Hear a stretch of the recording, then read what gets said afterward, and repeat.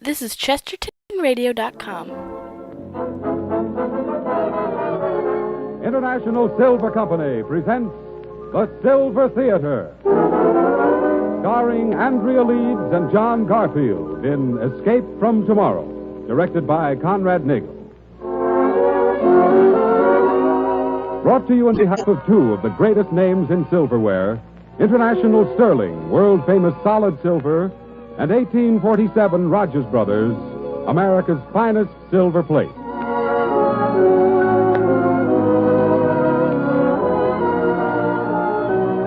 Good afternoon, ladies and gentlemen. This is Conrad Nagel welcoming you to the 20th of the new series of Silver Theater dramatic productions. Before we introduce today's play and its players, we'd like to say briefly that among those to appear on Silver Theater in the near future are Lee Tracy, Shirley Ross, Helen Hayes, and others. And now for today's story. The lights are being dimmed and the silver curtain is rising on Act One of Escape from Tomorrow, an original drama written especially for Silver Theater by two of America's foremost motion picture writers, Gene Towne and Graham Baker. Our stars are John Garfield and Andrea Leeds, who play the roles of Dan and Wilma Morgan, with Lindsay McCary as Inspector McLaughlin. High over the Atlantic, bound from Nassau in the West Indies to New York, a huge flying transport battles its way through a sudden and unexpected storm. 13 are aboard, eager all of them to be at their journey's end. All that is, save two who speak so that others may not hear. But we've got to decide, Dan, and before we land, don't you see if... Now, if look, funny face. If anybody's doing any worrying, it's me. Get that? This is a honeymoon, remember? Oh, but I'm scared, darling. What's the use of... Scared? For what? We're in one of the biggest transport planes ever turned out. We're up in the clouds so close to the old angels you could stick your head out and talk to them. And you're worrying. Oh, it's not flying I'm afraid of, Danny. You know that. It's... You know, the more I think of it, the surer I am. Over in Jersey. That's the place. Jersey. Of course, it's farther out, but you can get better houses for less dough. I think we can even get one with a fence around it. What kind of fences you like? Oh, darling. Personally, I go for pickets. You see, picket fences are the one kind kids can't crawl over, while they're little, I mean. And I'm darned if I'm going to let you chase all over the... Danny, will you stop it? Hey, now look, Mrs. Daniel Morgan, you got to take it easy. How can I? Well, be like me. I just let myself think of one thing, see? That's you and me, standing in that little church back there in Nassau, saying forever and ever. Because that's what it's going to be. Is it? Bet you my life. Oh, Danny. That's better. But how, darling? How can it be Uh-oh. forever? What does that matter? It's going to be. You see, I never told you this, but I got a special pal who's aces with the guy who fixes things. The guy who fixes That's things. how I got you. I talked to this pal of mine. I say, look, buddy, there's a gal named Wilma, see? Now, I don't know what other people think, but for Danny Morgan, she's Miss America, plus Canada, plus Mexico, plus all the other countries you got around. So how's about a word to the guy who fixes things for me? That's what I told him. And, well, that sure got fixed, didn't it? So now... Danny. Yeah? Sorry to interrupt, lad, but do you suppose Wilma could change seats with me a minute? I want to talk to you. What about? Sure, I'll change seats with you, Mac. Oh, Dan, please keep your temper. Thanks, Wilma. Oh, that's all right. All right, copper. Too much to expect you to leave a guy alone a minute with his wife. Oh, don't talk like that, Dan. You know that I... Excuse me, but I'm serving chocolate to all passengers in just a few minutes. Would you gentlemen care for some? Huh? Oh, why, sure. I'll have some. Thank you, stewardess. And you, sir? Count me out. Oh, thanks just the same. Quite all right, sir. Pardon me. Now, Danny. What's up? Decide to put the bracelets on me to be sure I don't run out on you? Oh, now, cut it, lad. There's no one on this plane knows, and no one needs to know. You're just a passenger like all the rest. And, son, I want to help you. Help me? That's a cinch. Just jump overboard. Why do you think I stood up with you and Wilma to get married yesterday? Well, there's nothing I'd like better than to just forget I ever caught up with you and let you kids go in your way. But I can't do that. I'm a copper, and I've got to do my job. What are you going to do, Dan? When we land, I mean. I ought to know for your sake. Suppose I tell the truth. Ah, that's smart. And plead not guilty. Not guilty? Pretty stubborn, aren't you, son? Am I? Now, look, Danny. Hey. Huh? Those motor planes. They sound right to you? Sure, I think so. Sure they are. Oh, you're a little jumpy, that's all, Dan. So it's not guilty, huh? That's what I said. It's crazy, Danny. Add it up yourself. A boy has a taxi stand at 42nd and Broadway. And among his steadiest customers are Tony Morelli and his boys. One day, Morelli and 3 others jump in the boys' cab, and he rides them to the Eastern National Bank. He waits for them and then drives them over to Jersey. Only our boy don't know that his customers have robbed that bank of $60,000 while they were inside. Well, that's on the level. I didn't know. I'd ridden them guys lots of times on Sunday. I haven't finished yet. And that same night, while our taxi driver is visiting his girlfriend, one of the guys he drove that afternoon shows up. He hands our boy an envelope, and he says, "There's your split. Keep quiet." And then he beats it. And our boy opens the envelope, and there's $5,000. And that's the first he ever knew there was a robbery. You really expected Jury to believe that, Danny? Well, it's true. Then why did you jump the country and Wilma with you? Why didn't you come to me? Because you got a habit of asking names, Copper, and telling names ain't healthy. Not when Morelli's boys is mixed up in something. I get it. You're scared. For me, no. For Wilma, yes. But I'm going to beat this rap, Copper, and I'll do it without a lot of talking. I can prove that they came to me with payoff dough. How can you prove it? By Wilma. I was at her place when the guy gave it to me. Oh, that's swell. Did you ever hear of a law that prevents a wife from testifying for her own husband? You mean Wilma can't... Maybe you had an alibi, son, but you married yourself out of it at 2 o'clock yesterday afternoon. Oh. Well, that's a hot one. Well, that's swell. Now, look, Danny, there's one chance for you, and only one. Turn state's evidence. Whether you helped to rob that bank or not, you know the guys who did. So tell us who they were. Come with me to the... There's no need for concern. The ship's all right. Thomas, what's happening? Why don't you find out? Danny, the plane we're going down. Take it easy, kid. She's all right, huh? Listen to those motors now. I tell you, I've been a flyer myself, and I know the plane's icing up. Why don't you tell the truth? There's nothing to be concerned about. Quiet. Quiet, everyone, please. Oh, Danny, darling. Everyone in his seat, please, quickly, and fasten safety belts. Look, Mac. Sure, take your seat back, Wilma. Thanks. I don't know just what's happening right now, but anyway, good luck. Oh, look, Danny, out the window. Those waves down there, we won't have a chance. Oh, you always got a chance. Besides, whatever's going to happen, we're together, aren't we? Oh, quick, darling. Kiss me just in case. Sure. Oh, Danny. Danny, I love you.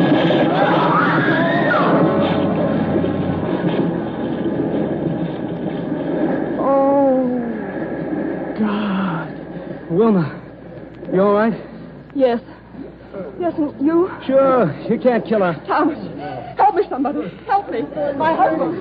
Don't get excited. Keep your head. Be calm. Don't get excited. Silence! Silence! Attention, everybody. I'm in command of this ship, and you'll obey my orders, all of you. Now, you'll find life belts under your seats. Put them on now. Here, kid. Here's yours. Go We on. may have to abandon the ship, but everyone must keep his head. We've landed in the Gulf Stream, and the water is warm. You can stay afloat for hours. We've already radioed for help. It may be here before the ship goes down. No, it won't. She's sinking now. Dan, look. Mac's unconscious. Hey, Mac. Come on, Copper. Snap out of it. He must have smacked his head when we hit the water. Come on, Mac. Dan, is he alive? Sure, he's alive. Look at him breathe. Come on. Here, Copper. You got it. Danny was thinking. Abandon ship. All passengers into the water and hurry. Oh, darling, we've got... Mac, he's still out. Here, take his life belt. I'll have to carry him. You go ahead there. All right, Danny. Remember, everybody, jump as far from the plane as you can and then keep swimming. Don't cling to the wreck or you'll be pulled down with it. Go on, Wilma. See you in a minute. All right. Come on. Hey, how's about a hand here, buddy? I want to toss this guy out. You sure he's alive? Maybe you better just... No, you'll give me a hand. Shove us both at once. Right. Here you go.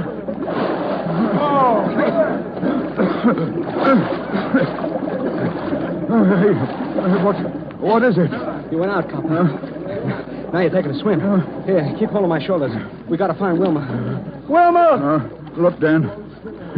Don't worry about me. I can... I said stick with me. Hold on. Wilma! Hey, funny face. Wilma! Come on, Copper. Come on. Danny, here he is. Here's my husband. Here he is. Oh, where's mine? They didn't get me. Easy, ma'am. You can't go back to the wreck. She's going down. Keep clear, everybody. Keep clear of the plane. Keep clear!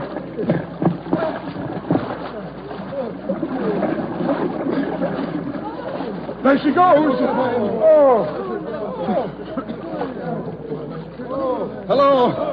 Hello, everybody. Listen to me. We've got to stay together. We wireless our position, and there'll be ships to look for us. Keep your heads. Your lifeboats will hold you up. Oh, how long will it be before they come, Captain? I can't tell you that. Perhaps only an hour. Oh, they'll never find us. They'll never find us. We'll drown. drowning, you know. Stewardess, try to quiet that woman. Yes, Captain. Is there anyone who needs special help, who feels he can't stay up? That man over there, Captain. Well, McLaughlin's all right. I can take care of him. But, Captain, what if we all get in a circle and tie our life belts together? We can hold each other up. A good idea. You hear that, everybody? Swim into a circle. All here together. All right. Papa, come on. We're swimming again. I can't, Danny. I'm too far gone. Forget it. Stick with me. Wilma. Yes, Mac. Make him let go of me. I'll drag him down, too. My legs are lead. I said I'd keep you up.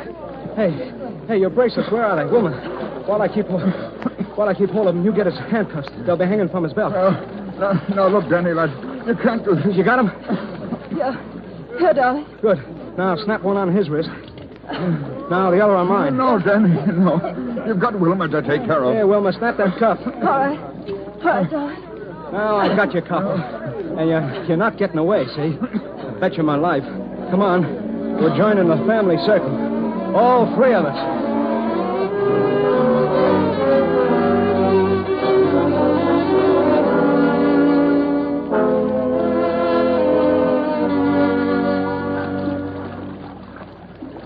Hey, how you doing, funny face?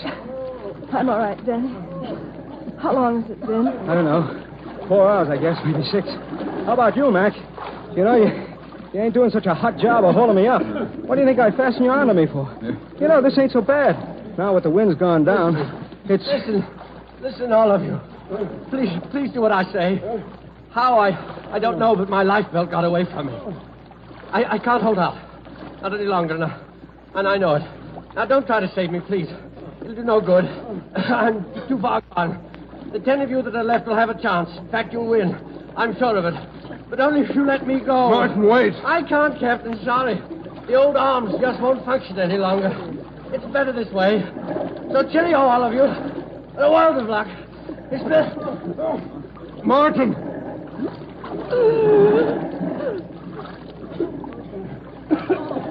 Hey, some music. That's what we need. How many of you can sing? Come on, somebody start a song. I said we gotta sing. Wilma, help me start it. Come on! East side, west side, all around the town. The boys will bring around Rosie.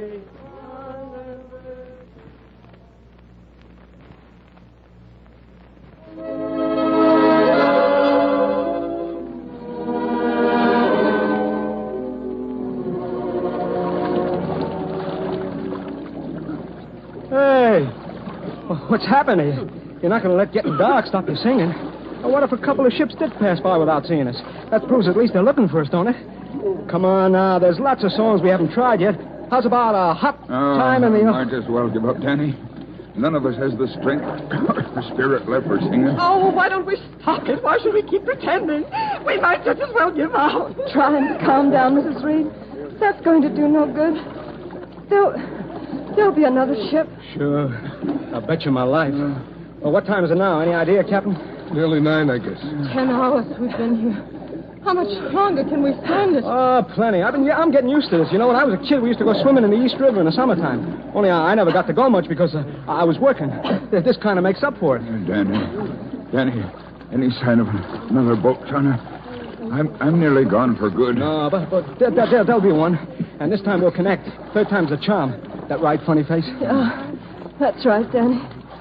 Want me to help you hold Mac? No, I'm okay. If my wrist hold out. Hey, what's happened to everybody? None of you know any more stories? Oh, who's heard the one about Danny. Yeah? Danny, watch there. It's like a searchlight. Huh? Wait, that comes again. Wait, we're sure. It is. Captain, over there. Watch, a searchlight.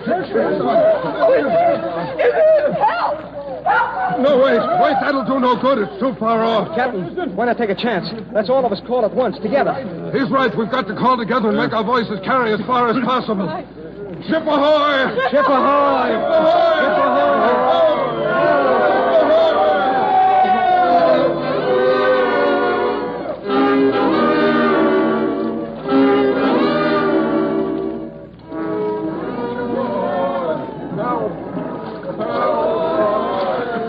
no use. It's no use. They're going to pass us. They are going to pass us. They can't pass us. We're going to keep it up now. Come on. Help! Help! Help! They've got to answer. They've got to answer. And they will. I bet you my life. Listen. Listen, everybody.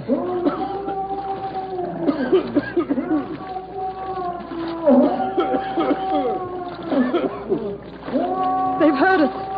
Look, the searchlight. They're looking for us. Oh, Danny. Keep on calling. Ahoy! Start shouting. Save! I tell you.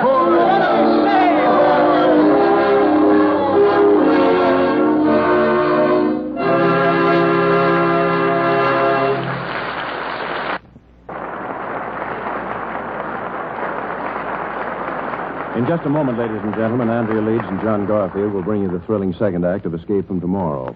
But first, I'd like to say just a few words about a different kind of thrill.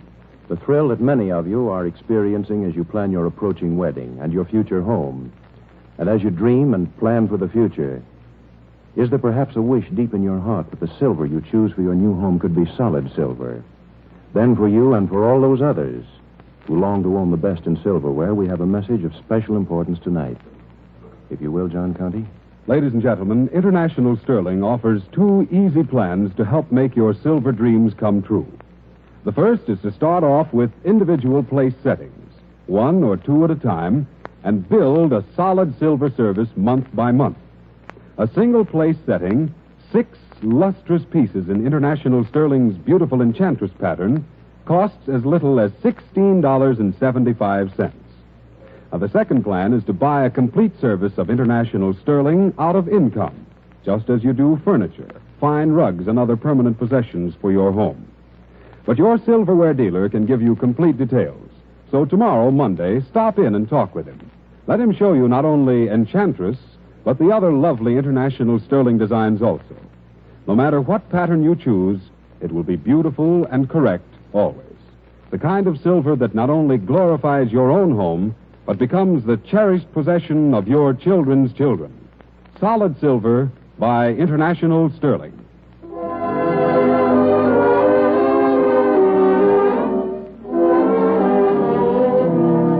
Once again, the lights are being dimmed and the silver curtain is rising on the second act of Escape from Tomorrow, starring John Garfield and Andrea Leeds as Dan and Wilma Morgan.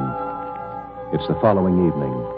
Safe aboard the rescuing vessel, a cruise ship bound from Havana to New York. The 10 survivors have been the center of interest and attention for both passengers and crew, and no effort has been spared to ensure their comfort and well-being. And in a luxurious cabin forward on A deck...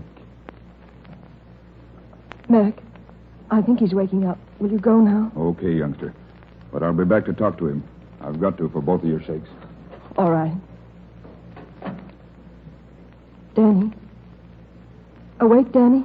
Huh? Oh, hi, funny face. I remember you. Do you? You slept so long, I thought maybe you wouldn't. Oh, sure. I'm funny that way. I always remember my wives. In fact, hey, what is this? Well, where'd you get that dress? And this room? I didn't go to sleep in... You went to sleep in the Atlantic, Danny. Almost 2 days ago. Huh? Oh, wait a minute. Are you all right? Oh, I'm swell. Now that I've got a husband again. And what about the others, Mac? Mac's all right, too, Danny. He's more than all right. That's why we're here. Why, we're here? This happens to be the bridal suite of the cruise ship Mayfair, bound from Havana to New York. The bridal suite? Hey, and these pajamas. They're the captain's, and here's his robe, too. The captain's clothes and the bridal suite. Hey, what is this? Is this some kind of a gag? No, Danny, it's not a gag. You see, they figured it was the least they could do for the hero of the plane disaster. The hero? Who gave him that idea? All the survivors, but mostly Mac. Mac? You mean Mac told him that... He told them the truth, that you saved his life. That's all he told them, Danny. Yeah? The bridal suite! How do you like that? And it's not all, darling. The captain's giving a dinner tonight just in our honor. Really in yours, but they count me in because I'm the hero's wife. Look, will you cut that stuff? Oh, all right, Danny. Oh, but you know I'm so proud of you, don't you? Proud? What right have you got to be proud? I'm the one. Let me look at you. Hey, what'd you do to your hair? And the hairdresser on the boat fixed it for me. And that dress. I suppose that's a hand-me-down for Mrs. Astor. Well, I don't think that's her name, but it could be. One of the passengers was determined to fit me out. She was, huh? Well, that was part of it. In fact, everything's just like it was supposed to be. Like it was. That pal of mine, remember? The fixer-upper? I'm talking to him and I say, how's about a couple of new outfits for Mrs. Mrs. M. And while you're about it, we could use a swell suite on a boat that's a honeymoon for us. So my pal says, okay, Danny. And here we are. You had the whole thing planned this way, huh? Bet you my life. I'll take that bet, mister. Oh, Danny, darling. You think this is something? This is just the beginning. We're going to do lots of traveling, funny face. In suites like this, we're going to... Danny. Huh? What are we going to do? Max kept quiet till now, but once we reach New York... Look, will you forget New York and forget Mac? Oh. I should have let him drown. Oh, you couldn't. Not be you. I know that, Danny, and so do you. And please don't blame Mac. He hates what he has to do worse than you do. Oh, Danny, why? Why did it have to happen like this? We didn't ask anything except each other. What did we do to make it all go wrong? I used to pray, Danny. Do you know that? I used to go and pray. Pray for nothing but to have us married and by ourselves. I didn't ask for any money or even for that little house with fences.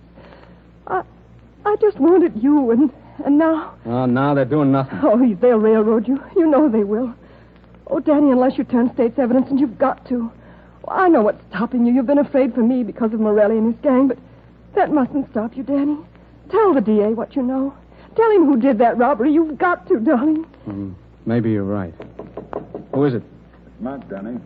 Come in, Mac. Hello, son. Mac, Danny's going to... I'm gonna... I get it. A little framing with my wife while I'm out. Is that it, copper? Thought you'd scare her into breaking me down. Danny. Let him talk, Wilma. You don't make it very easy for a guy, Danny. You know, I didn't pass that taxi stand of yours every day for 5 years without getting pretty strong for a lad named Danny Morgan. I haven't forgotten the night you rode me home with the meter up. But that's all apart from this, Danny. Even what you did out there in the water's apart from this. Maybe I feel like a heel, but taking you in is my job. There's nothing else I can do. No? Oh, but there is, Mac. Look, supposing you hadn't found us in Nassau. Suppose you were just to turn your head when we landed. And let 100 other coppers grab the both of you when you step off the gangplank? Oh, he's right, Danny. There's no other way. Well, son, it's up to you. You talk or not. If it's that gang you're thinking of, you have my word that you and Wilma will be as safe as the whole department can make you, and that's pretty safe. Well? I got your word on that? What you said? Protection for my wife? For both of you. You have my word. All right. I'll do it. I'll turn state's evidence. Oh, Danny. Great. And now be getting dressed. You've got a day or so of being a hero to be attended to before we reach port. And as for your trial, you can forget it. I'll clear you, Danny lad. As sure as my name's McLaughlin, I'll get you off.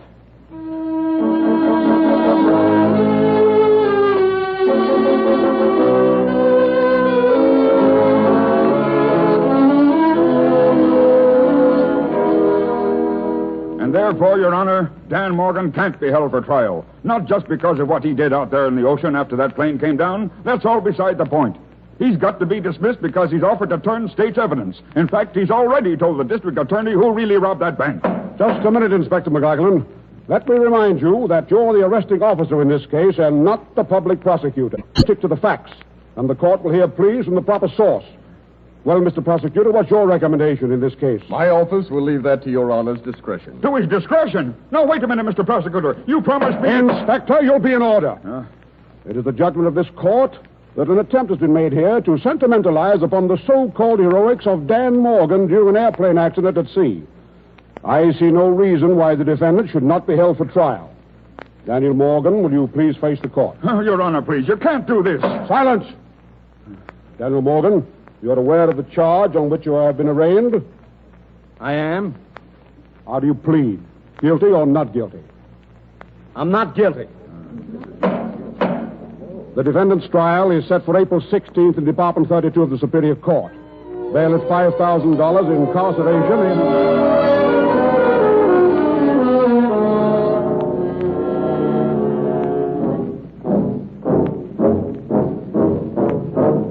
And we will prove that the defendant is beyond all reasonable doubt guilty of direct participation in the robbery of the Eastern National Bank.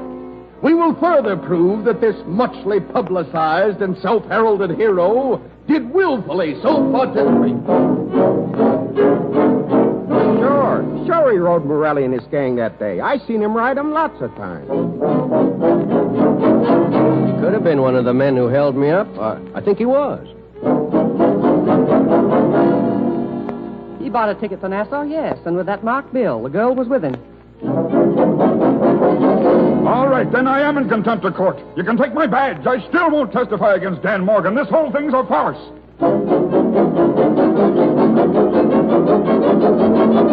They did, I tell you.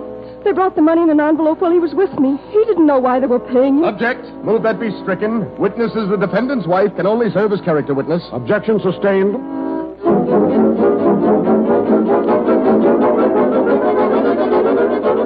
What does it matter what I say? I told you the truth, but it's not the truth you want. Go ahead, you've made up your minds already. The railroad is on its way, so let it go. Go on, and find me guilty. Ladies and gentlemen of the jury, you have decided upon a verdict? We have. The defendant will rise and face the court. Ladies and gentlemen of the jury, how say you?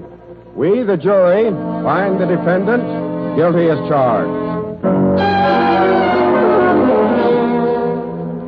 The defendant, Dan Morgan, stands convicted as charged and is hereby sentenced to imprisonment in the state penitentiary for a term of not less than 15 years. No! No, Daddy! They can't! Daddy fainted. Where do you think you're going, Morgan? My wife, and try and stop me. All right. Get back. Give her air. Get back, will you? Wilma. Dan, I'm sorry, kid, you know. Suppose you shut up, copper. Wilma. Oh, Danny. Hiya. Funny face. Oh, Dan. They can't. 15 years they can't. Not now. You don't know, Danny. What is she talking about, Mac? You heard me. What's she talking about? Okay, Dan, then maybe it wasn't just the news that made her faint. You can't go to prison, Danny. You can't go now. You... I get it. A kid. That's wonderful. That's all we needed to make the picture perfect. That's all we needed. The guy that fixes things. Huh? Listen to me, Dan. Wilma's going to have a child, yes.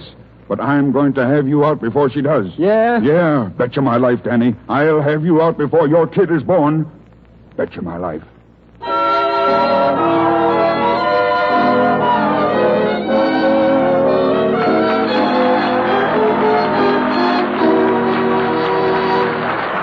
Ladies and gentlemen, before we tell you about next week's episode of Escape from Tomorrow, I'd like to tell you the story behind the most distinguished name in silver plate, 1847 Rogers Brothers.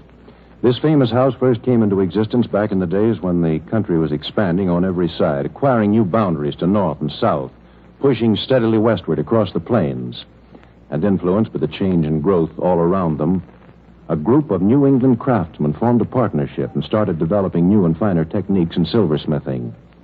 Even then, the skill and artistry of their craftsmanship was really extraordinary.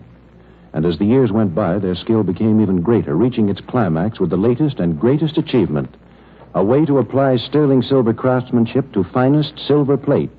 A shining example of 1847 Rogers Brothers craftsmanship is the pattern Lovelace, a pierced pattern, utterly graceful and feminine, with shimmering orange blossom motif and exquisite sterling-like detail.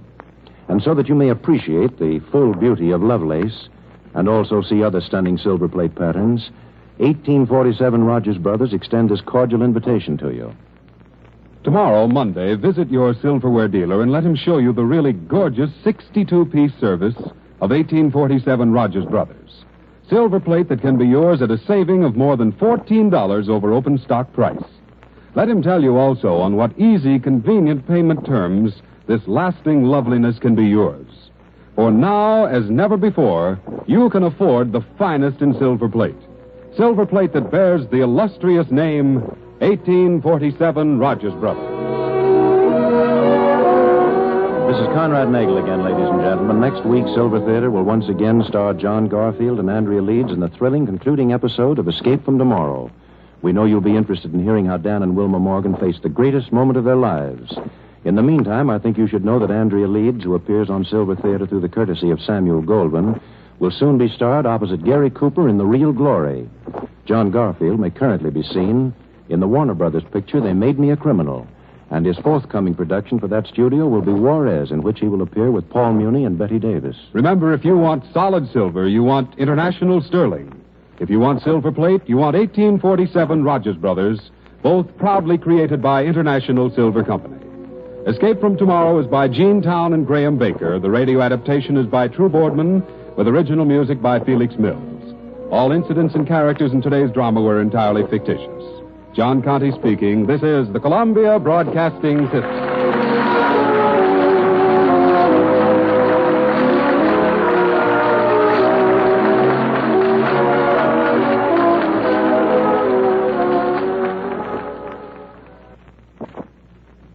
This is Chesterton Radio, the true, good, and beautiful at chestertonradio.com. International Silver Company presents The Silver Theater, starring Andrea Leeds and John Garfield in Escape from Tomorrow, directed by Conrad Nagel.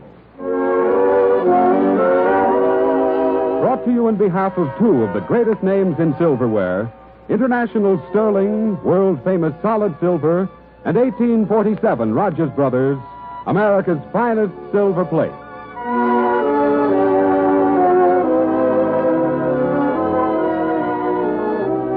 Good afternoon, ladies and gentlemen.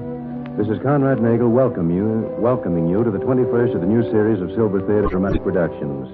Before we introduce today's player, we'd like to announce that next week, Silver Theater will star Herbert Marshall and Maureen O'Sullivan. And in the near future, you'll hear Joan Crawford, Lee Tracy, Shirley Ross, Helen Hayes, and others. And now for today's story.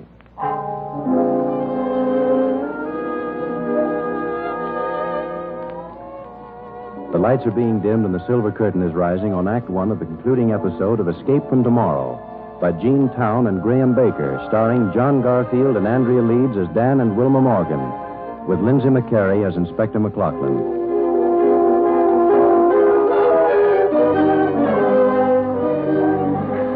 Read all about it, X3. Hero of plane disaster convicted. Dan Morgan gets 15 years X3. Here, give me one of those. Yes, sir, here you are. It's your X3 here, hero of plane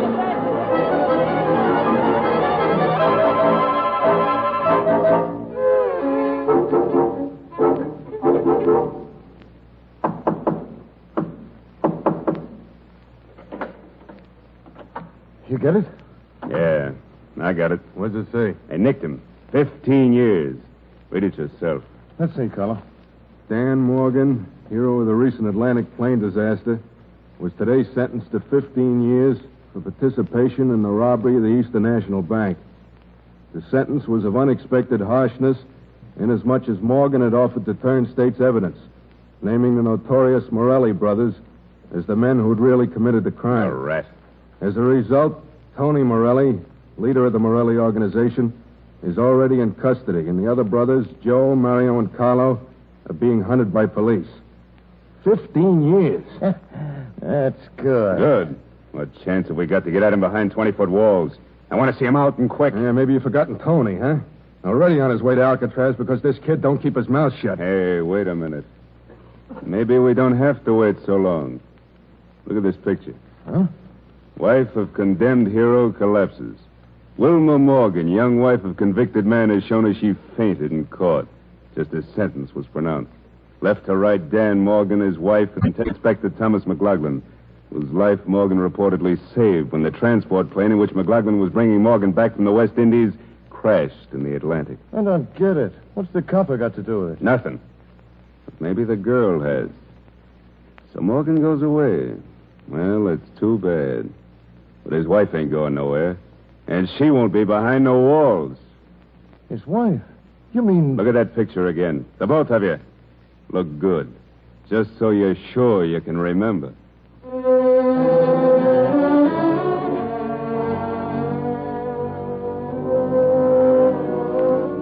Morgan, Inspector McLaughlin has asked permission to be the one to take you up the line. Well, I'll have to put the bracelets on you, son. Your left arm. They go on easier here than they do in the ocean, don't they, copper? Danny, you... Come on, lad. We've got a train to catch.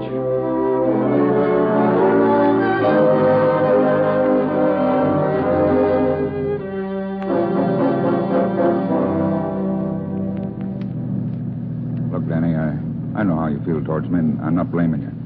I promised I'd get you off, and then I couldn't deliver. But what I told you the other day in court still goes. I'm going to find a way to get you out. Save the chatter, copper. If you'll be needing it to convince some other sucker to turn himself in. Look, lad, will you quit it? I haven't forgotten that you saved my life when that plane went down, Danny, and I'm never forgetting it. Why do you think I asked to be the one to take you on this trip today? How do I know? Maybe... Hey, this isn't Grand Central. You're right. Well, what the... You're getting out here, Danny. But first I'm taking that handcuff off your arm. Well, wait a minute, you... I'm putting you on your honor, lad, and waiting for you while you're inside. Inside? A church. That's swell. So I should go in and talk to the guy who fixes things, huh? Great. Danny, you're going in there. Now. Why should I? See those two guys waiting there by the steps? Yeah, what about them? They're plainclothesmen. If you remember, I promised you protection for your wife. For Wilma? You mean Wilma's there inside? And waiting for you. I couldn't let you stop off at your house, but after all, a church. Well, Danny, wait. You're on your honor, lad, and there's not much time. Hey. Danny. Hi, funny face. Oh, Danny, my darling. Hi. Feeling okay? Sure. Sure, darling, I'm swell. I was just afraid you might not get here. Say, this ain't so bad. The church looks different when it's empty, don't it? Uh-huh. Where's the fella that's playing that music? Up in the balcony, I guess. Why didn't he learn to play? He's practicing. Don't say anything. I like it. Okay. But he still ought to learn to play. You sure you feel all right? Yes, Danny. You're not scared or nothing? Uh-uh. Hey, this church ain't so bad. But I'd still take that little one in Nassau. You looked swell that day, you know it? Did I, Danny? Sure. If you only hadn't bawled. Of all the stoops, bawling at your own wedding. Mac bawled, too. We'll leave Mac out of this. Oh, Danny. You sure you're okay, funny face? Shouldn't you maybe be at home in bed resting?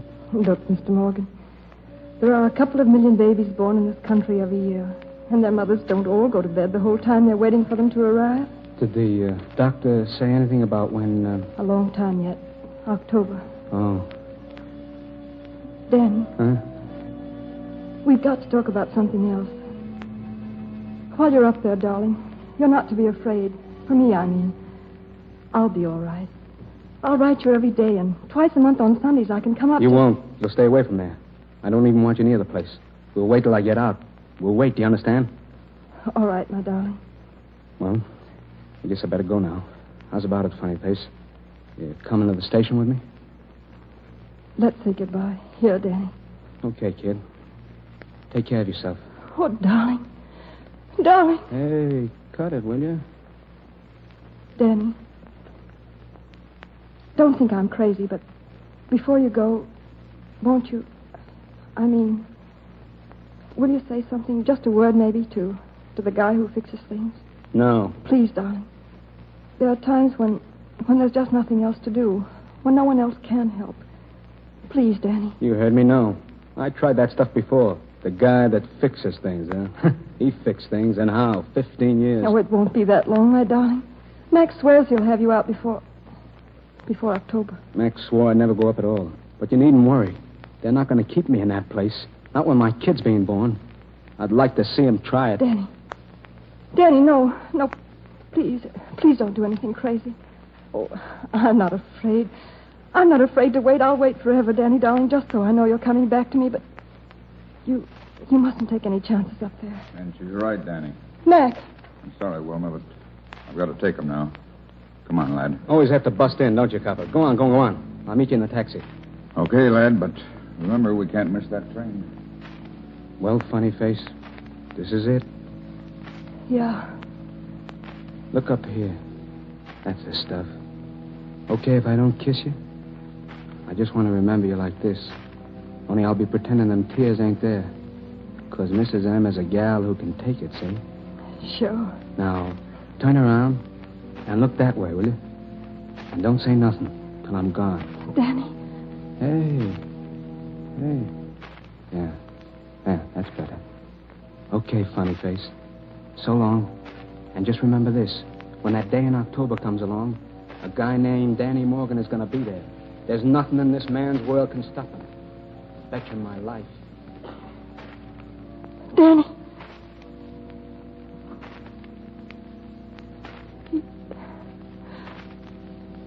He doesn't mean it. Those things he said. He doesn't really mean a one of them. You've got to understand it. Help him. Please. If he won't talk to you, then let me talk for both of us. He didn't mean to blaspheme. I know he didn't, but you see, to Danny, you were always the guy who fixes things, and he thinks you've let him down. Oh, I know you haven't, because you couldn't. Not Danny. Not after the things you've done. Why, Danny saved 9 lives when that plane went down. You know that, don't you? You must know, and that's why you've got to help him now.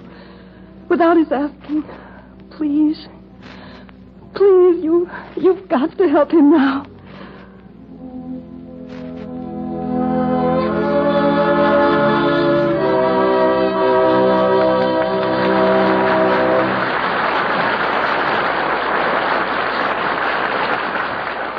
In just a few seconds, Andrea Leeds and John Garfield will bring you the final act of their thrilling story of today. But before they do, I'd like you to go back with me some 90 years and picture the leisurely, orderly living of the people of that era. Now, the radio and the airplane was still unheard of. Great ladies are riding sedately in carriages instead of automobiles. And up in a quiet little Connecticut town, a group of artist craftsmen are turning out the finest silver plate this country yet has seen. Today's descendants of those early silversmiths, the present house of 1847 Rogers Brothers, adhere to the same high standards of quality and craftsmanship. One of their most popular creations is the pierced pattern Lovelace. Graceful in line, with inspired orange blossom motif and sterling-like detail, Lovelace is truly a pattern beautiful beyond belief.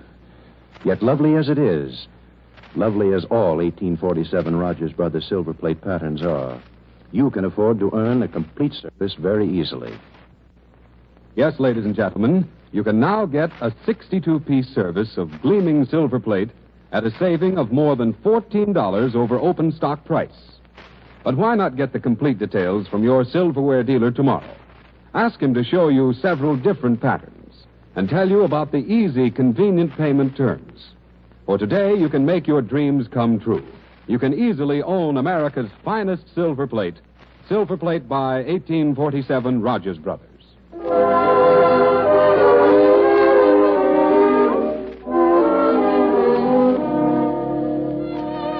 Once again, the lights are being dimmed and the silver curtain is rising on the concluding act of Escape from Tomorrow, starring John Garfield and Andrea Leeds as Dan and Wilma Morgan. Several months have passed, endless, torturous months to Danny, determined to get out by whatever means and regardless of cost. Anxious, fearful months for Wilma, thinking ever of the danger to Danny if he fulfills his threat to break from prison. And then on a day early in fall...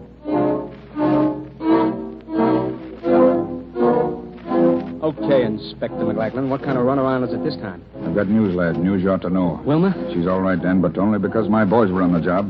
The Morellis were after her. The Morellis, you mean? They didn't touch her. There was some shooting, and Mary Morelli's dead. But the other brothers got away. I only tell you, lad, so that you'll know that when you do get out, you must be careful. When I get out? You've been saying that for months. I'm tired of listening, see? You're going to get me a new trial. You're going to get me a pardon from the governor. You're going to... Listen, Danny. The parole board meets October 1st. That's just a week away, and I'm going to make them give you a parole. Suppose you save it, cop. I heard it all the time before. I'm getting out, see? And without your help. Danny, no.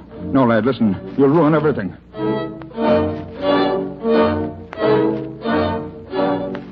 But you gotta let me use that gun, Roy. You gotta. Do you understand? Easy, Danny, my boy. I got a rod, yeah. But the pal who got this gun in here to me forgot I never break that way. You're bunkered with an expert. I guess I busted out of more pens than you can name. But you gotta be smart, me bucko. If you walk out a door, that's one thing. When they catch you, you walk back in. But if you walk out over a stiff or two, then when they catch you, you don't walk anywhere no more. No, son. We wait until we get... Boy, I ain't waiting, see? If you won't use that rod... Watch it. Morgan, you're wanted in the warden's office. Okay.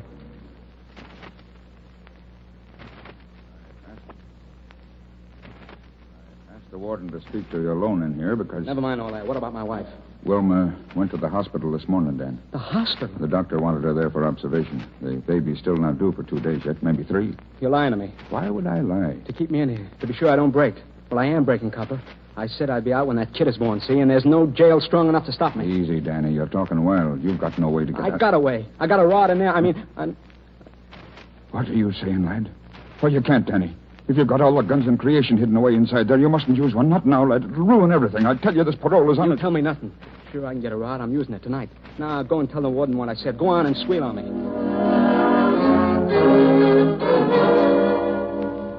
Oh, Warden. Yes, McLaughlin? Warden, I've just been talking to Danny Morgan. Yeah? And there's something you should know. Oh, what's that? He's sick, Warden. I'd suggest you send him right to the hospital now before he even gets back to his cell. The lad's in no condition to be left alone. Good idea, McLaughlin. Thanks. I've got it. It's signed, sealed, and in the bag. Oh, Mac. Dan, does Dan know? No, I'm on my way up to him now, but I had to stop with the news for you. How are you, girl? What does the doctor say? Well, he isn't sure. Perhaps tonight, perhaps tomorrow. Oh, well, either one, the lad'll be there. You can be sure of that.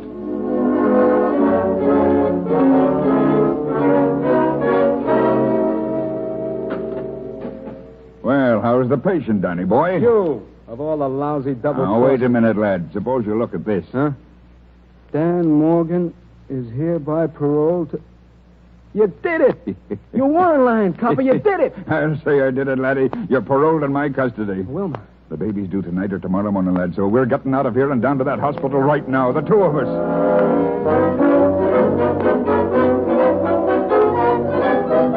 As the State Parole Board released Morgan in the custody of Inspector Thomas McLaughlin.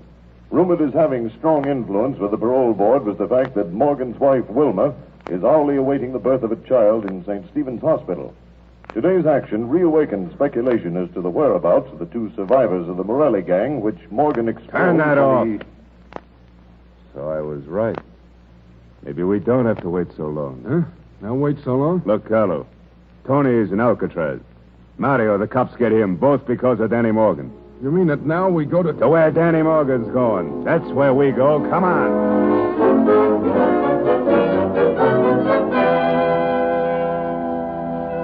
Sister Miriam, please let me wait as long as possible. Danny will be here. Mac went for him. He's... Hiya, funny face. Danny. Sister, will you please? Just for a minute. There must be that much time. All right. Until the doctor comes back. Darling. I made it. Didn't I tell you I'd make it? And Mac? Gone down to headquarters, but he'll be back. Hey. How are you? You okay? Uh-huh. Sure, I'm swell. Is it pretty bad? It's kind of like having about 1 million lights flash on at once and so bright you just can't stand to watch them and then go out. Only the lights keep coming on again. Gee. Well, I'm here anyway. Yeah, How much longer did they say? pretty soon. You're not scared? You? Oh, me? When was I ever scared? And look, kid, you got to be thinking of one thing all the time, see? That house with fences. A picket fence. Because that's the one kind kids can't crawl over. Remember when you said that? Yeah. And there's another thing. I don't want no double cross from you, see, funny face? This has got to be a girl, see? So as I can call it Wilma. I'll see what I can do. Mr. Morgan. Hey, okay? Yeah, but you better call the doctor. Sure, kid. The doctor, sister, hey.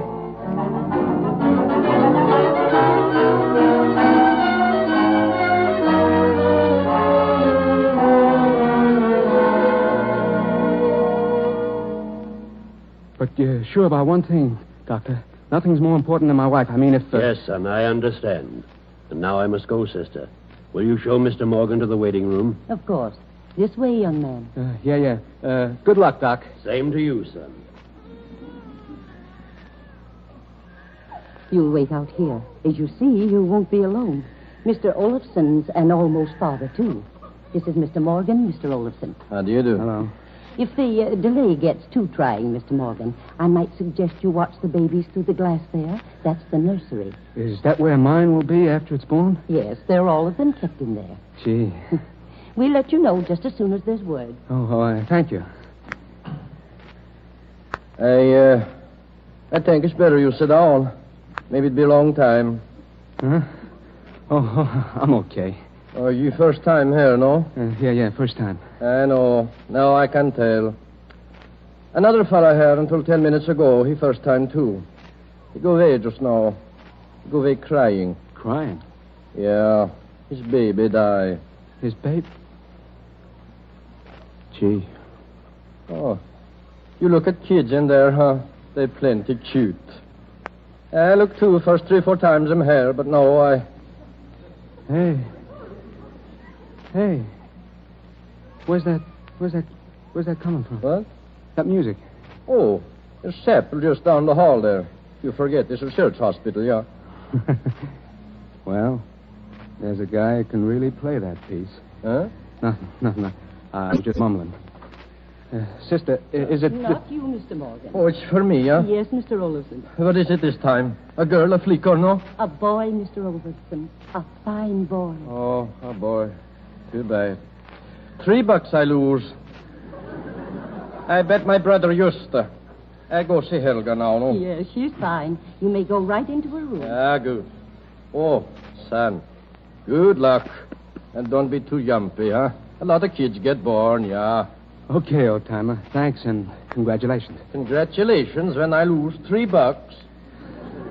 Sister, just a minute. My wife, do you know? I'm sorry. There's no more I can tell you. Well, is she all right? Yes, she's all right. You'll just have to be patient, I'm afraid. Patient? Oh, yeah. I'll just stick around and watch the kids through the glass there. Excuse me for bothering you. It's no bother. And, son. Yes, sister. You mustn't be too afraid. That's not the way to help her. You must have a little faith. Huh? Oh, sure. Thank you. Yeah. I guess this is one of those times she talked about. One of those times. When there's nobody else you can ask. Look, ma'am, you know how to put the words together better than I do. Do you suppose you could, that is... Yes, son. I could and I will. I'm going to the chapel now.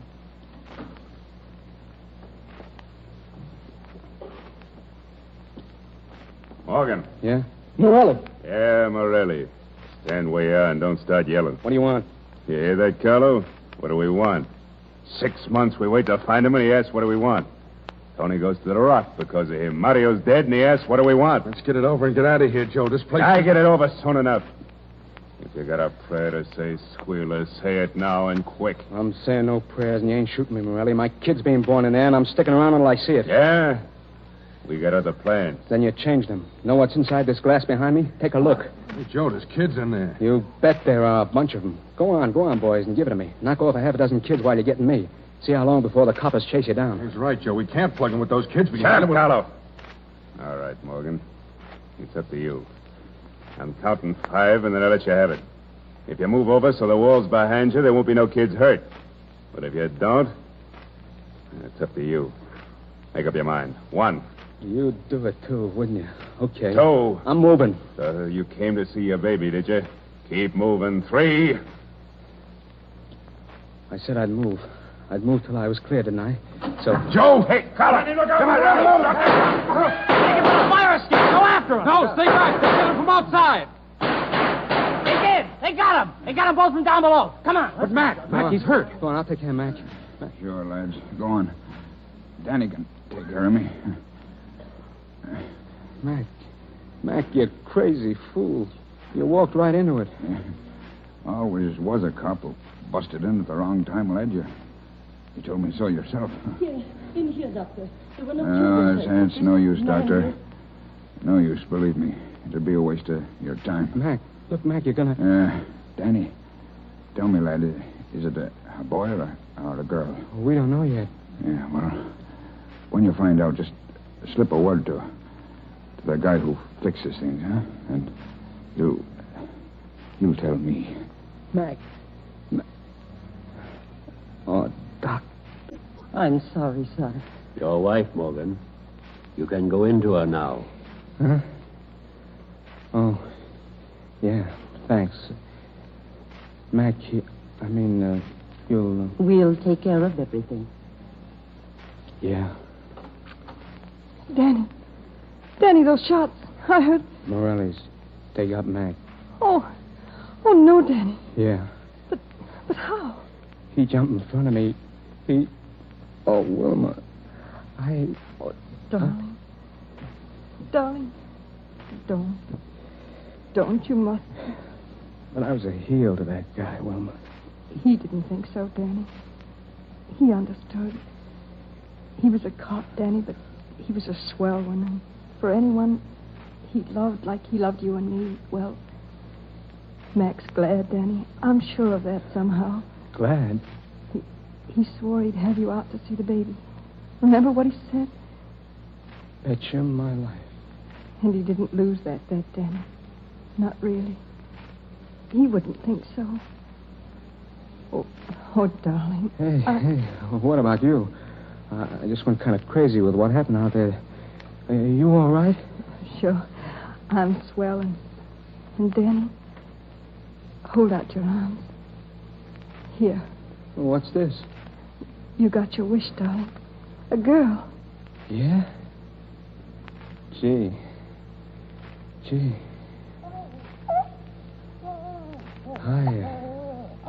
Hi, funny face.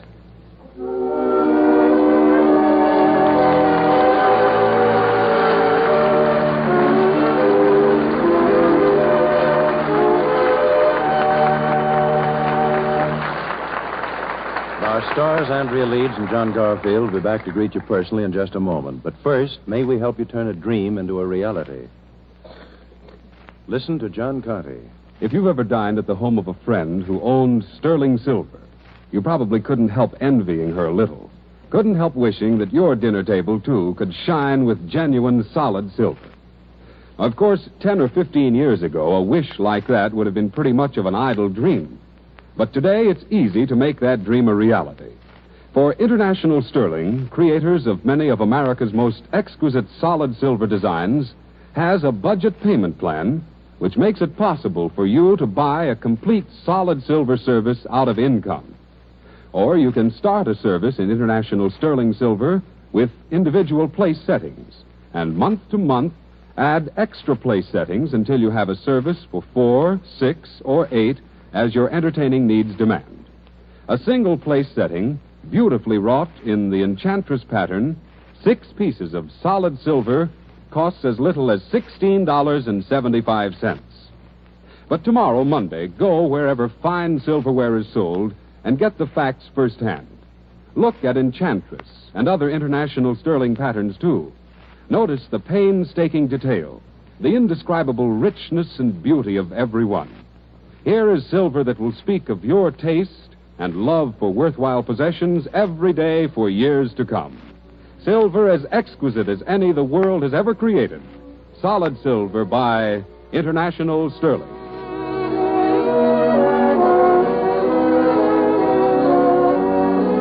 This is Conrad Nagel again, ladies and gentlemen, and I want you to meet our stars, Andrea Leeds and John Garfield, who at this moment are stepping out in front of our silver curtain.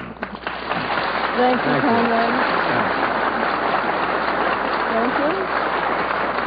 We want to thank you both for your fine performances in our play Escape from Tomorrow. Well, Conrad, it's been more fun than anything I've done in a long time. You see, John, I told you Silver Theater performers have more fun than anybody. Well, you should know, Andrea, this is your 3rd broadcast you've done for us. That's right. And I almost forgot to tell you. Since I worked for you on Silver Theater, almost a year ago, I've listened to most of your productions, and I think they're wonderful. Also, I became so sold on international sterling that I bought a complete set of it for my home. That's great. Hope Mrs. John Garfield's listening. Well, you don't have to sell us, Conrad. Mrs. Garfield and I are both international silver fans. Bet you my life. Well, that's fine, John. Now, I'm afraid our time is up. Thank you, John Garfield and Andrea Leeds. We'll be looking for you on Silver Theater again in the near future.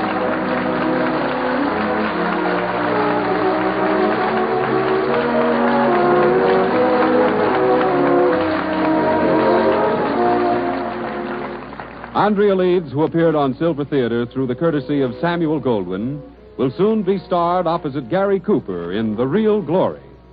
John Garfield may currently be seen in They Made Me a Criminal, and his forthcoming Warner Brothers picture will be Juarez, in which he will appear with Paul Muni and Betty Davis. Next week, Silver Theater will star Herbert Marshall and Maureen O'Sullivan. Be sure to listen.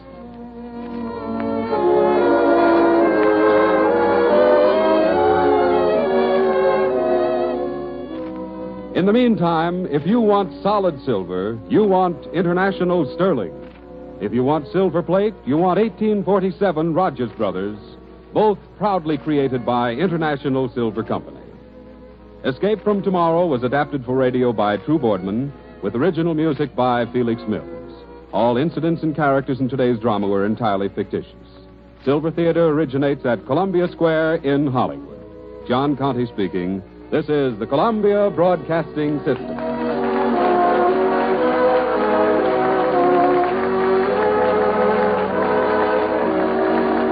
This is Chesterton Radio, your home for podcasts of works by G.K. Chesterton, plus drama, comedy, mystery, science fiction, big bands, and much more.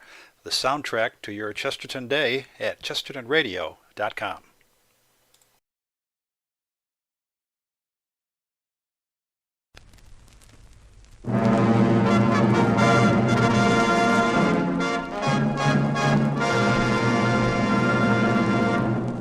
Welcome to the Caltex Theatre, a full hour of dramatic entertainment broadcast over a nationwide network of stations throughout Australia. The Caltex Theatre is brought to you by Caltex Oil, marketers of over 1,000 outstanding petroleum products, in association with Caltex dealers and distributors everywhere.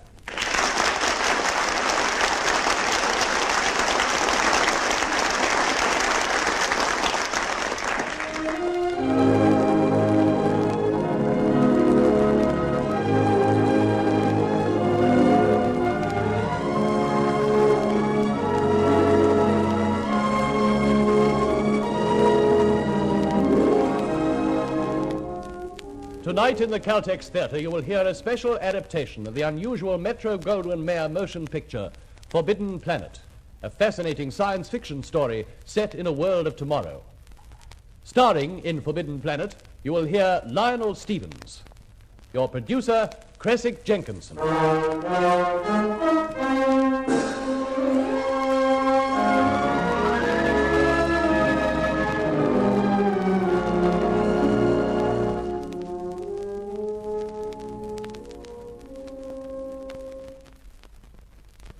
The Caltex Theatre presents Forbidden Planet, Act 1. Cruiser C-57D was more than a year out from Earth base on a special mission to the planetary system of the great main sequence star, Altair. When do we get a DC fix, Jerry? 30 seconds, Skipper. Ship on course, sir. We'll reach DC point at 17:01. That's less than 3 minutes now. Chief, we'll drop back below light speed in about 3 minutes. Got your breakable gear stored? Aye, aye, sir. DC set and punched on, Skipper. All right, attention. Captain to crew. All hands squared away to decelerate. DC stations.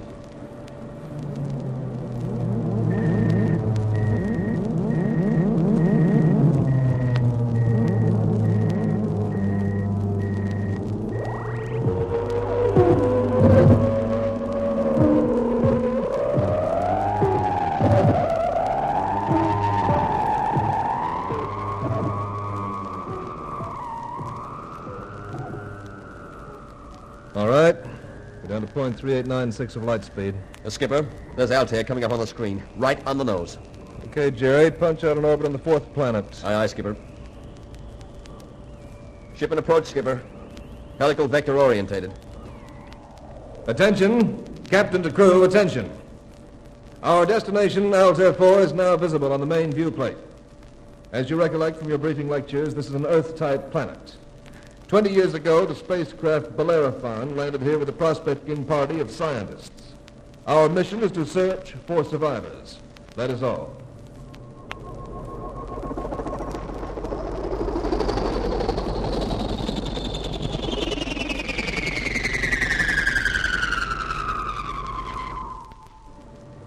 Well, Doc, there it is. The Lord certainly made some beautiful worlds.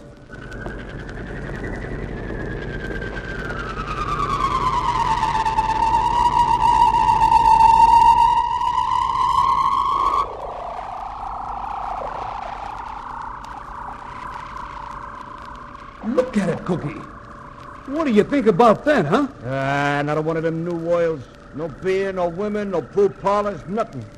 Nothing to do but throw rocks at tin cans. We gotta bring our own tin cans.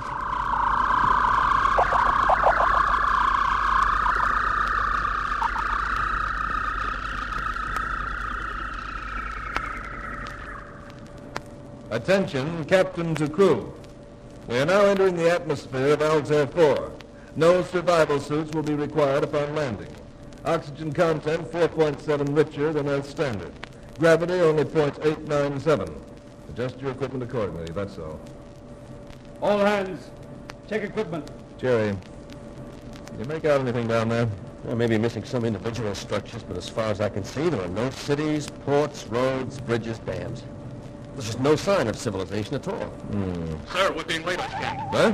Let me see that. There it is on the electronic equipment. Yeah, can you zero on it?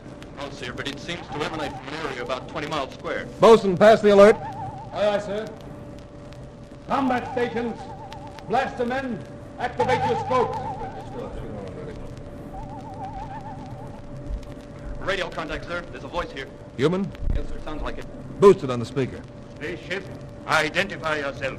You are being tracked. Cut me in, Quinn. Yes, sir. United Planets Cruiser C-57D, J.J. Adams commanding. Who are you? Mobius of the Bellerophon. Who? Edward Mobius. Jerry? Yep, here it is. His name's on the passenger list. Mobius E., Ph.D., Lit.D., expedition philologist. What do you wish here, cruiser? We're your relief, sir. We're very glad to find you alive. Dr. Mobius, are you there?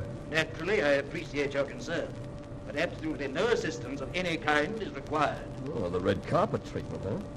Dr. Mobius, my orders are to survey the situation on Altair 4. Let me repeat, I'm in no sort of difficulty here.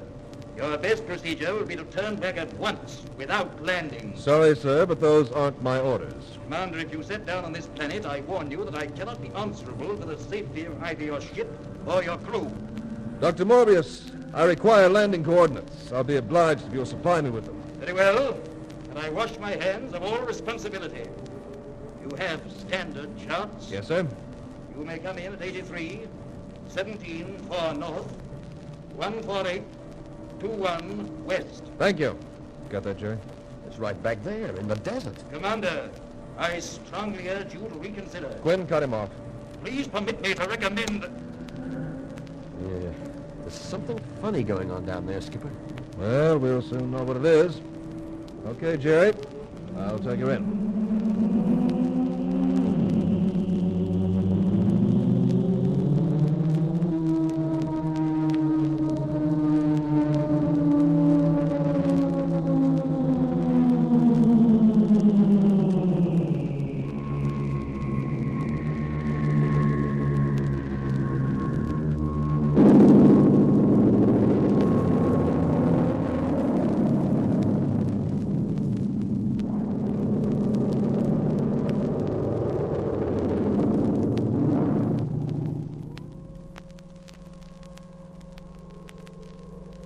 All clear, sir. No sign of any living being. Thank you, Bosun. Look at the color of that sky.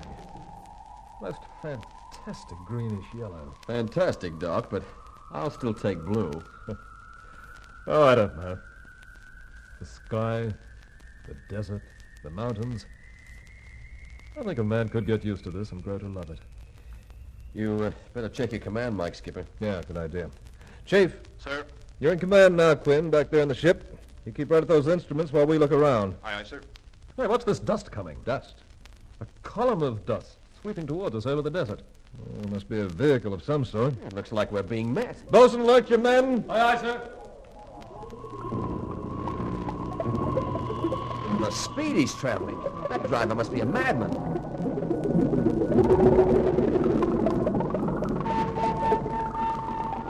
What driver? You're right. There's a mechanical creature in charge of it. It's coming over to us. Take it steady now.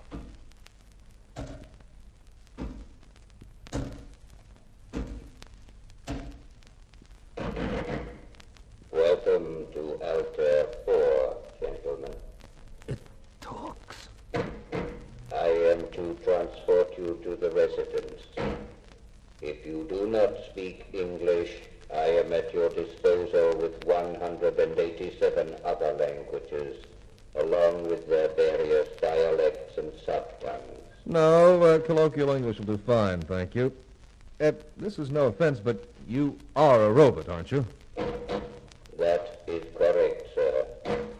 For your convenience, I am monitored to respond to the name Robbie.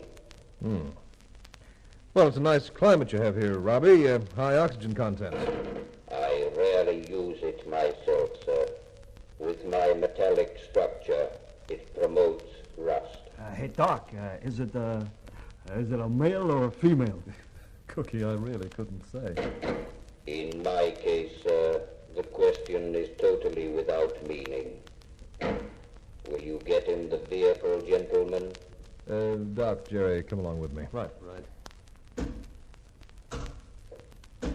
Quinn, trace this vehicle. If I blink red back to you, I'll bring the tractor in a hurry, sir. Right. Here you are, Skipper. Just room for you. Passengers will please fasten their seat belts. Looks after us like a mother.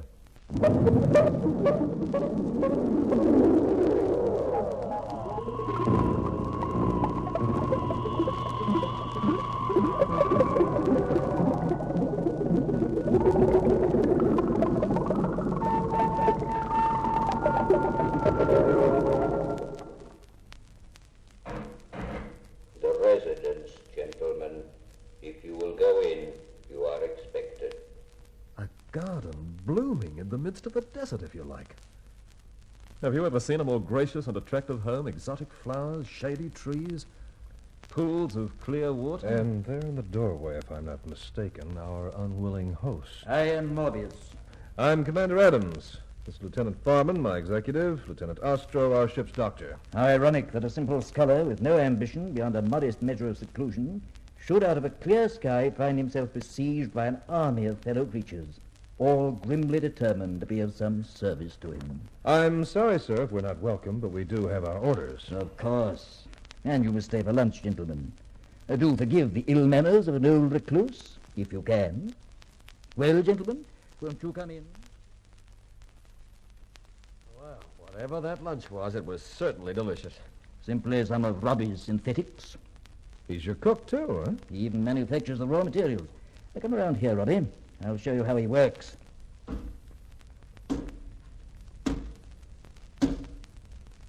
One introduces a sample of human food through this aperture in the upper part of Robbie's body. Down here, there's a small built-in chemical laboratory where he analyzes it. Later, he can produce identical molecules in any shape or quantity.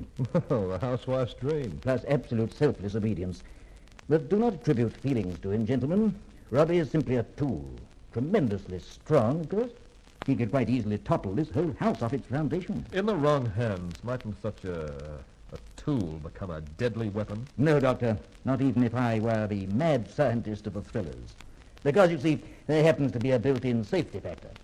Commander, may I borrow that formidable-looking sidearm of yours? Thank you. Now, Robbie, point this thing at that fruit tree out there on the terrace. Fire!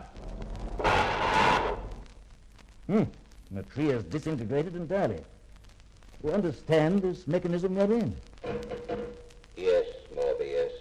A simple blaster. All right. Now turn around here. Point it at the commander. What? Now, wait a minute. Aim right between the eyes. Fire!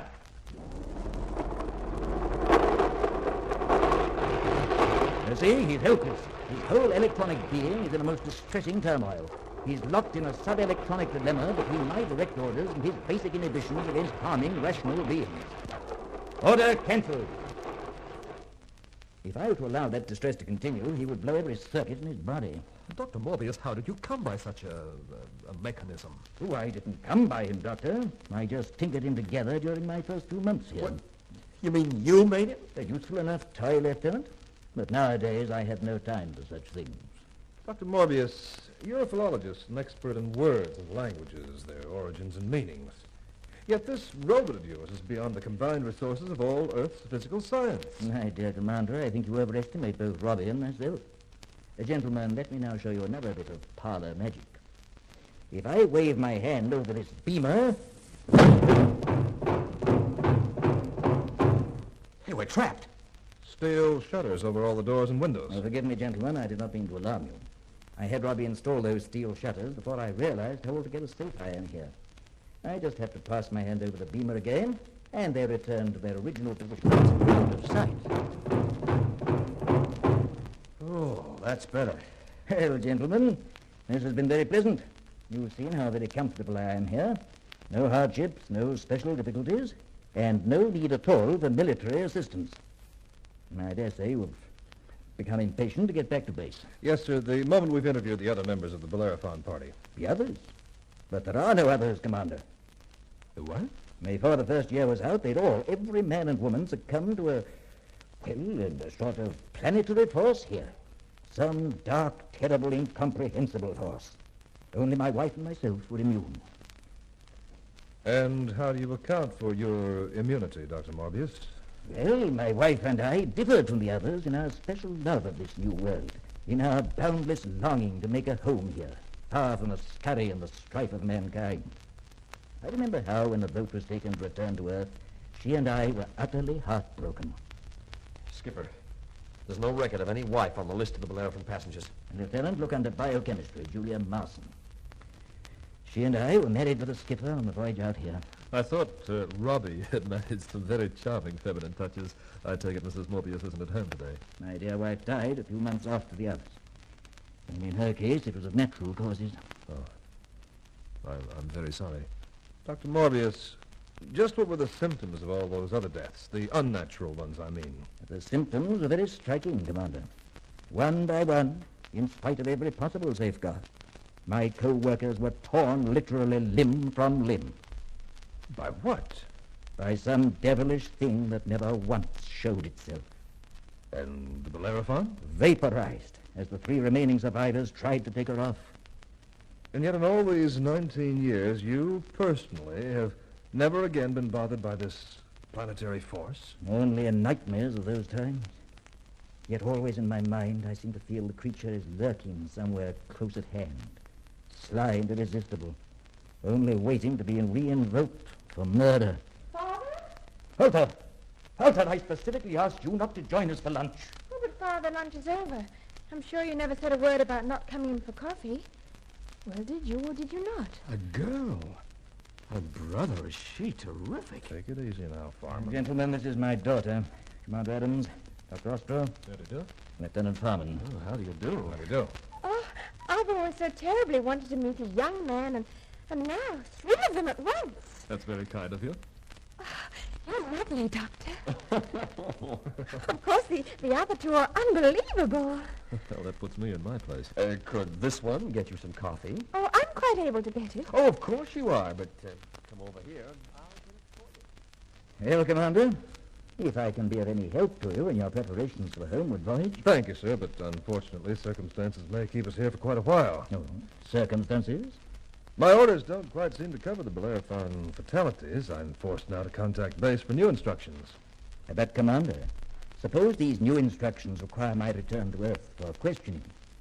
2 years or more away from my work here? No, I...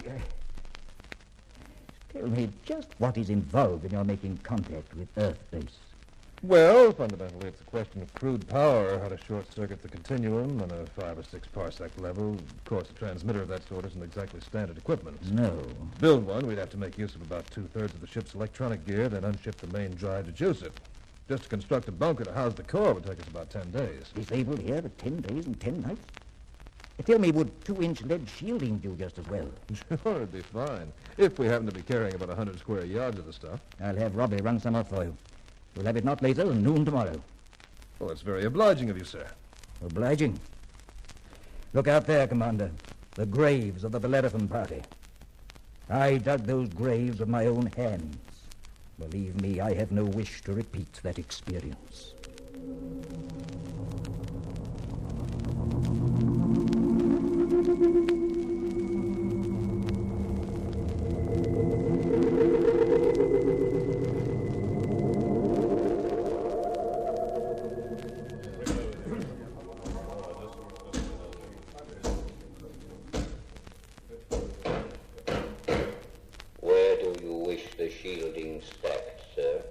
You can put it over there by the core, thank you, Robbie. Wait a minute.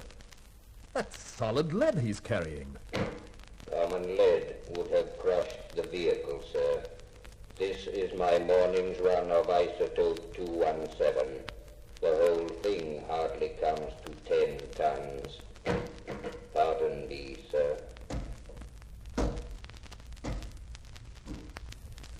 Oh, hello, Alter. Hello, Lieutenant. Does your father know you're out here? He did tell me not to go near the ship, but this isn't very near, is it? You'd be farther away still if we took a walk. Well, Robbie might come back. Oh, he's occupied over there. Cookie's following him around like a shadow. Now, come on, a walk's just what you need on a morning like this. Hey, Robbie. Can I be of service, sir? Never mind about the sir. Come over here where the skipper can't see us.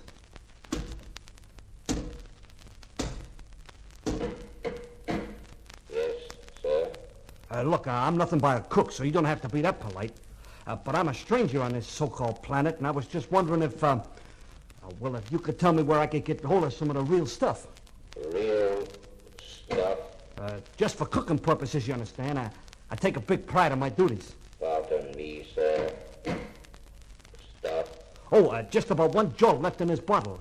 Now, this is it. Genuine Asian rocket bourbon. Hey, wait a minute. Hey, I didn't say you could drink it. Why, you low-living contraption, I ought to take a can opener to you. Quiet, please. I am analyzing. Yes. Relatively simple alcoholic molecules with traces of fuselage. Would 60 gallons be sufficient? Gallons? Hey, Robbie, I've been from here to there in this galaxy, and I just want you to know you're the most understanding soul I ever met up with. Tomorrow night, sir, it will be ready. Now, if you will pardon me, Miss Alpha will be waiting. It's nothing personal, Alter. Just a kiss. Oh, but Lieutenant, why should people want to kiss each other? Oh, well, it's an old custom. All the really high civilizations go in for it. Oh, but it's so silly. Well, it's good for you, though. It stimulates the whole system. As a matter of fact, you can't be in tip-top health without it.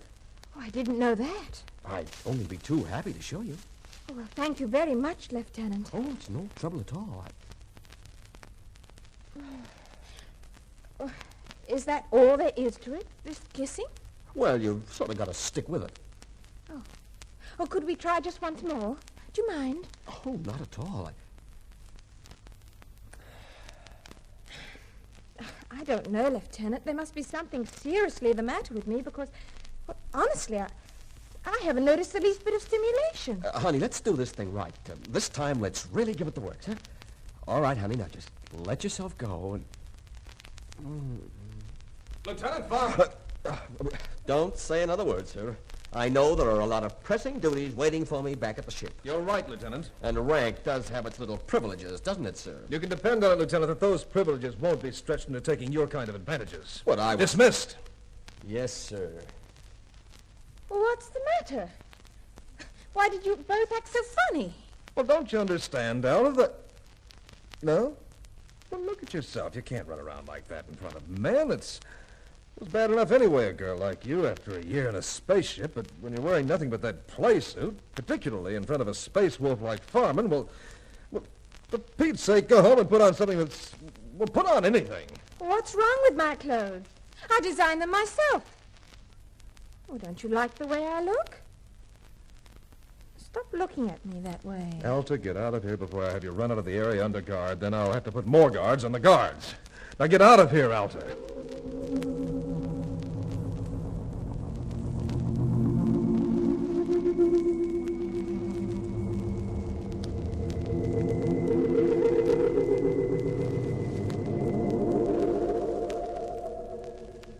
Funny feeling, Joe.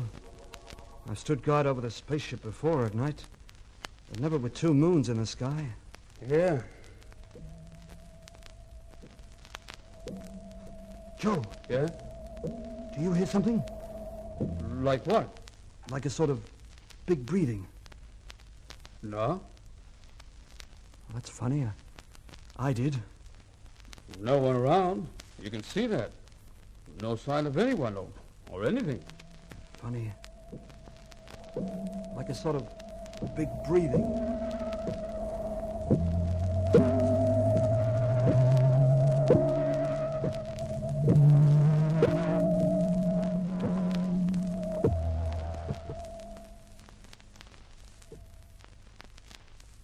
All right, both guards claim to have been at their posts in the way. Get the ship was entered. The heavy-duty hatch was raised and the latch back. Equipment was sabotaged. All this without anybody seeing or hearing anything. Same story from everyone, Skipper. Quinn, I don't care how you do it, but this gear has got to be patched up. Otherwise, we'll never get the transmitter working to contact Earth base. And we'll never be able to take the ship home again when the time comes. Yeah. No one actually saw or heard anyone last night. Strong says... Yeah, I know. He thinks he heard something like a big breathing.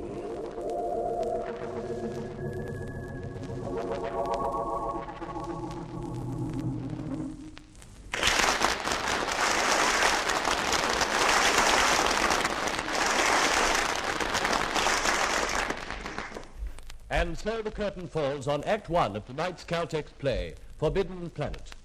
In a moment we commence Act 2. The Caltex Theatre now presents Lionel Stevens in Forbidden Planet, Act 2.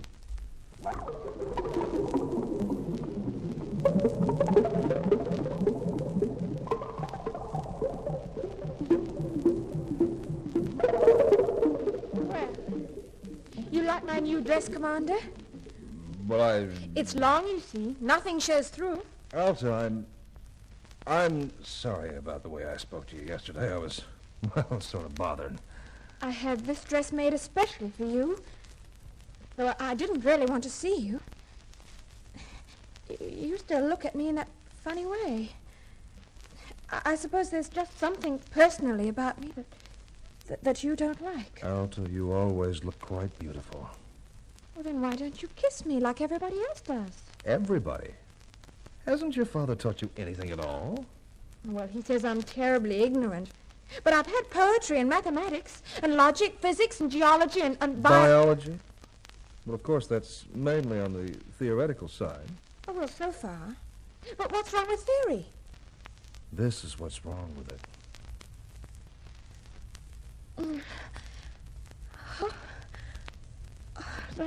That wasn't at all as I felt after the lieutenant kissed me. I feel different altogether. Oh, a wonderful feeling. I must go back to the house. I have to see your father. This is the situation, Dr. Morbius. Last night, the ship was entered and our Klystron monitor was sabotaged. And you suspect me? Then the time has come for clarification. Sit down, gentlemen. In times long past, this planet was the home of a mighty and noble race of beings who call themselves the Krell. Ethically as well as technologically, they were a whole million years ahead of mankind.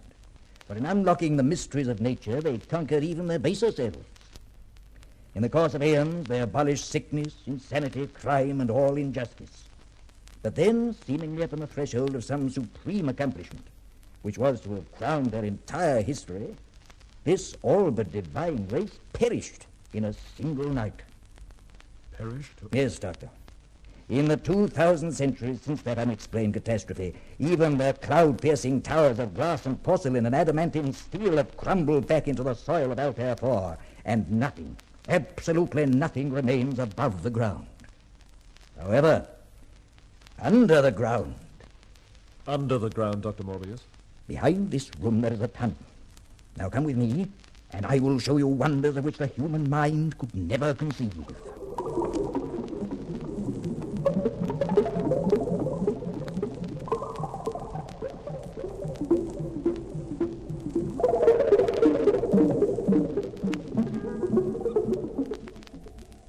Well, gentlemen, already you've seen a certain amount.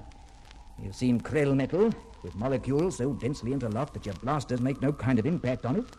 You've seen mile upon mile of self-servicing, self-renewing machinery, still functioning as perfectly as when it was constructed, more than 2,000 centuries ago. Utterly incredible. You've seen their laboratories? What's this, Dr. Morbius? On this screen may be projected the total scientific knowledge of the krill, from its primitive beginnings to the day of its annihilation. A sheer bulk surpassing many million earthly libraries. I turn this knob, and as you see, the panel lights up. Hieroglyphics appear. You're able to read this? A little. It's my profession. I started on it some 20 years ago. Eventually, I was able to deduce most of their huge logical alphabet, so I began to learn. And the first practical result was that robot of mine, which you gentlemen appear to find so very remarkable. Child's play. Why, I've come here every day now for 2 decades, painfully picking up a few of the least difficult fragments of their knowledge. A thing like this, it's too big to evaluate. Dr. Morbius, what's this device? Oh, one could describe that as a brain booster. And as a headset, electrodes at each end. You can see it was designed for something far bulkier than my human cranium. And its function? I'll activate it. Now, watch closely.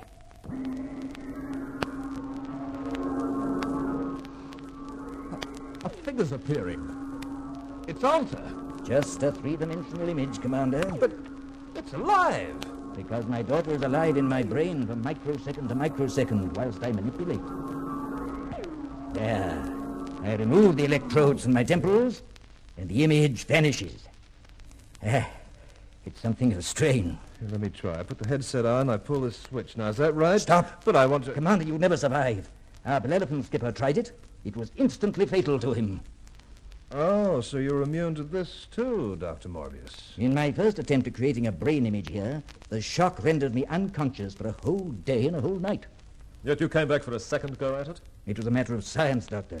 You can imagine my joy when I discovered that the shock had permanently doubled my intellectual capacity.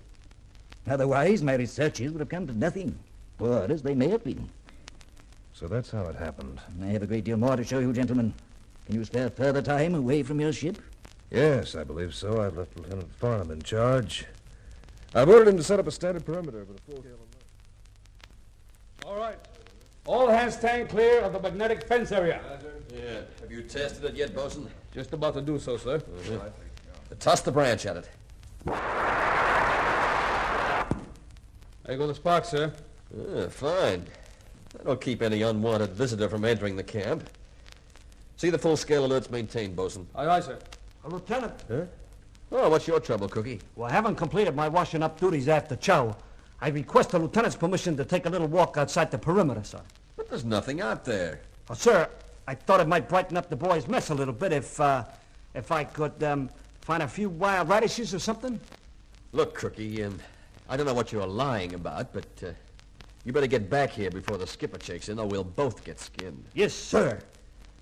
Quinn, this is Farman. Kill the power on the fence. All right, Cookie, off you go. Yes, sir. I thank you, sir. All right, Quinn. Put it back on.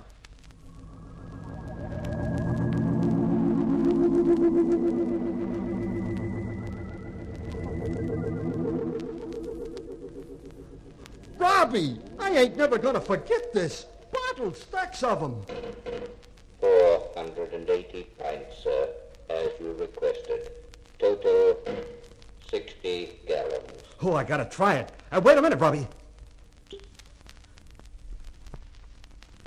Genuine Kansas City bourbon. Smooth, too. Like I said, Robbie, anything I can do. Anytime you're hard up for a couple of gallons of lube oil, you just let me know, huh? Hey, what's up? You see something?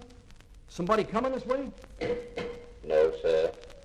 Nothing coming this way.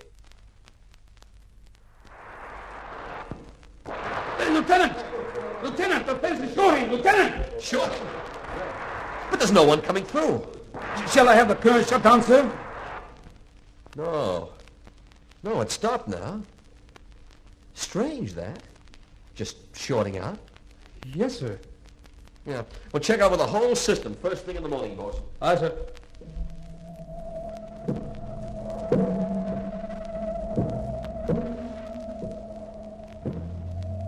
Hey, bosun, that fence, the way it was shorting. Yes, sir.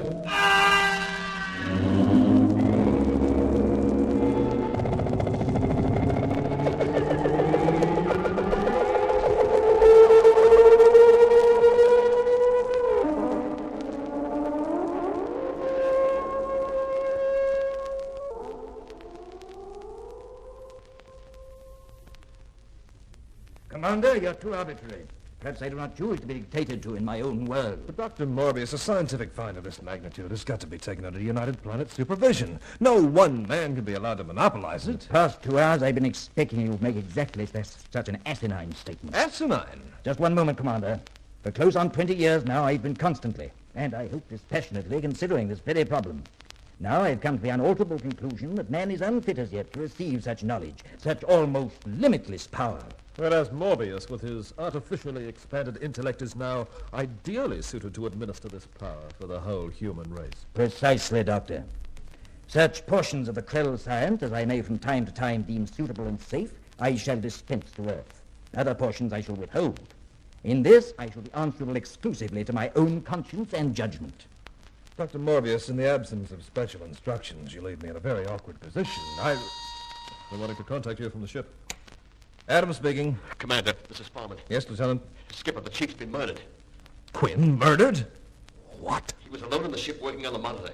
The rest of us were all outside on guard duty. But how was it done? Done? Skipper, his body's plastered all over the communications room. Right. Leave everything as it is. We're on our way. Come on, Doc. It started again.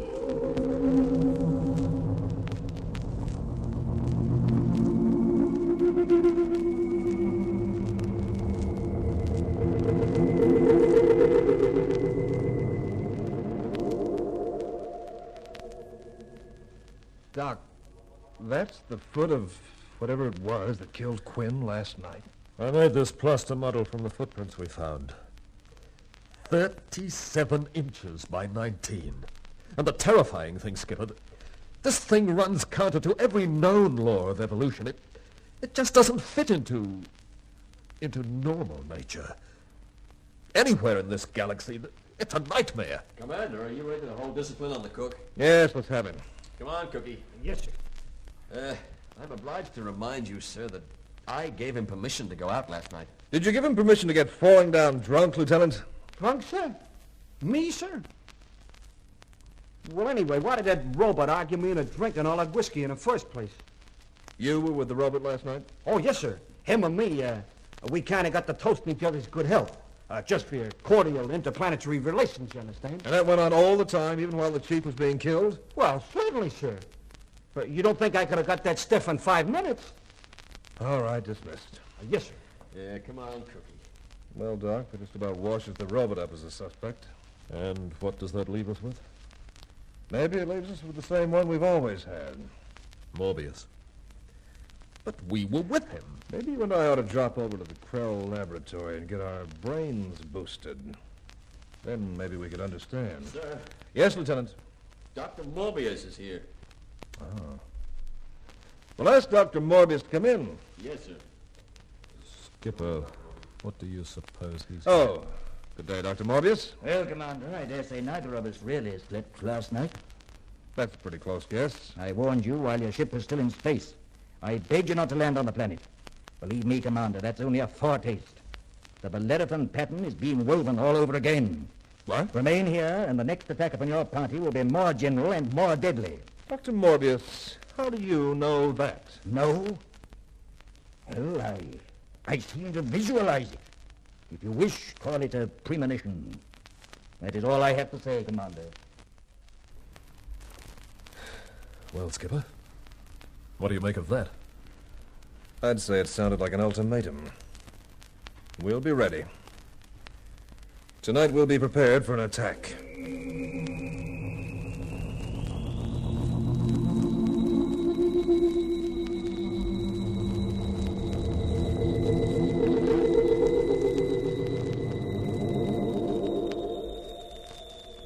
Bosun, I want a clear field of fire in all directions. You've got it, sir. Fine, fine. Lieutenant. Sir? You get your trouble squad in hand. Yes, sir, they're in hand.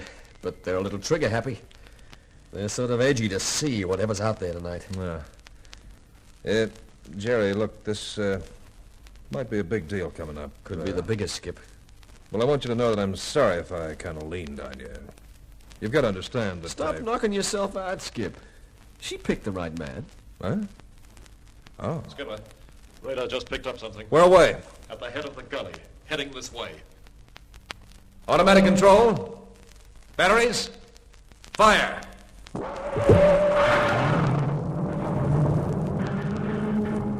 Hold fire.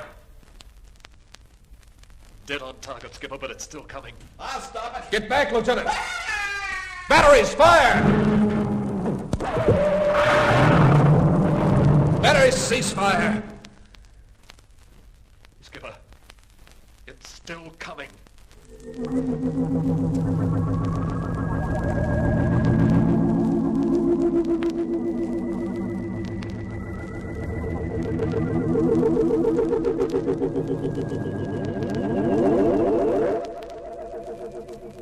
Well, whatever it was, our main battery finally stopped it. You believe that, Skipper? No. No, it just went away for some reason. It'll be back. Doc, an invisible being that can't be disintegrated by atomic fission. No, Skipper, that's a scientific impossibility. Hypnotic illusions don't tear people apart, and that's what this thing did to our men tonight. Doc, you saw it shape yourself standing right there in those neutron beams. It must have been made of solid nuclear material, renewing its molecular structure from 1 microsecond to the next. Bosun, I want the tractor. Ready, sir. So now we just pick up the girl and her father whether they like it or not, do we? Section 86A, evacuate all civilians from disaster area. Yeah? You left out 2 very important words. Where feasible. Now, if you remember the Bellerophon expedition, their ship was vaporized trying to lift off. Which makes it a gilt-edged priority that one of us gets into that Krell lab and takes that brain boost. Well, I don't know of any other way we can hope to combat this thing. You remember what happened when the Bellerophon's commander took that brain boost? Yes, I remember that, too. Doc, in case we make it into the lab, I'll take first go at the booster. You hear me, Doc? I hear you, Skip. Bosun? Aye, sir. Leaving you in command while we visit Dr. Morbius. Get the ship operational. Do your best to wait it out for me and the doctor, but the second that fence starts to short again, you lift off. Right, Skipper. Let's go, Doc. Alta. Oh, I'm so glad to see you. So glad. I've had the most awful dream that you... I'm all right, Alta. Why are you here? Tell me what's happened. We were attacked. 3 men died, including Jerry Farman. Oh, darling. That's why I came here. Before anything else happens, I have to see to your safety. How were you attacked? By what? I don't know. It's nothing human, just some kind of big outline on the disintegrator beams. Alta, you can't explain it. No. Anyway, we fought it, and we lost, and I believe it'll come back. Well, then you must leave now. Darling, I'm not going without you. I can't possibly leave Father alone. I just can't. Then we'll take him with us. By force? I can't agree to that either. Alta, you don't realize what's loose on this planet. But I'm immune, like both my parents. That's what your father says, but I don't believe it. Nothing could be immune to that thing up Oh, there. darling, darling, please go. Please, if you love me, But go. Alma, listen to me. Oh, go, darling. Doc, can you talk some sense into this? Hey, Doc. Well, where is he? The doc was right here.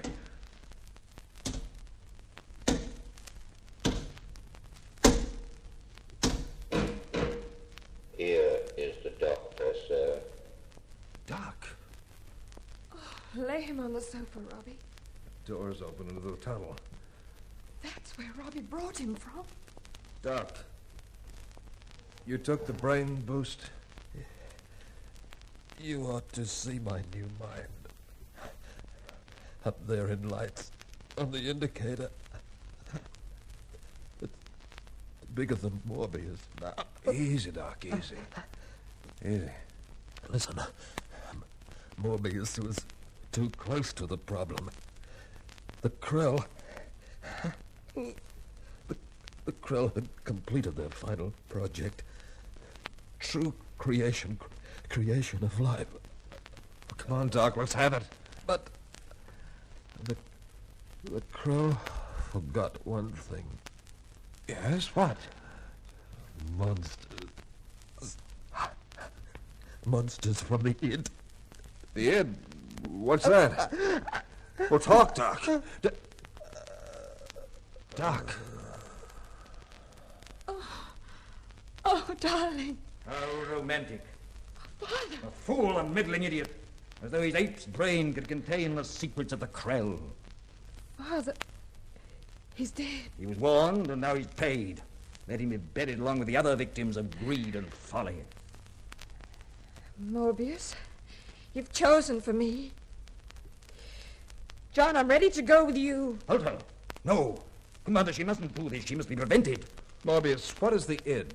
Young man, my daughter is planning a very foolish action. She will be terribly punished. What is the id? Id. It's an obsolete term once used to describe the elementary basis of the subconscious mind. Monsters from the id, the subconscious mind. What? Monsters from the subconscious. That's what the doc meant. Morbius, those machines in there, 8,000 cubic miles of klystron relays. Enough power for a whole population of creative geniuses, operated by remote control, operated by the electromagnetic impulses of individual Krell brains.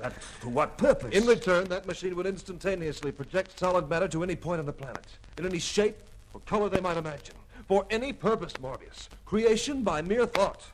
Why haven't I seen this all along? But like you, the Krell forgot one deadly danger. Their own subconscious hate and lust for destruction. The beast. The mindless primitive. Even the Krell must have evolved from that beginning. So those mindless beasts of the subconscious had access to a machine that could never be shut down. The secret devil of every soul on the planet, all set free at once to loot and maim and take revenge, Morbius, and kill. My poor Krell. After 1,000,000 years of shining sanity, they could hardly have understood what power was destroying them. But there's one obvious fallacy. The last Krell died some 2,000 centuries ago. But today, as we all know, there's still at large upon this planet a living monster. A monster created by the subconscious mind of someone. Your mind refuses to face the conclusion. Morbius. What? Something approaching from the southwest, breaking down trees in its path. Quite close. Father. The monster. That thing out there, well, it's you. It was your subconscious that created it. You're insane. You must be. How else would you have let it here, where Alta must see it torn to pieces? You still think she's immune? She's joined herself to me, body and soul. Yes. And whatever comes. Forever. Say it's alive. Shout. Let it hear you out there. Say you don't love this man. Not even if I could. Stop it, Robbie. Don't let it in. Kill it, Robbie. He can do nothing, Morbius. He knows it's your other self. Adams, I'm not a monster. We're all part monsters in our subconscious. That's why we have laws and religion. Into the tunnel, quickly.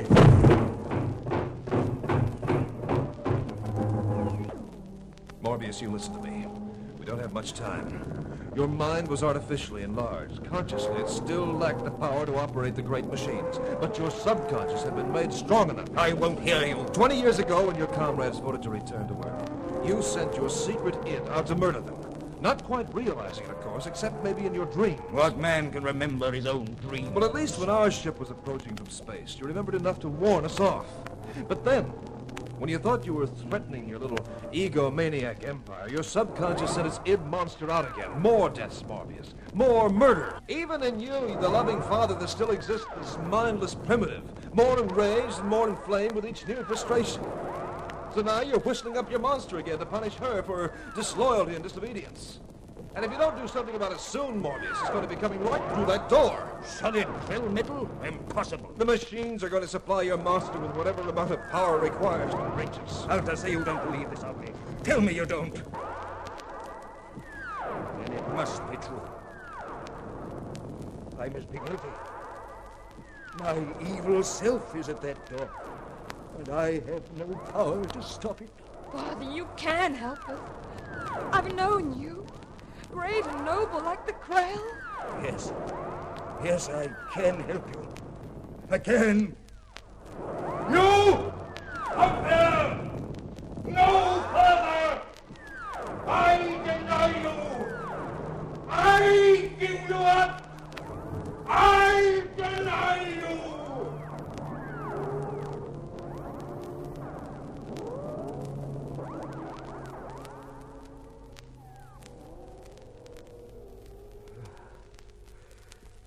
It is finished. All finished. Father. Strain, it's been too much. Commander, throw that switch. This? Yes, throw it. In 24 hours, you and Alta must be 100 million miles away out in space. The Krell furnaces. A chain reaction has begun. Can't be reversed. Go. Go. Quick. 6 miles. We're clear now, Alta. That's Altair 4 on the viewplate. Yes, the bright speck below the star. 15 seconds and it'll all be over. Altair 4 would be destroyed. Your father, my shipmates, all the stored knowledge of the Krell. 5 seconds. 4, 3, 2, 1. There. The explosion. Oh, Father. Alta. About 1 million years from now, the human race will have crawled up to where the Krells stood in their great moment of triumph and tragedy. Your father's name will shine again like a beacon in the galaxy. It'll remind us that we are, after all, not God.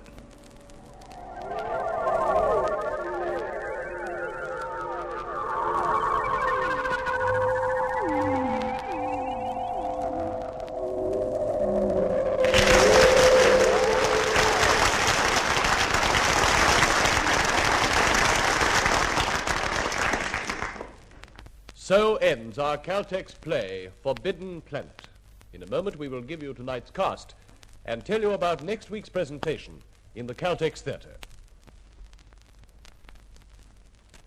Ladies and gentlemen, the producer of tonight's Caltex play, Creswick Jenkinson.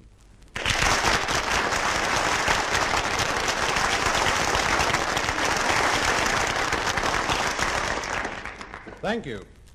Forbidden Planet was presented tonight by courtesy of Metro-Goldwyn-Mayer Proprietary Limited. The script was adapted for radio by Richard Lane, and the special sound effects were devised and recorded for this production by Graham Moncrief. In the starring role, you heard... I played Dr. Morbius. This was Lionel Stevens.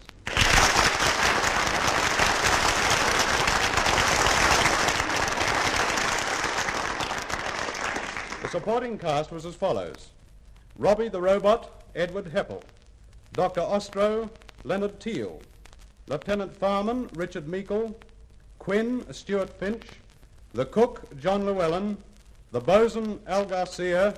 And as Alta and Commander Adams, you heard Joan Lander and Hart Maguire.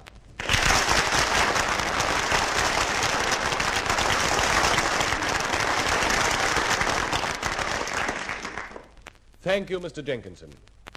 Next week in the Caltex Theatre, you will hear the saga of a family and of the famous shipping line they founded and struggled to keep afloat during years of depression and war. And in particular, it is the story of Caroline, daughter of old Sir Benjamin Hamilton, who with indomitable spirit and at a cost of personal happiness fought to make the Hamilton Line the premier shipping company of Great Britain.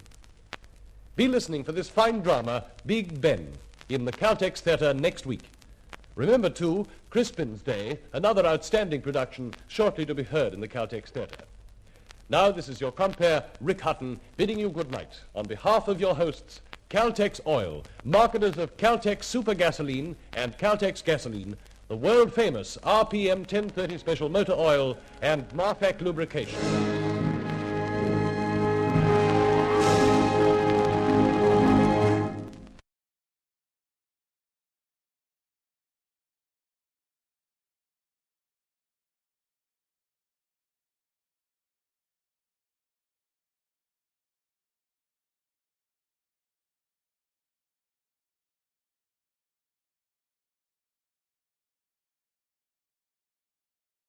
Broadcasting Service.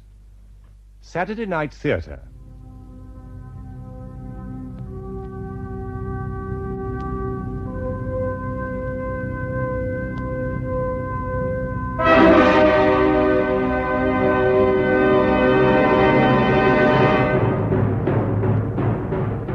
We present Ronald Howard and Trader Faulkner in Round the Bend, Stephen Grenfell's adaptation of the novel by Neville Shute. Round the Bend.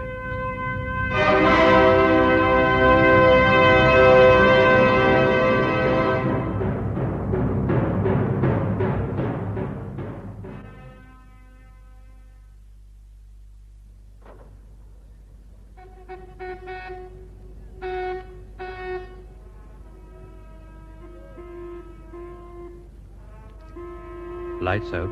How do you know, Tom? Oh, I don't really. I'm just guessing. It's exactly 10:15, and I don't suppose much happens in the army after this time of night. Suppose not. Seems silly, doesn't it? Having a bugler telling the soldiers to put all the lights out in the middle of a war. I mean, when all those ships are so blacked out, you can only guess where they are. There'll be plenty of lights on board, Beryl. Oh, I hadn't thought of that. Those great ships there in Southampton water, with all those soldiers and airmen on board, where do you imagine they'll be sending them? How should I know, Beryl? Winston Churchill doesn't ring me up for advice, you know, every time he wants to send a division of troops abroad. Do you suppose any of them will be going to Egypt? Very probably. When you go there, will you go by ship? How do I know? When the time comes, somebody will just send for me and say, this is it, and I'll be told if I'm to go by ship or in an aircraft flying out to Egypt. I hope it's by aircraft. So do I. Tom? Hmm? You love aircraft, don't you? You know I do. Well, you do too, surely. Oh, because I work for an aircraft company. No, of course I don't. Not love them the way you do. I mean, I'm only a filing clerk. I could be that in any business firm. It's different for you. Oh? I remember the day you joined the company. It was almost exactly 8 years ago, in September 1935. You remember that? Of course I do. Well, I never. I knew that very first day your first love would always be aeroplanes. You had a sort of starry look about you. You must be psychic or something. A girl doesn't have to be psychic to see what it is a man really loves. Tom, how did you first come to be mixed up with aeroplanes? Didn't I ever tell you? If you had, I wouldn't be asking now, would I? Well, in the summer of 32, Sir Alan Cobham came down here to Southampton with his flying circus. I knew from the very first day I saw him stunting in a lincock that I simply had to get a job with that circus. And you did? Eventually. What sort of job? Oh, general dog's body to start with. Then I sort of wangled myself into the Gretna Green display. What on earth was that? It was an elopement. What? I had to dress up as a girl, and the chap I was eloping with to Gretna Green, he and I tried to get away in a terrible old T-model Ford, and Father chased us all over the aerodrome in a Tiger Moth. Father? One of Sir Alan's pilots. Oh. He chased us all over the place, bombing us with little bags of flour and toilet rolls. All the crowd used to love it. Ha, so did we. Who was your intended? You mean in the car? Yeah. Connie Shacklin used to drive the Model T. What a strange name for a boy. Well, Connie was short for Constantine. Oh. Yes, it wasn't only his name that was strange. He was a strange chap altogether. In what way?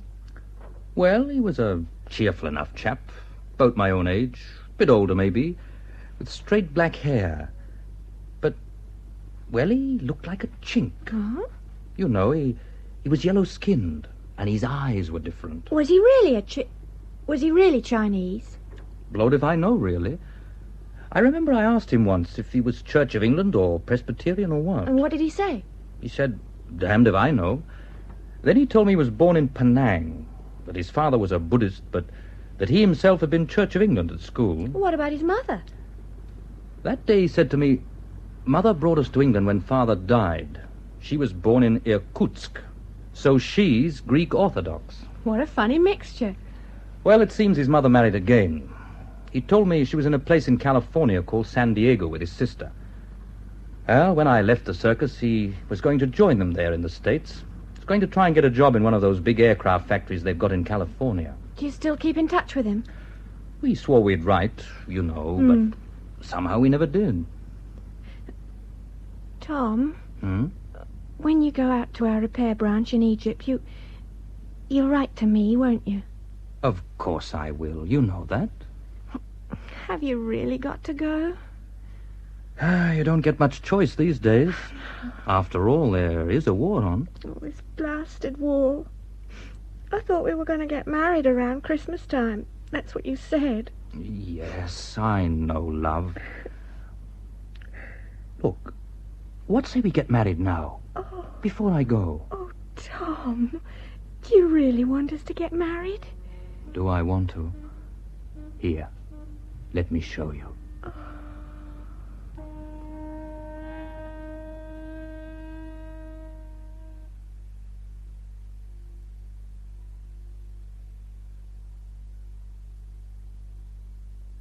My darling Beryl, it's only 3 o'clock in the afternoon, and I really should be working. But I especially wanted to write to you today because today I've been out here exactly 2 years.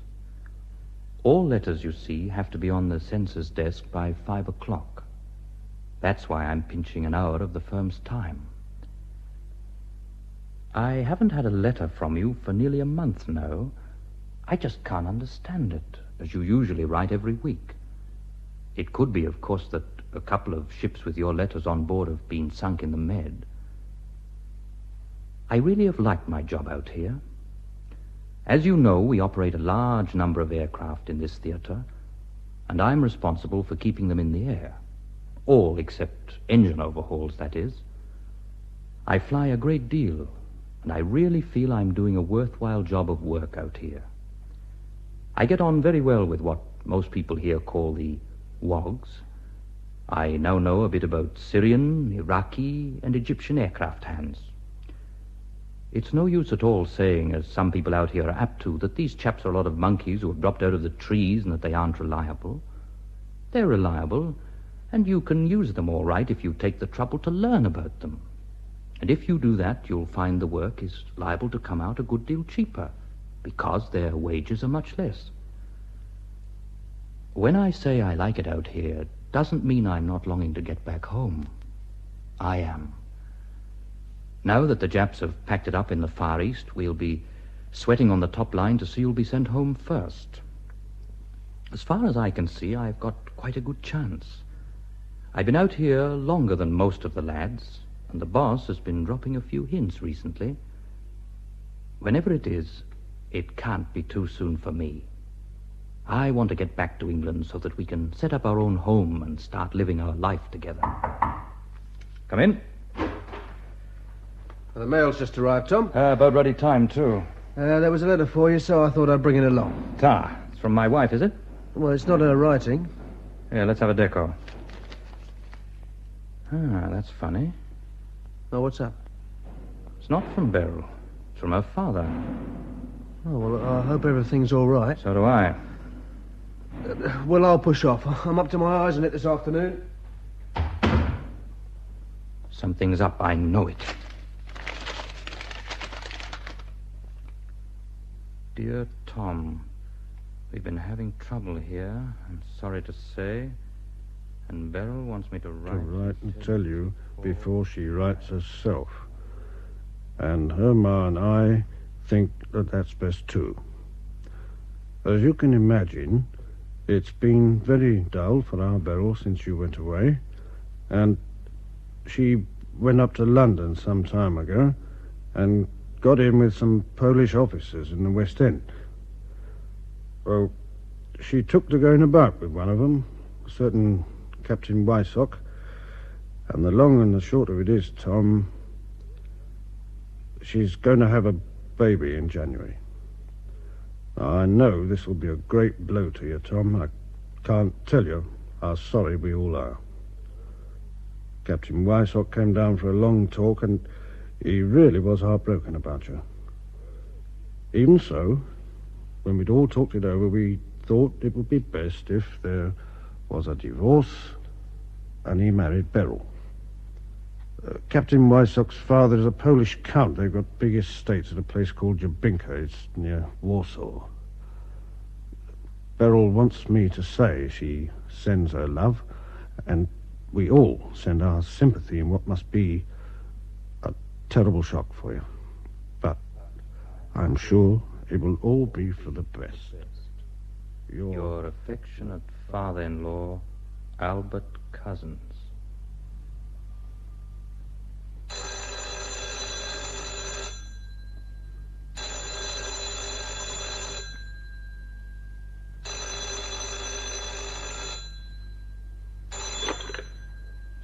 Tom Cutter. Oh, Tom? Bill here. Yes? Tom, Jackson's breathing down my neck. Oh? He wants to know if you can guarantee that repeat will be ready for tomorrow morning's flight to Khartoum. What's the trouble? Well, it needs a right-hand contact breaker, and the stores have only got left-hand ones. Then we'll have to get one somewhere else. Well, that's just it. I've been telephoning all over the radio place. As far as I can see, there just isn't a right-hand contact breaker in Cairo. Well, somebody must have one. Well, you tell me who he is, then. I'm coming out. Tell Jackson the repeat will be ready to fly at 0800 hours. Oh, well, if you say so. I do say so. Well, then that letter did contain bad news, Tom. Why do you say that? Well, because of the way you're behaving. It so happens it contained nothing but ordinary mundane news of day-to-day family affairs. No, Bill, get cracking on that contact breaker. Roger.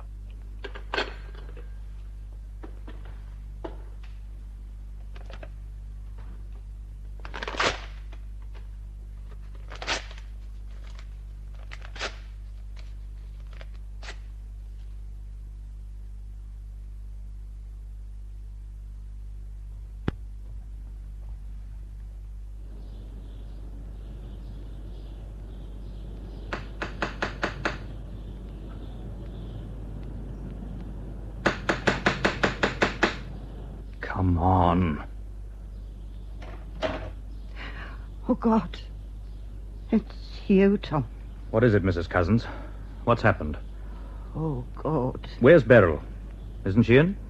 You didn't get my letter. I got a letter from your husband telling me about Beryl and this so-called Polish cunt. No, not that letter.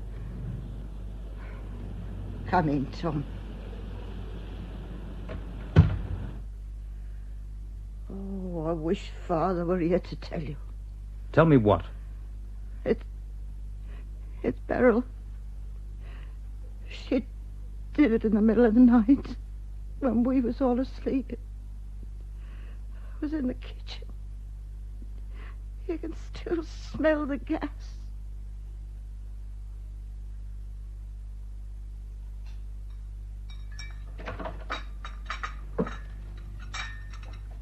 I'm back, Ma.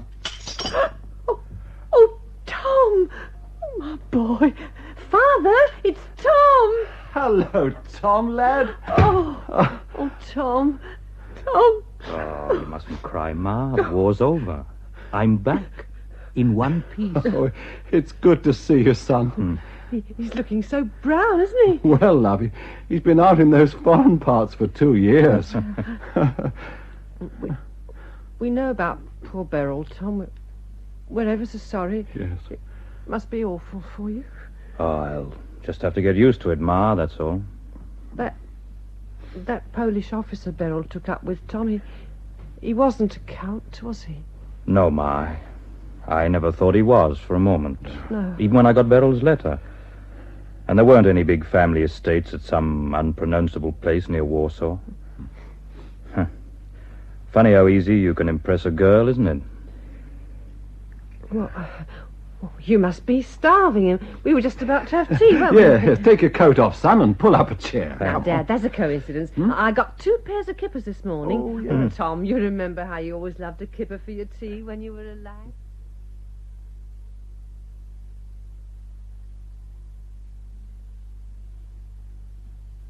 Well, Tom, you've had a few days to make up your mind. How do you feel about it? It's a very generous offer, Mr. Evans, but there are a number of things against it. Hmm? All things which are nothing to do with you or the company. I see. I dare say you know that my wife committed suicide. I didn't know whether to mention it or not. The salary is good, 900, but... Well, say I took over Mr. Holden's old office here, as you suggested. Yes, Tom. Unless I come to work each day by helicopter, well, I'd have to use the same streets I used to walk along with Beryl.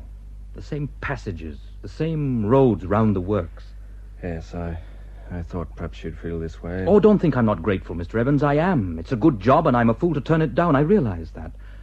But, well, there's no future, is there, working in a place that's going to send you right round the bend? You're right, of course. No. How are you fixed for cash? I've got a fair amount put by. I was saving up for furniture. Yes. I see. So, well, what'll you do, Tom, with this new chapter of your life? Mr. Evans, I'm headed back to the Middle East, to the Persian Gulf. To do what? Look, I've been to Abadan and Basra and Kuwait and as far down as Bahrain. There's no way of getting round that part of the world except by car or plane and... I dare say traveling by car in that kind of territory isn't much fun, eh? Nobody, as far as I know, is doing any air charter work out there. And I've got a hunch that if I went out there with a light aircraft, like, say, a Foxmoth, I might make a living. Yes. Well, you could well be right. Well, Foxmoth might be just the job. I was up in Leicester the other day at Kennington's. Don't think I know them. Oh, you ought to, Tom. Kennington's happen to have a Foxmoth going. I knew this was going to be my day. Dismantled, hasn't been used for years. Oh, that doesn't matter. It needs a lot of work on it. Well, I dare say you could snap it up with a decent second-hand engine for 120, 130 quid. Yes, I could manage that. Good. Well, all I can do now is wish you luck. No, better than that. I can give you a letter to the managing director of Kennington's. He's an old friend of mine.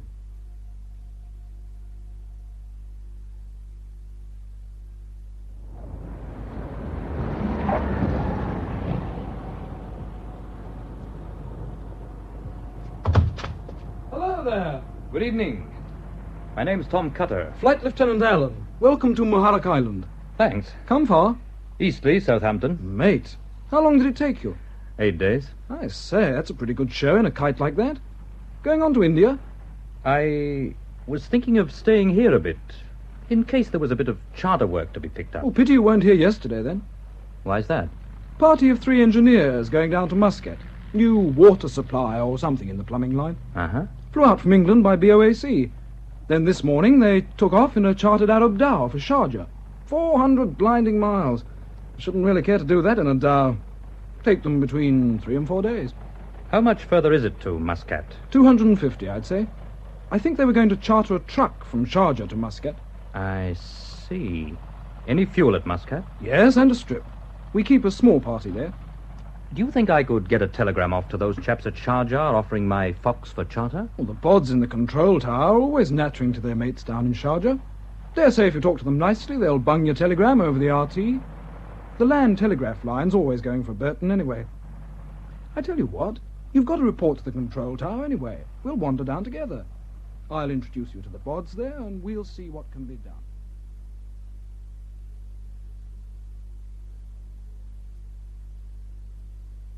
My name's Harry Ford, Mr. Cutter, sales manager.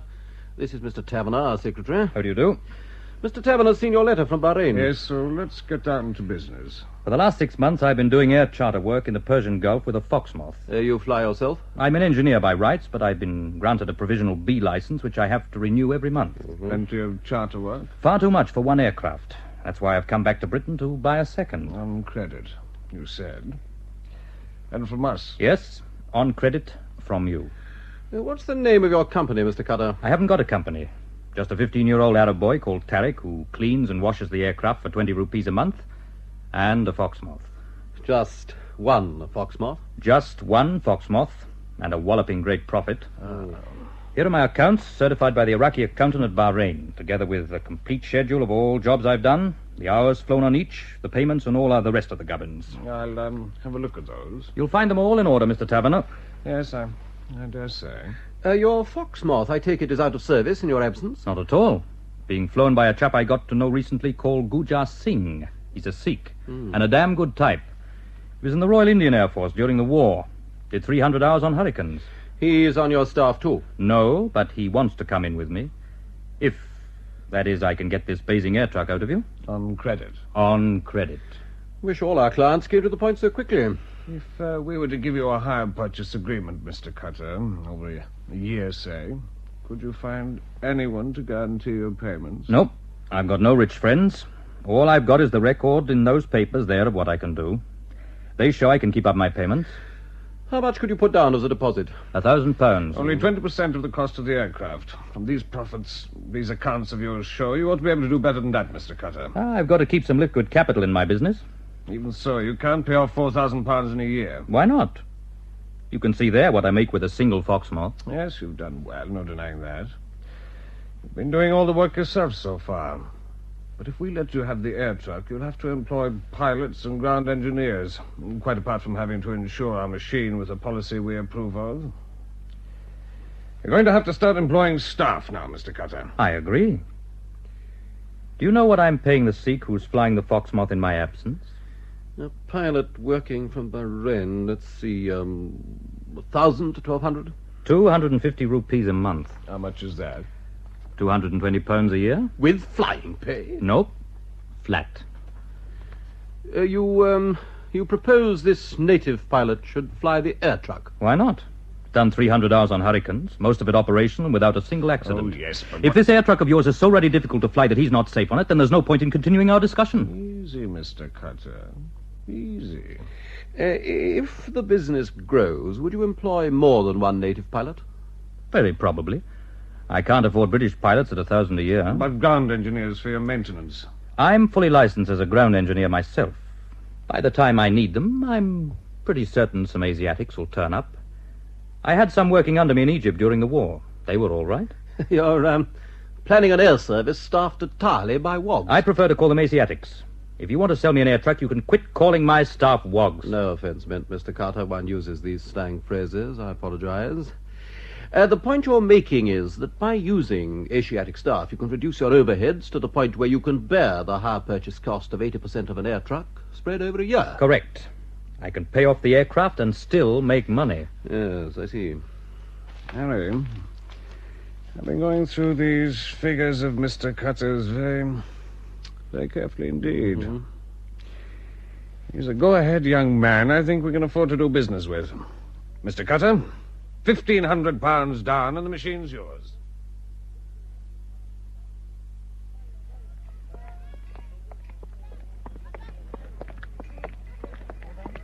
It's good of you to let me bunk in with you. Not at all, Mr. Cutter.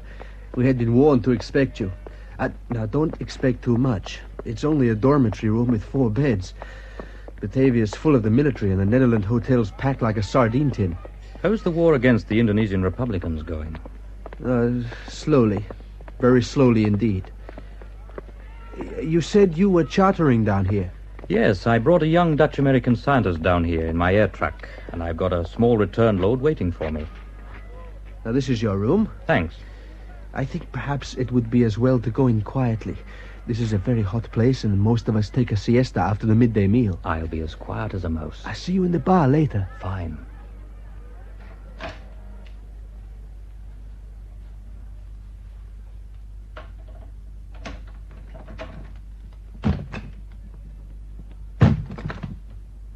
Who's that? Oh, I'm terribly sorry to disturb you. I hope none of my gear's in your way. Do you think you can do the girl in the Gretna Green show this evening? Connie! Connie Shacklin! Tom! You know, I couldn't believe my eyes for a moment. Tom Cutter. But this is... But it's quite fantastic. But tell me, look, what on earth are you doing down here? Are you still in aircraft? You bet. I'm operating in the Persian Gulf. Got a Foxmoth and a new Basing air truck. Came down here on a charter job. What about you? Well, I was with Siamese Airways until a short time ago. But I thought they only took Asiatics. Well, what do you call me, Tom? My father was a full Chinese, my mother was Russian, I speak Cantonese and a little Mandarin.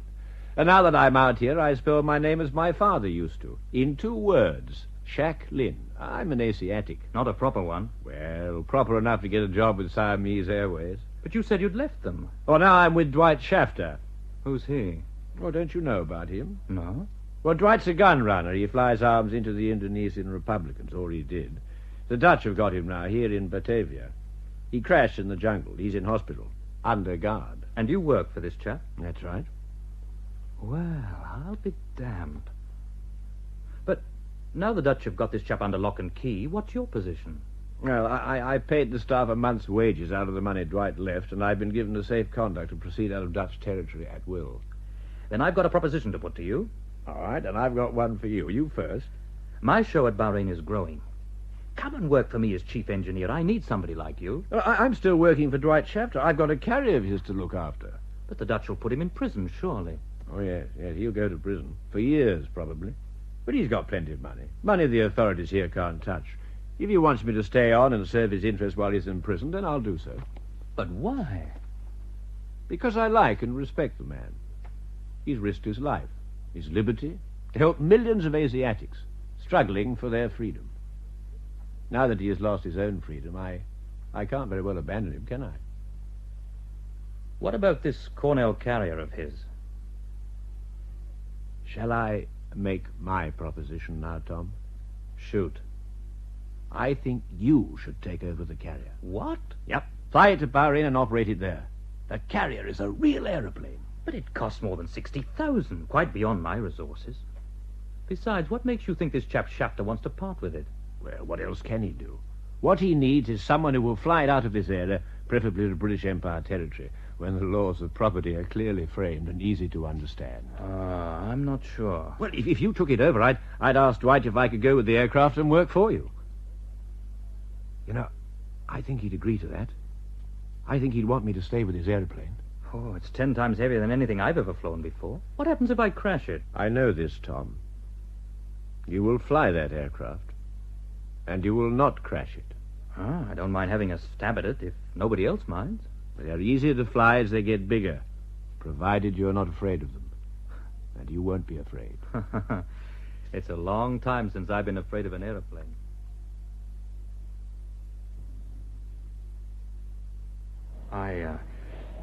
I thought you'd be in the prison hospital, Mr. Shafter. I guess they wanted to keep me alive for the trial.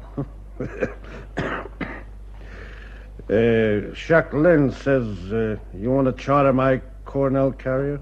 Well, it's going to cost me 600 pounds in fuel, oil, and landing fees to even get it to my base at Bahrain. That'll have to be recovered out of profits before I can pay you anything at all. Baloney. Fuel cost you nothing. Huh? There's over 12 tons of 100 octane in my store at Dam Ray Fong right now. You can fill her up, take 5 tons with you in the cabin. Oil there, too. The rest, chicken feed. Not to me, I'm afraid. Look, that carrier's worth $5,000 a month in charter fees. Why don't you offer it to somebody like Pan American, then? Huh? All right, wise guy, what's your angle? I suggest this, Mr. Shafter, as an equitable deal in the circumstances. I'll take the carrier with any fuel and spares from Dam Ray, with Connie Shacklin as my engineer.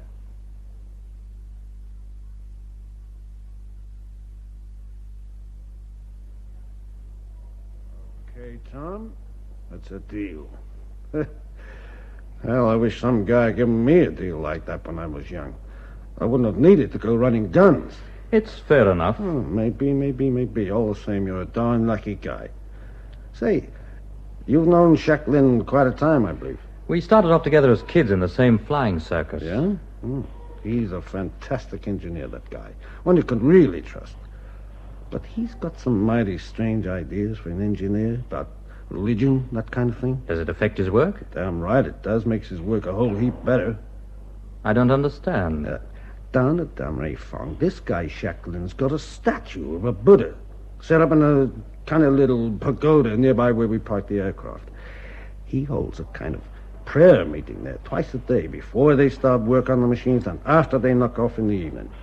Connie holds prayer meetings? I'll say in Chinese, Siamese, something like that.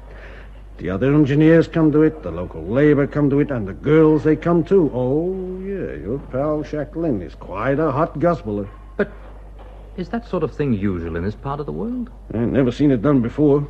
Connie started it then? Well, must have done. Do you know why? I did ask him once. Note he said, men work better if they pray. Just like an old preacher I knew back in Indiana when I was a kid. You know, maybe there's something in this religion business after all. I wouldn't know. I just never got around to giving it a whirl. Too darn busy flying.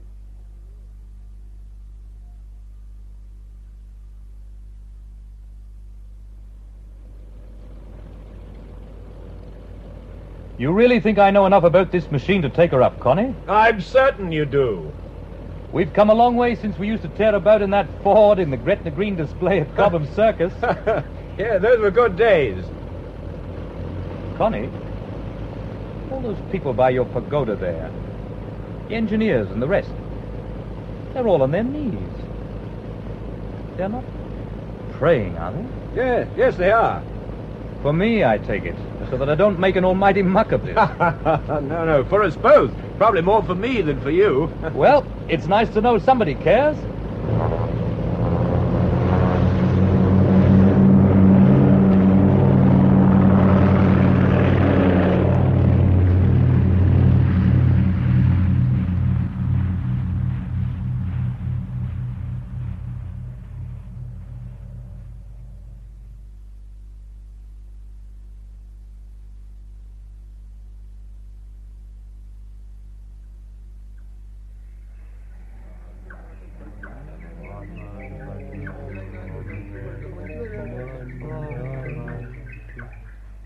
Hello, Tom. We're at prayer. Perhaps you've come to join us. Yes, if you'll have me. Come forward, Tom.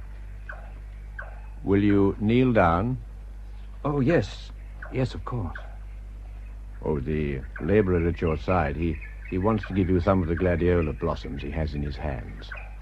Thank you.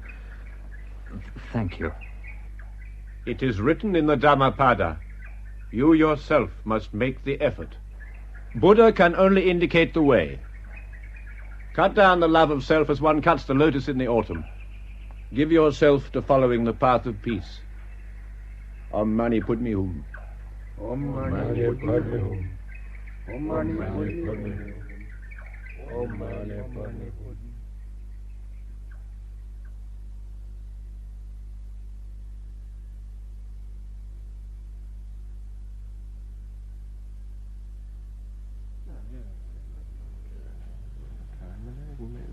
Hello there, Tom. Another gin. Not for a moment, thanks, Jim. Next one's on me, anyway. How's old Harpick getting on? Who the hell's Harpick? Your chief engineer. You mean Jacqueline? He's doing fine. Why do you call him Harpick? He's clean round the bend, your mate. He's a damn good engineer, I know that. Got all the other maintenance boys on the board. I know, nattering religion to them all the time. Well, what of it? Do a few of you clods good if you thought about your so-called immortal souls for a bit. Oh, come off it, Chum. You can't maintain aircraft with the Koran in one hand and a spanner in the other. Well, he's doing it, isn't he? Who told you, anyway? It's getting talked about all over town. The buzz is, if you want a drop of religion for one or other reason, you can listen to the imam in the mosque or pop along to old Harpick in the hangar. Do you a bit of good to do either. I'd bet my next charter fee you haven't been in a church of any kind since the last time you were marched there on church parade. We are a peculiar people. we who work upon and care for aeroplanes. For common men, it is enough to pray 5 times in each day, as the Imam dictates and as it is ordained in the Quran. But we are different, we engineers. We are called to a higher task than common men, and Allah will require much more from us than that. Have you got a 5/16 box there, Typhoon? Yeah, teacher. Thanks. Now, hold it firm. That's right, just like that. How many prayers did God first ordain were to be said every day? 50, teacher. That is correct.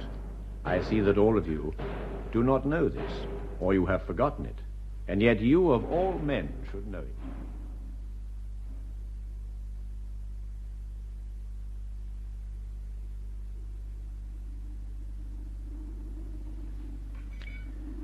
Guja Singh? Mr. Cutter. How are things in the hangar? Oh, they go very well. I suppose all this religion is all right. I think it's a very good thing, sir. Flight Lieutenant Allen says Shacklin's being talked about in turn. Yes.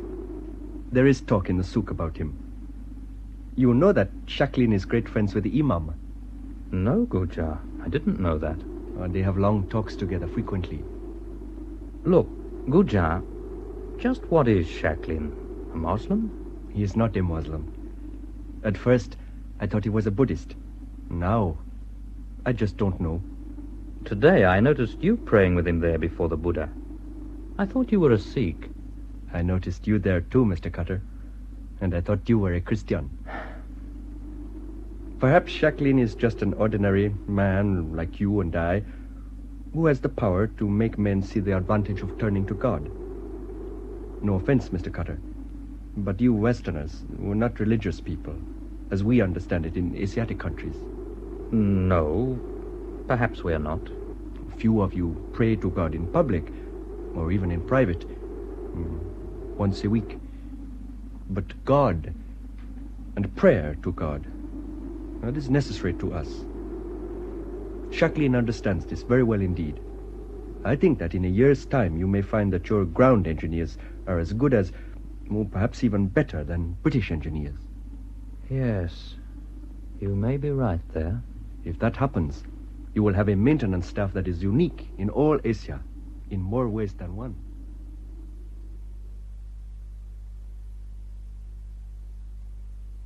Sorry to send for you, Connie, when I know how busy you are. There's some trouble, Tom? Well, no trouble as yet.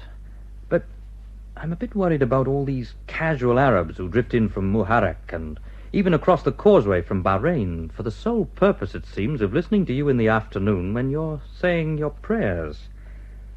Now, for one thing, these chaps are a nuisance when our lot are working, and, well, we could have our tools stolen, you know. Yes, I see. We simply can't have all these spare bods round our aircraft. No, I quite agree. I'll put up a notice in Arabic, and I'll string a rope across the mouth of the hangar. Good man. But I'm afraid they'll come just the same. You won't mind if they sit just outside the hangar, beyond the rope? What do they come for? They come to join in our prayers. Well, I don't want any tools stolen. Oh, they wouldn't do that, Tom. Oh, says you. No, they only come here to pray. They wouldn't steal anything from a mosque.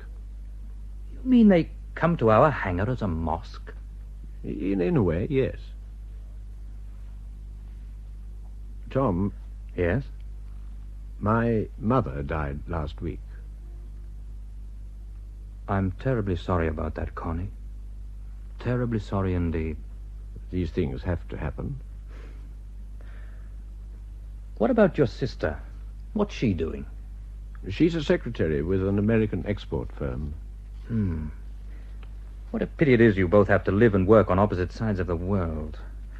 Look, if your sister would like to join us here, well, we can give her a tryout in the office. Well, that's good of you, Tom. I don't really know if she'd fit in here, but I'll write and put it to her anyway. Oh, this heat. God, what a day it's been. It's been rather a strange day, Jim. 125 in the ruddy shade. Strange? In what way? I took a stroll down to the hangar late this afternoon. Well, nothing very strange about that. You know we strung a rope across the entrance? To keep fuzzy-wuzzy tea leaves out, yes, I know. There was an enormous Hudson saloon parked there. Oh, the Sheikh Abdul Qadir drives a Hudson saloon. He was there. Oh, you're kidding. With his wazir, Hussein. Yes, I know him. Well, I didn't quite know what to do, so I wandered up, looked uncomfortable, and said, "This is a great honor, Mr. Hussein. The rope wasn't meant to keep you out." And quick as a flash, he said... Well, he introduced me to the Sheikh, and the old boy bowed low. To me, Tom Cutter. It was fantastic. I said to him, so many people come here to listen to what Jacqueline has to say to the engineers that we had to put this rope up, I'm afraid. But if you wish to hear more, will you please come inside? What did the old boy say to that? Well, he mumbled something I couldn't make out. Then Hussein said, "The Sheikh wishes very greatly to hear the teacher, but he's rather deaf. It is very kind of you."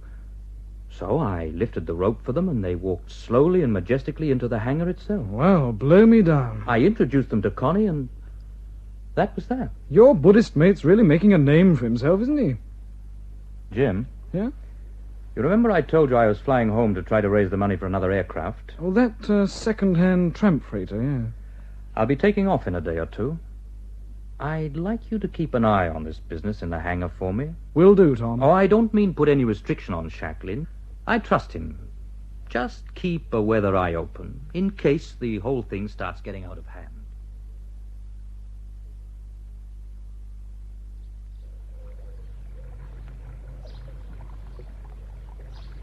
Tom, what made you bring me up here today?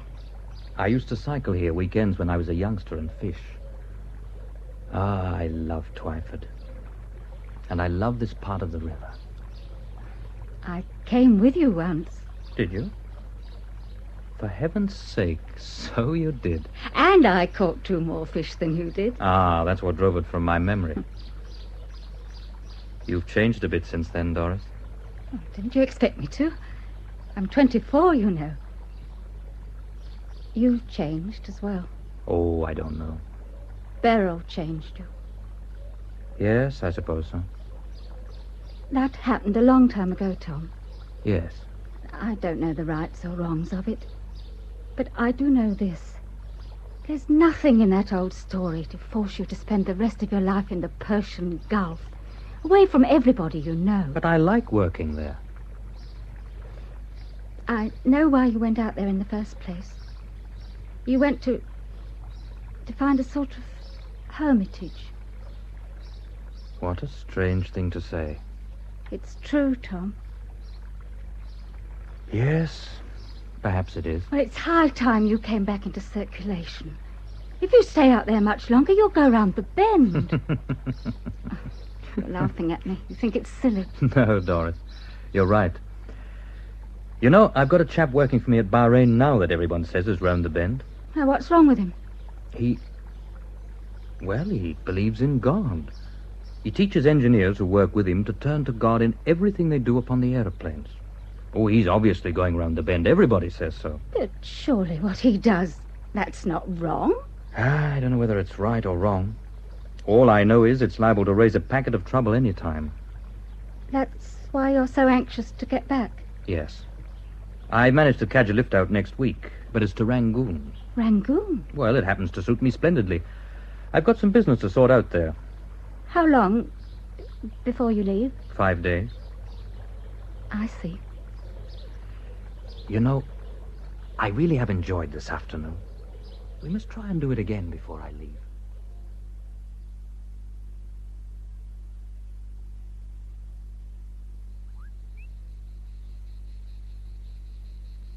I'm very glad indeed to see you, Mr. Cutter, but intrigued. I wonder what it was induced you to seek me out.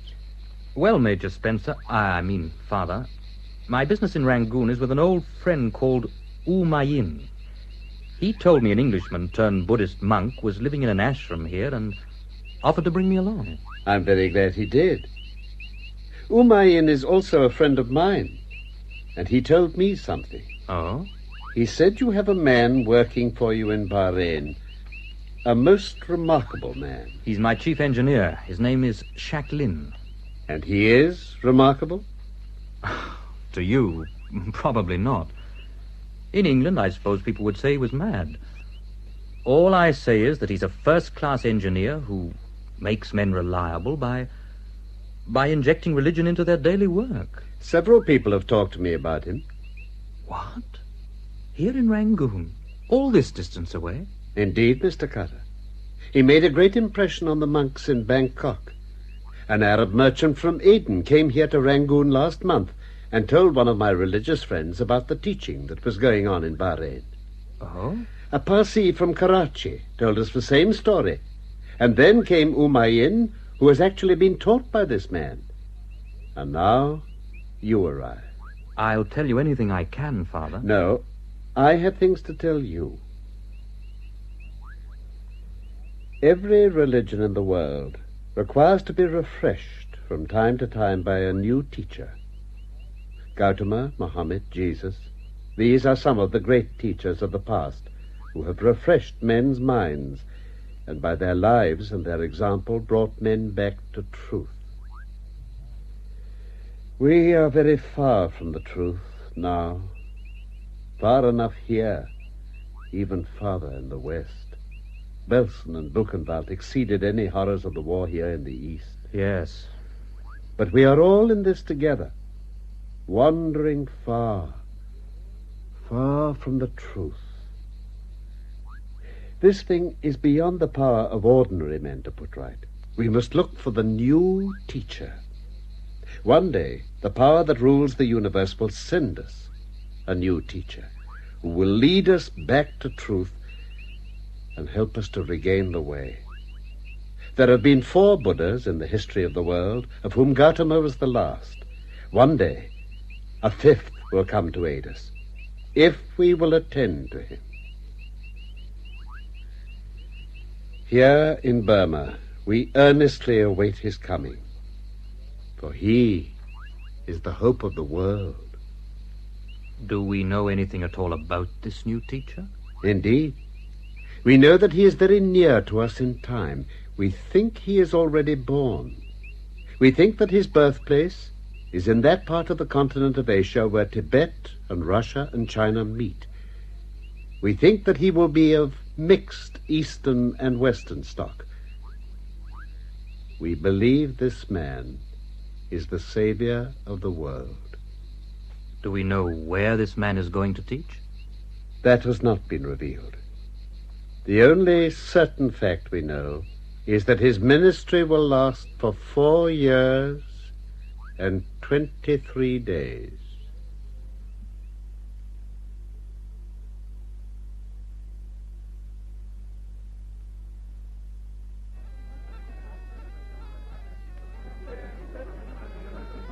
It is kind of you, Mr. Cutter, to come all this way to the souk to speak with us. Jacqueline said you wanted to see me, Mr. Hussein. My master, the Sheikh of Kulal, was told by Jacqueline that you have bought another large aeroplane. A tram freighter, yes? Yes. My master believes you may have to resort to the usurers to find the money to pay for it. Well, it's going to be difficult. I do not wish to be impertinent, but my master asks me to suggest to you that he should lend you the money to pay for this airplane. But the sum involved is £55,000. Spare parts and auxiliary equipment will cost another 5,000 or so. Say 65,000 in all, about 8 lakhs of rupees. I do not think that will be beyond my master's resources. But, Mr. Hussein, what I don't understand... May God protect you, Mr. Khatter.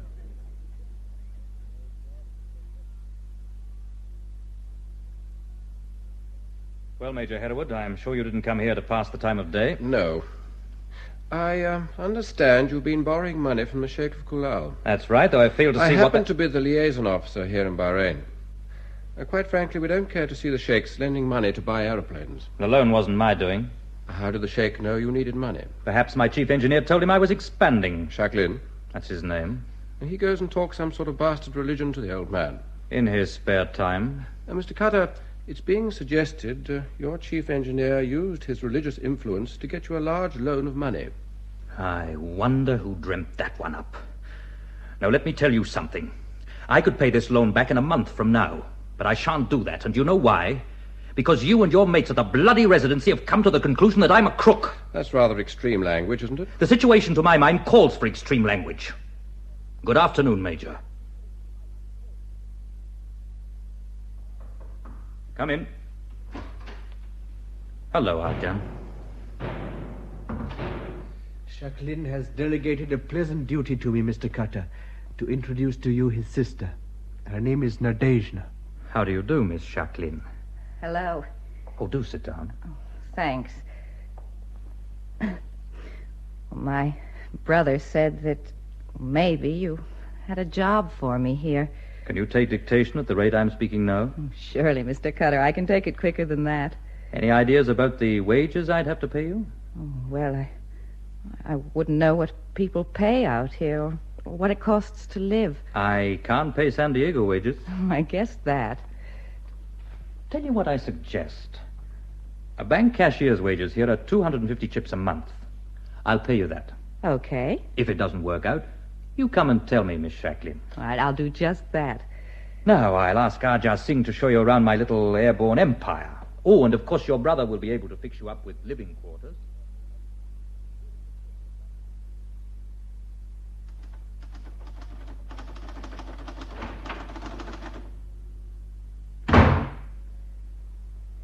How are you getting on, Miss Jacqueline? Mr. Cutter, I'd much rather you called me Nadezhda. Right, Nadezhda it is. And I'm Tom. Yes, I knew that. I like my job here. You're a great help, particularly with the filing. That always killed me. I like to see everything correct and properly entered up. It makes me feel good. You're very like your brother. That's what he tells the chaps in the hangar. Quite a few people around here seem to be taking an interest in what Connie says these days. Practically every Asiatic ground engineer in the East seems to want to come and work here. Didn't you know this about Connie before you came here? No. Oh, he was always a bit that way at home, but nobody ever listened to him. He didn't preach, he just had ideas. We wouldn't pay any attention to them in England, I dare say.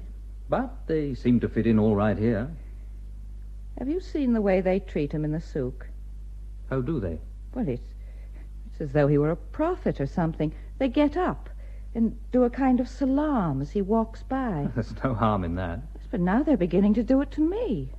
You? Yes, it's because I'm the sister of Jacqueline, the teacher. Oh, Mr. Cutter's office? Yes, Major Hereward, he's here. Cutter? Major Hereward? Yes? I'm afraid I have some unwelcome news for you, Mr. Cutter. Let's have it, then. It's about your man, Jacqueline. We feel at the Residency that the influence he is building up is quite undesirable, that it could even be dangerous. You scare me rigid. It's very unwise to monkey about with religious feelings in this country. I've been here 25 years, and I know. A new sect creates a schism, and out here schisms may erupt into open riots at any time. There doesn't seem to me to be much harm in what he does. That is for us to judge. Your man, Jacqueline, happens to be a British subject, and you're a British subject. So I'm afraid in this matter you will have to do what the resident decides. Which is? You'll have to get rid of him, Cutter. I'm very sorry about it, and so is the resident. But Jacqueline has got to go.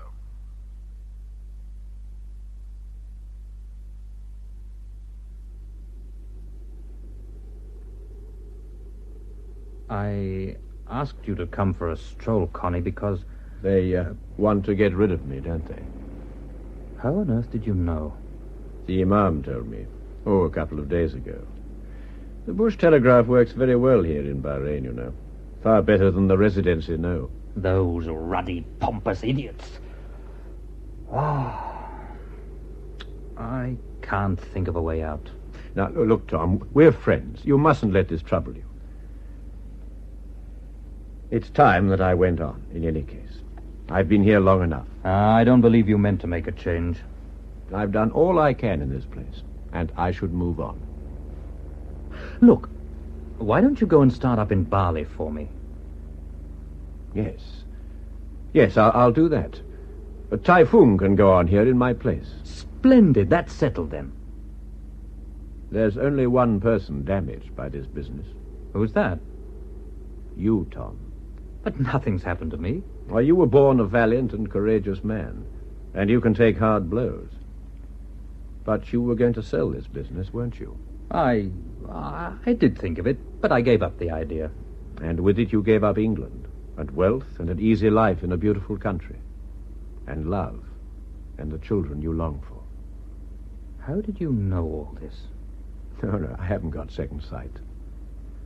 Well, it didn't seem to be a good idea to sell the business after all. Did you hard-headed man, decide to stay on in this barren place as a penance? I've got plenty to do penance for. Well, when do you want me to go? I'm laying on the first flight to Bali Thursday week. You and Finnet had better come with me on that. Oh, I'll take Arja Singh, too, so he can learn the route.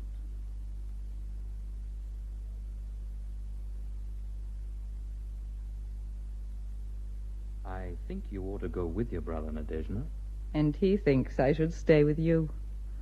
I don't want to force you to stay here. I want to stay, Tom. Will there be trouble in the souk because Connie's been kicked out? No. Well, not while he's here, but afterwards there may be. Some of them will miss him. Connie said to me today, if there should be any trouble, ask Tom to see that some fool of an officer doesn't close the aerodrome with an armed guard. The people may still want to come and pray. I'll do what I can, but you know what stupid clods they are at the residency. Tom. Hmm? If Connie got ill or anything like that in Bali, could I go to him? Of course. We'll bung you on the first available aircraft. Oh, that's all I wanted to know. Connie's way is spread a long, long distance from here. May spread even further. Engineers in the hangar in Rangoon worship in his way, and in Bangkok, in Karachi, and in Abadan. What is this thing? A new religion?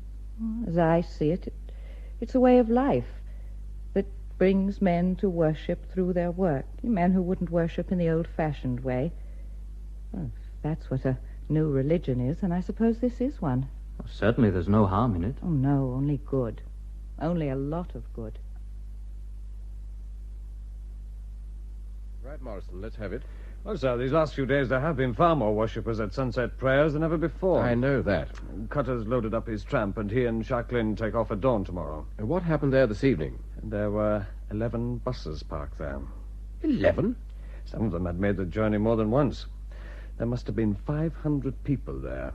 500? Good God. Including the imam who led part of the service. Any demonstration? Oh, sir. No motion at all, just the prayers. Then they all queued up quietly and got into the buses. That quiet. That lack of emotion. It doesn't seem right to me. Oh, me, sir. I think we may be in for trouble of some sort, sir.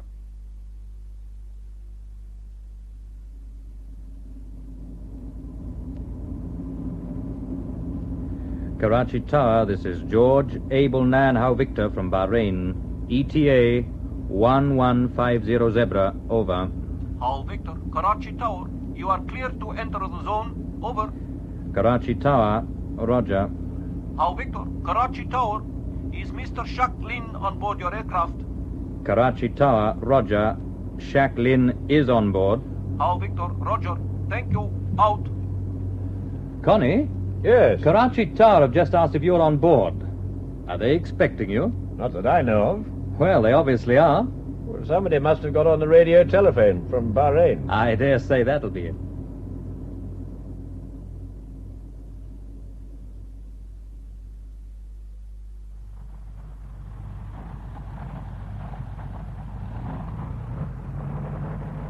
Hello there, Mr. Cutter. Did you have a good flight? Yes, Salim, thank you.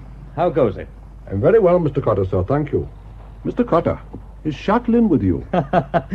He's here all right. You want to see him? Oh, yes. Many people here wish to see him. Well, don't keep him too long. I want to go through to Ahmedabad today as soon as we've refueled. May we have 1 hour, please? Only 1 hour. It is most important to us. 1 hour? Okay. Connie, I want to take off in an hour. Let's say 3 o'clock local time, shall we? And Salim here wants to see you.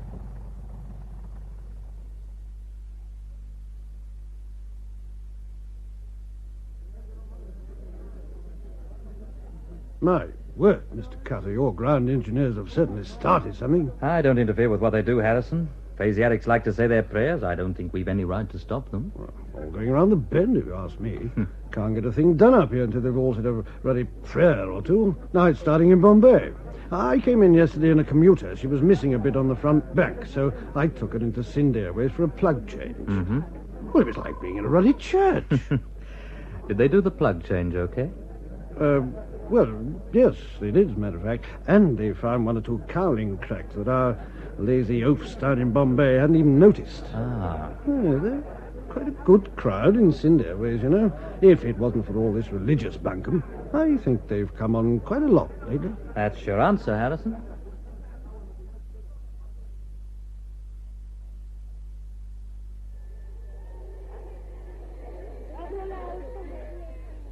I'm sorry about this crowd and all the rest of it, Maungbat, too. As chief engineer of the airline, you must be pretty fed up. It seems to have stopped work a bit. I allowed for it, Mr. Carter. We heard that Jacqueline was to come through here 4 days ago, and so I arranged a holiday. We are treating today as a festival. It is a great honor. He is a very wonderful man. All of you know that aeroplanes do not crash of themselves. You are intelligent men. You do not believe there is a jealous God who stretches out a peevish hand to take an aeroplane and hurl it to the ground. No. Aeroplanes come to grief because of wrong cravings and wrong hatreds and illusions in men's hearts. One of you may say, I have not got the key to the filler of the oil tank. I can't find it. I looked yesterday, and there was plenty of oil. It is probably all right today. So accidents are born, and pain, and suffering, and grief come to mankind because of the sloth of men.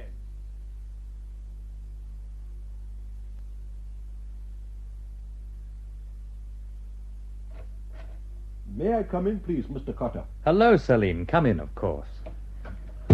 I'm just using Maungbat 2's office to sort out my flight plan from Karachi back to Bahrain. You delivered Jacqueline safely in Bali? Yes, Salim, very safely. He has not come back with you? No, he's staying there for a bit. He's looking after things for me there. Mr. Carter. What is it, Salim? You have heard about the trouble in Bahrain. What happened? They say there has been fighting in the souk. Much trouble, very much trouble. It is because the teacher was sent away. An English officer was stoned in the souk. What? It was the English liaison officer from the residency. Hereward? I do not know his name. He was very badly hurt. Oh, He would have been killed, but the teacher's sister was there. When did this happen? 8 days ago. The day you flew in here with the teacher. Will he recover? It is all right now. He is in hospital. The sister was there, and it was she alone who saved him. How? I mean, what did she do? When they stopped the English officer's car and dragged him out and began to stone him, the sister stood over his body and said to the crowd, "This is a bad thing, and the teacher will be very angry when he comes to hear of it." After that, no single stone was thrown. I think everything is quiet now. If there was still any trouble, we would have heard of it, because the radio operators talk to each other all the time.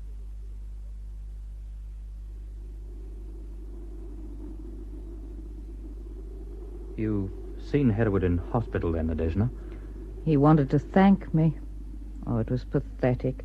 I think he really thought he was preventing trouble when he sent Connie away. You didn't get hit by any of the stones? Well, they stopped throwing as soon as they saw me. Oh, thank God for that. There wasn't any danger. I knew that from the very beginning. Like hell you did. That's why you were sick afterwards. How did you know I was sick outside the hospital? Salim told me in Karachi last night. They know about that already in Karachi? Uh-huh. Do they know in Bombay? In Rangoon? In Bangkok? In Bangalore? Does every little thing we do here in Bahrain go halfway around the world? Yes, I think it does. A goldfish in a glass bowl has more privacy than we have. I can't even be sick without the whole of Asia knowing. That's what comes of having Connie for a brother. Yes. Oh, by the way, Tarek wonders if he can go to Bali to work under Connie. Bahrain is Tarek's hometown. He's writing up the gospel according to St. Tarek in a bunch of 5-cent exercise books. He's afraid there'll be a gap. Oh, Tom, please, stop it.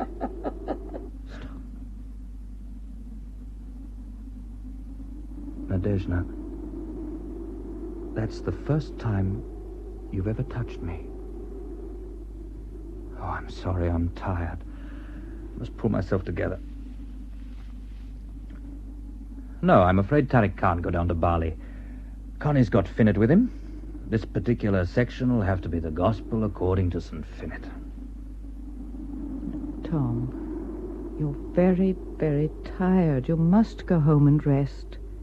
Nadezhda, let me kiss you. Tom.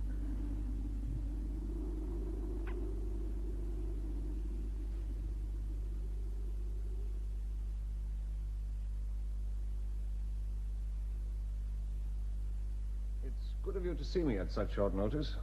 Look, Captain Morrison, now that you've taken over as liaison officer from Hereward, well, I was hoping things between the Residency and us might be different. Yes, I sincerely hope they will be. You read Flecker, then? At the end of the day? Sometimes. I do, too. I see you've marked a couplet. Wonder if I know it. And God shall make thy body pure, and give thee knowledge to endure this ghost life's piercing phantom pain, and bring thee out to life again. Poet who knew about the people we're dealing with here. Very much so. Flecker would have understood Jacqueline. Perhaps. What sort of person do you really think he is? He's a very good chap. A lot of people here think he's divine. Oh, he's not.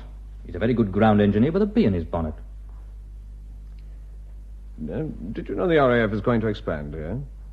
What? They're going to put a squadron on the aerodrome at last. The trouble is, you're occupying the only hangar.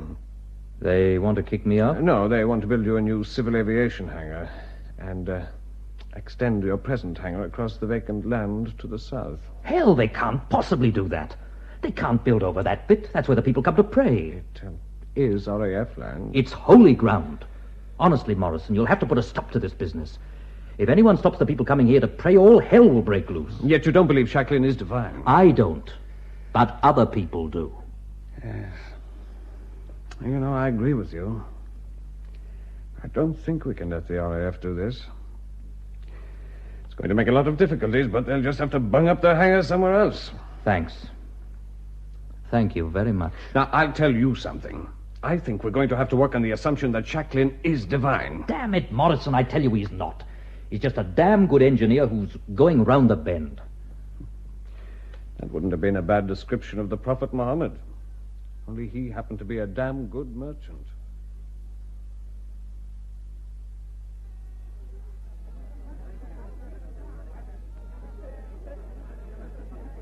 Mr. Carter, this is Dr. Khaled. He is my master, the Sheikh's medical advisor. Doctor? He has something to tell you. The Sheikh of Kulal is a very old man. He is dying.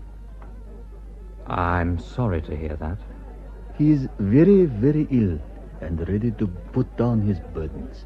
But first, he wishes very much to see Jacqueline, El Amin, the teacher, once again. To pray with him and receive his blessings before he lies down to die. Well, Jacqueline can come back here on the next aircraft from Bali. My master would not ask so great a man to come halfway across the world to visit him. He wishes that you should fly him and some members of his household to El Amin, so that he may talk with him before he dies. If that's what he wants, Wazir, I'd be only too happy to arrange it. May God protect you.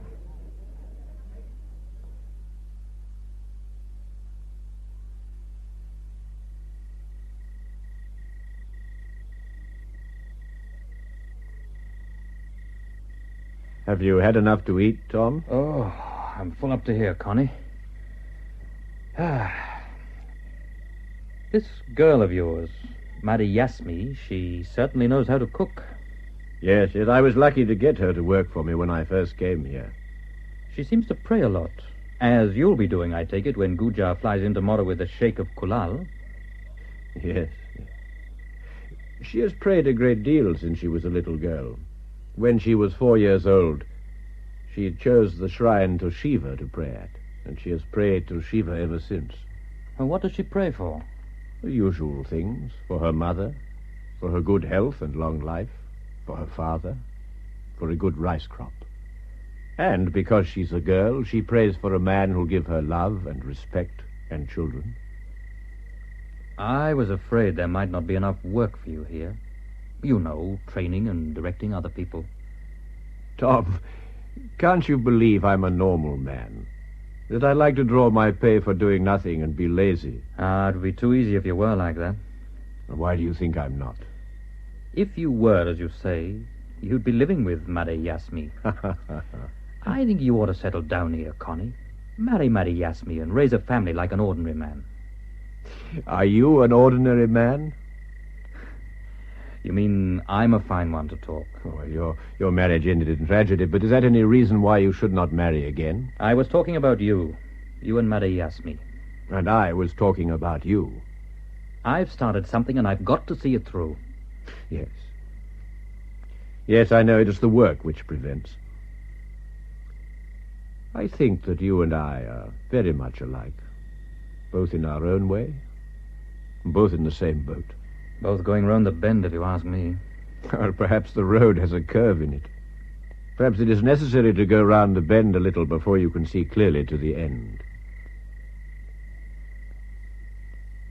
When you see Nadezhda, will you give her a message? Of course.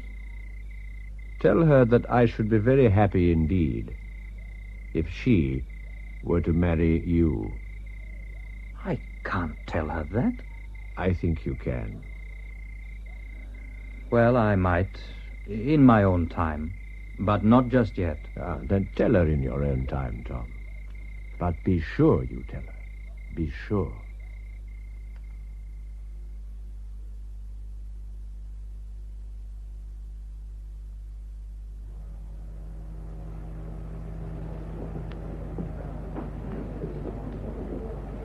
Had a good flight, Guja? Normal enough, except for one thing.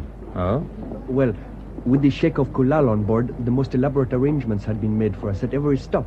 No difficulties, then? The difficulty was to prevent ourselves taking more passengers. You see, it is not possible to keep secret a journey that concerns Jacqueline.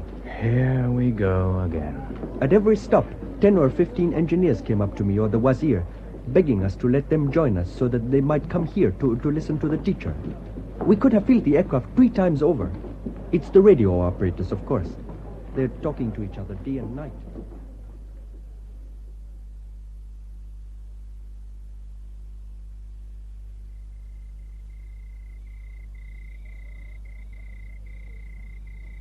Tom, I think I'll call it a day. You look pretty tired, Connie. Well, it takes it out of you, talking to these people, you know. The Sheikh, all of us, we'll be gone tomorrow. Tom, you remember the first day the Sheikh's party arrived? Yes. And Dr. Khalid insisted on examining me. Yes. As far as I know, he didn't find anything wrong. He found something, all right. What? Oh, no, nothing you can put your finger on. But he's good, that chap. And cagey. He thinks something's wrong with me.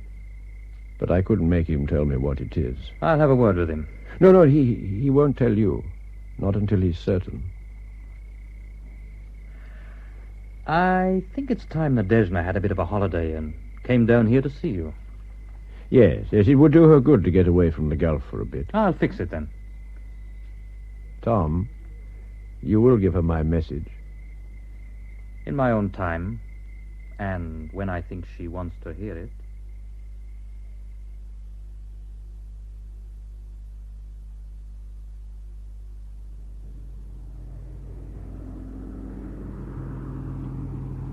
On the telephone, Dr. Khaled, you said you had grave news for me.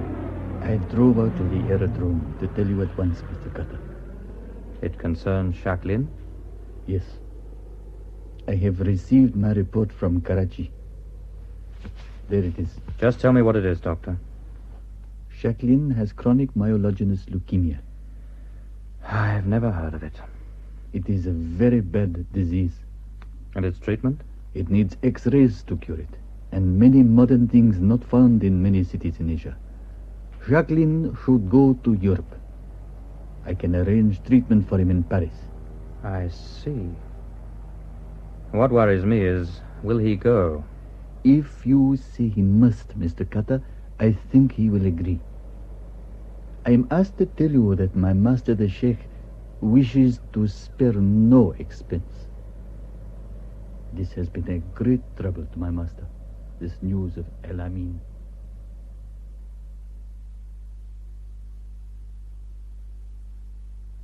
That's all Dr. Khaled told me, Nadezhda. It's fatal, isn't it?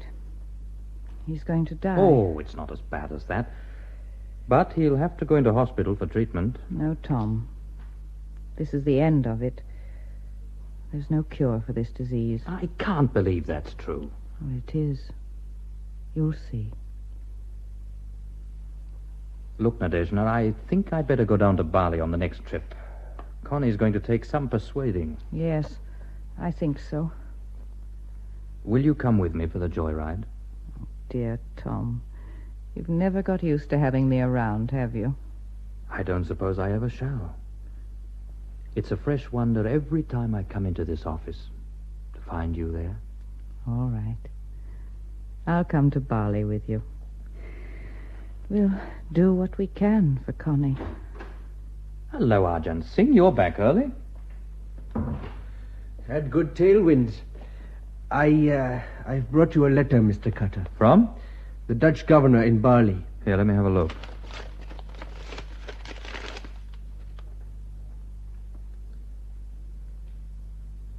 Oh, no. What is it, Tom?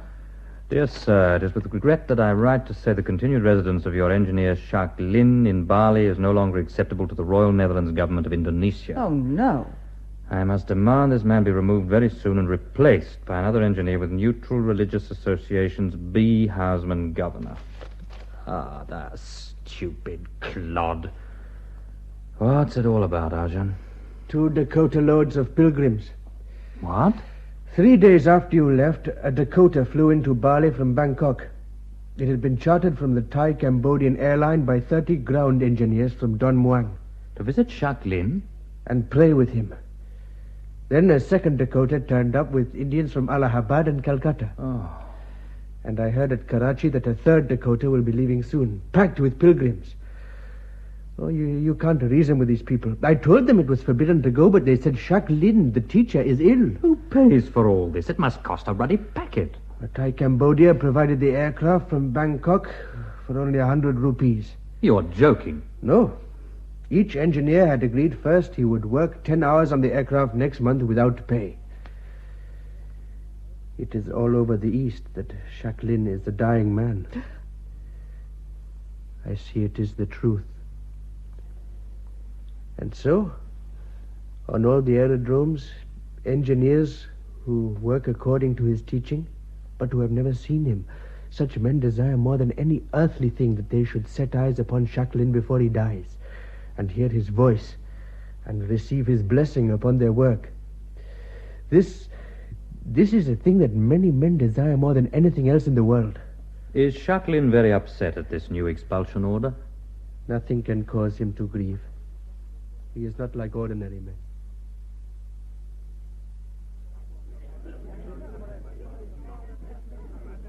Are you glad to be back in Bahrain, Connie? Amazed, more than anything. It was Captain Morrison's doing. The officer who took Major Hereward's place? That's him. He reckons Hereward made a stupid mistake, and he's doing his best to make up for it. We all make mistakes at times. Tom? What is it, Connie? Can you lend me one of your proctors for Well, a month or two. Yes, of course. What do you want it for? I'm going to die of this thing. Oh, come on now. Yes, they seem to think I've got less than a year, and I shan't be much good after the first 6 months. I'm content. Most of us don't get as much notice as that. Like you, Tom, I started something. Like you, I want to finish it. People who've never met me are beginning to put things down I've never said at all. Now, if I had a proctor, I could go round all these airfields and talk to the chaps. If this thing's going to die out with me, it doesn't matter. But if it's going to endure, well, I'd like it to be right. I understand. I want them to see me not as a kind of god, but as a real man. A man who sweats as they do, who gets hungry and tired and sleepy. I want them to remember me as a first-class ground engineer, not as a preacher. If you're going to visit all the airfields in the East where men are talking about you, it's going to take you all your time. I want to go on till I have to stop. Who's going to fly the Proctor? Arjun Singh's offered to do that, if you'll give him leave without pay. Whatever you say, Connie.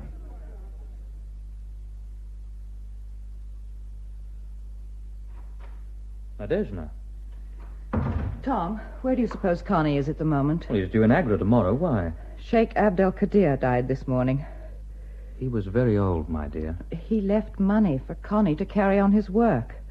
Good for the old boy. How much? Approximately £4 million. 4 million?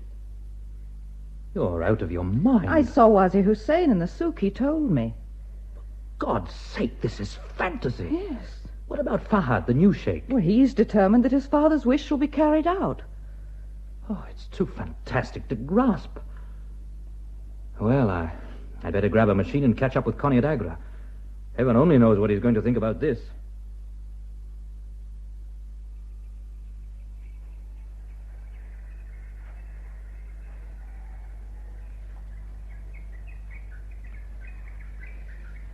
Tom, I've thought long and deeply about this gift.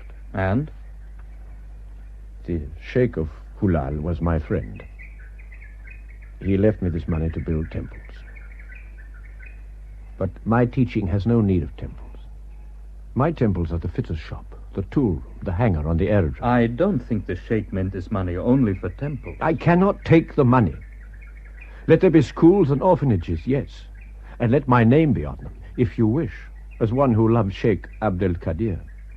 Let Baraka be a center for learning and security in the Persian Gulf, so that no child, from Abadan to Muscat, shall need a home and not find one. And let there be a school for engineers, where men can learn my calling and my way of life. Teacher. Yes, Guja? Teacher, what you say is true, yet all other creeds have found a use for money. The power of money has been used to do good things in the name of Jesus, for example. I hope you're not comparing me with Jesus. I know it is not the same. He was a woodworker. All right, Guja, you have it your own way. But Jesus didn't need 500 lakhs of rupees to spread his word.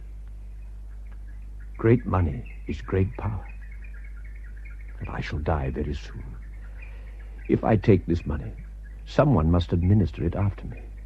Many evils spring from power, and power corrupts. All power corrupts. Either my words will last after me and be believed by men, or they will die. If one thing were required to kill them with certainty, it is that my words should be spread after my death by the power of money. I'm very tired.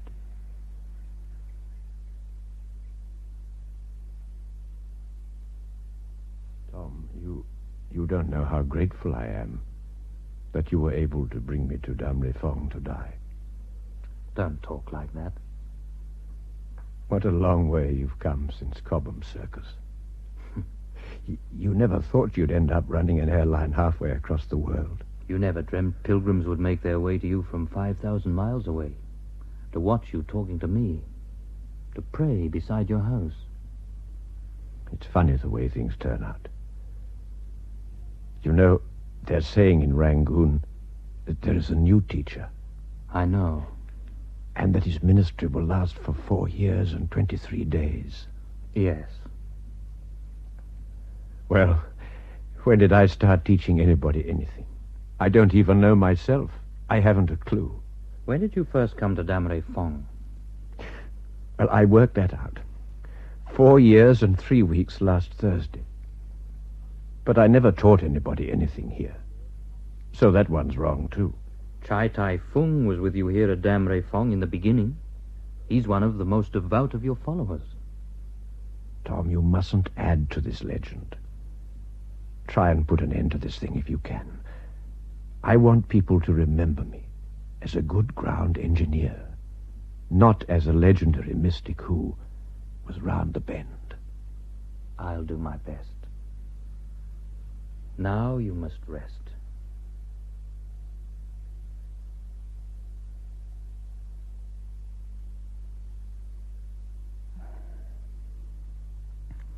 Tom, he looked so peaceful. Darling, he was a peaceful man. I didn't even have to see your face. I knew in the plane that Connie had gone. He went into a coma and died just before dawn. Yes, I knew. We were just coming in to land at Karachi. I've arranged for the cremation to take place early tomorrow. Yes. Oh, poor Connie.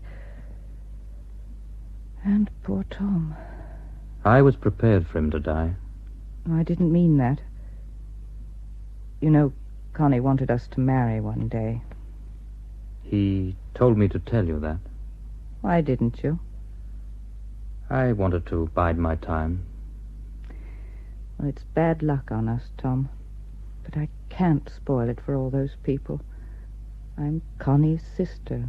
If I married and had children like any other woman, well, it would detract from his memory. Maybe they'd begin to feel that Connie couldn't have been anything special after all. But, darling... No, Tom, I shall never marry anyone. I don't think that's a very good idea. It's what I'm going to do. Where will you go? Well, I'm going back to Penang, where I came from. I'm going to go to Mother Immaculate Mary to ask her if I can work in her orphanage for children. I think it's the best thing I can do. Poor Tom, you deserve a better deal than this. May I come and see you there sometimes, Nadezhda? Please, don't do that. And please don't write to me. Oh, I'm so sad for you, my darling. You've worked so hard. So hard.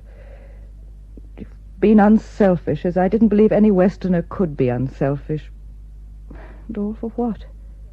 For what, my dearest? You mustn't make me out to be a martyr. I've been ignorant and blind many times in my life. But I've been given great privileges. Perhaps more so than any man alive today. For that I shall always be grateful. Nadezhda, you were Connie's sister, the sister of Jacqueline the teacher. On the fields and farms of England, on the airstrips of the desert and the jungle, in the hangars of the Persian Gulf, on the tarmac of aerodromes in the southern islands, I have talked and walked with God.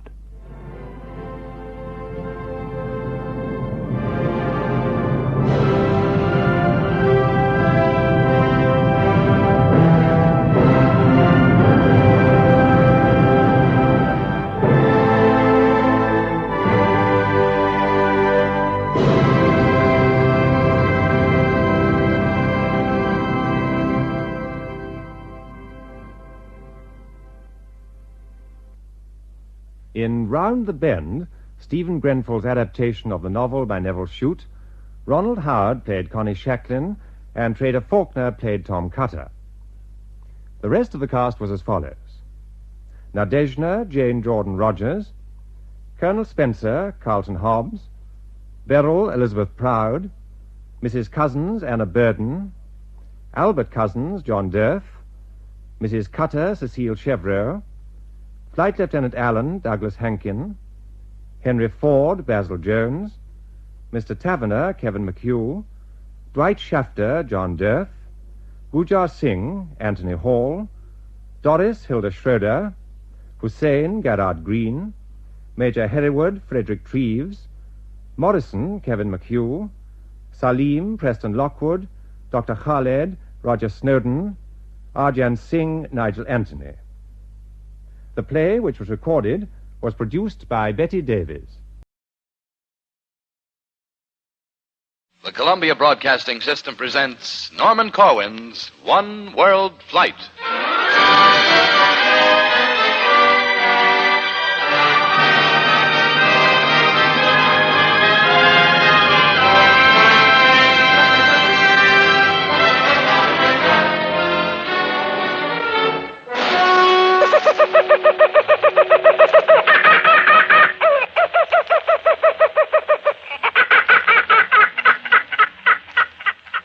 You are listening to the call of the bird known as Laughing Jackass or Kookaburra, one of the many sounds and voices recorded inside Australia, to be heard tonight on this 11th of a series of 13 broadcasts based upon Norman Corwin's recent global tour as first winner of the Wendell Willkie One World Flight Award.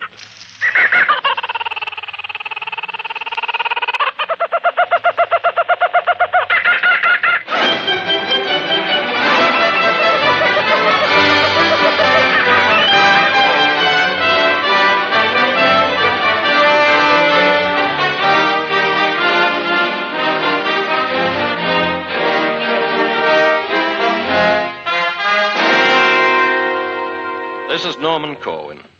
Last September, I had the experience of flying from the first day of autumn into the second day of spring.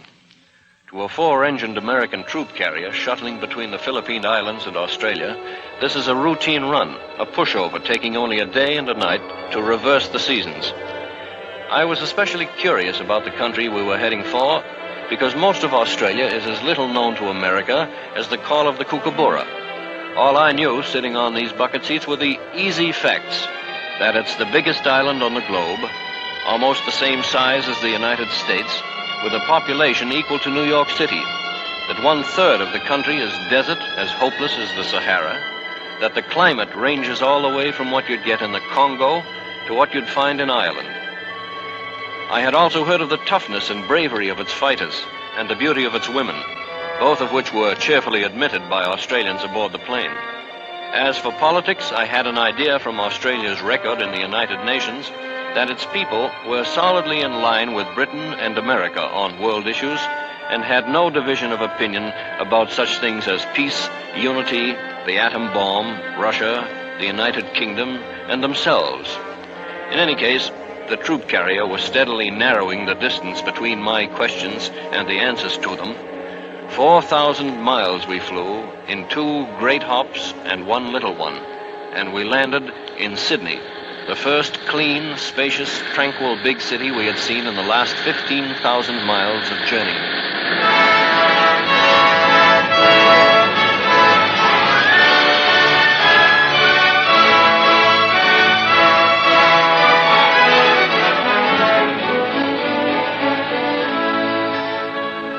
Sydney reminded me mostly of San Francisco, except that it's twice as big, its setting is less rugged, its harbor is more complex, and it has more sunshine.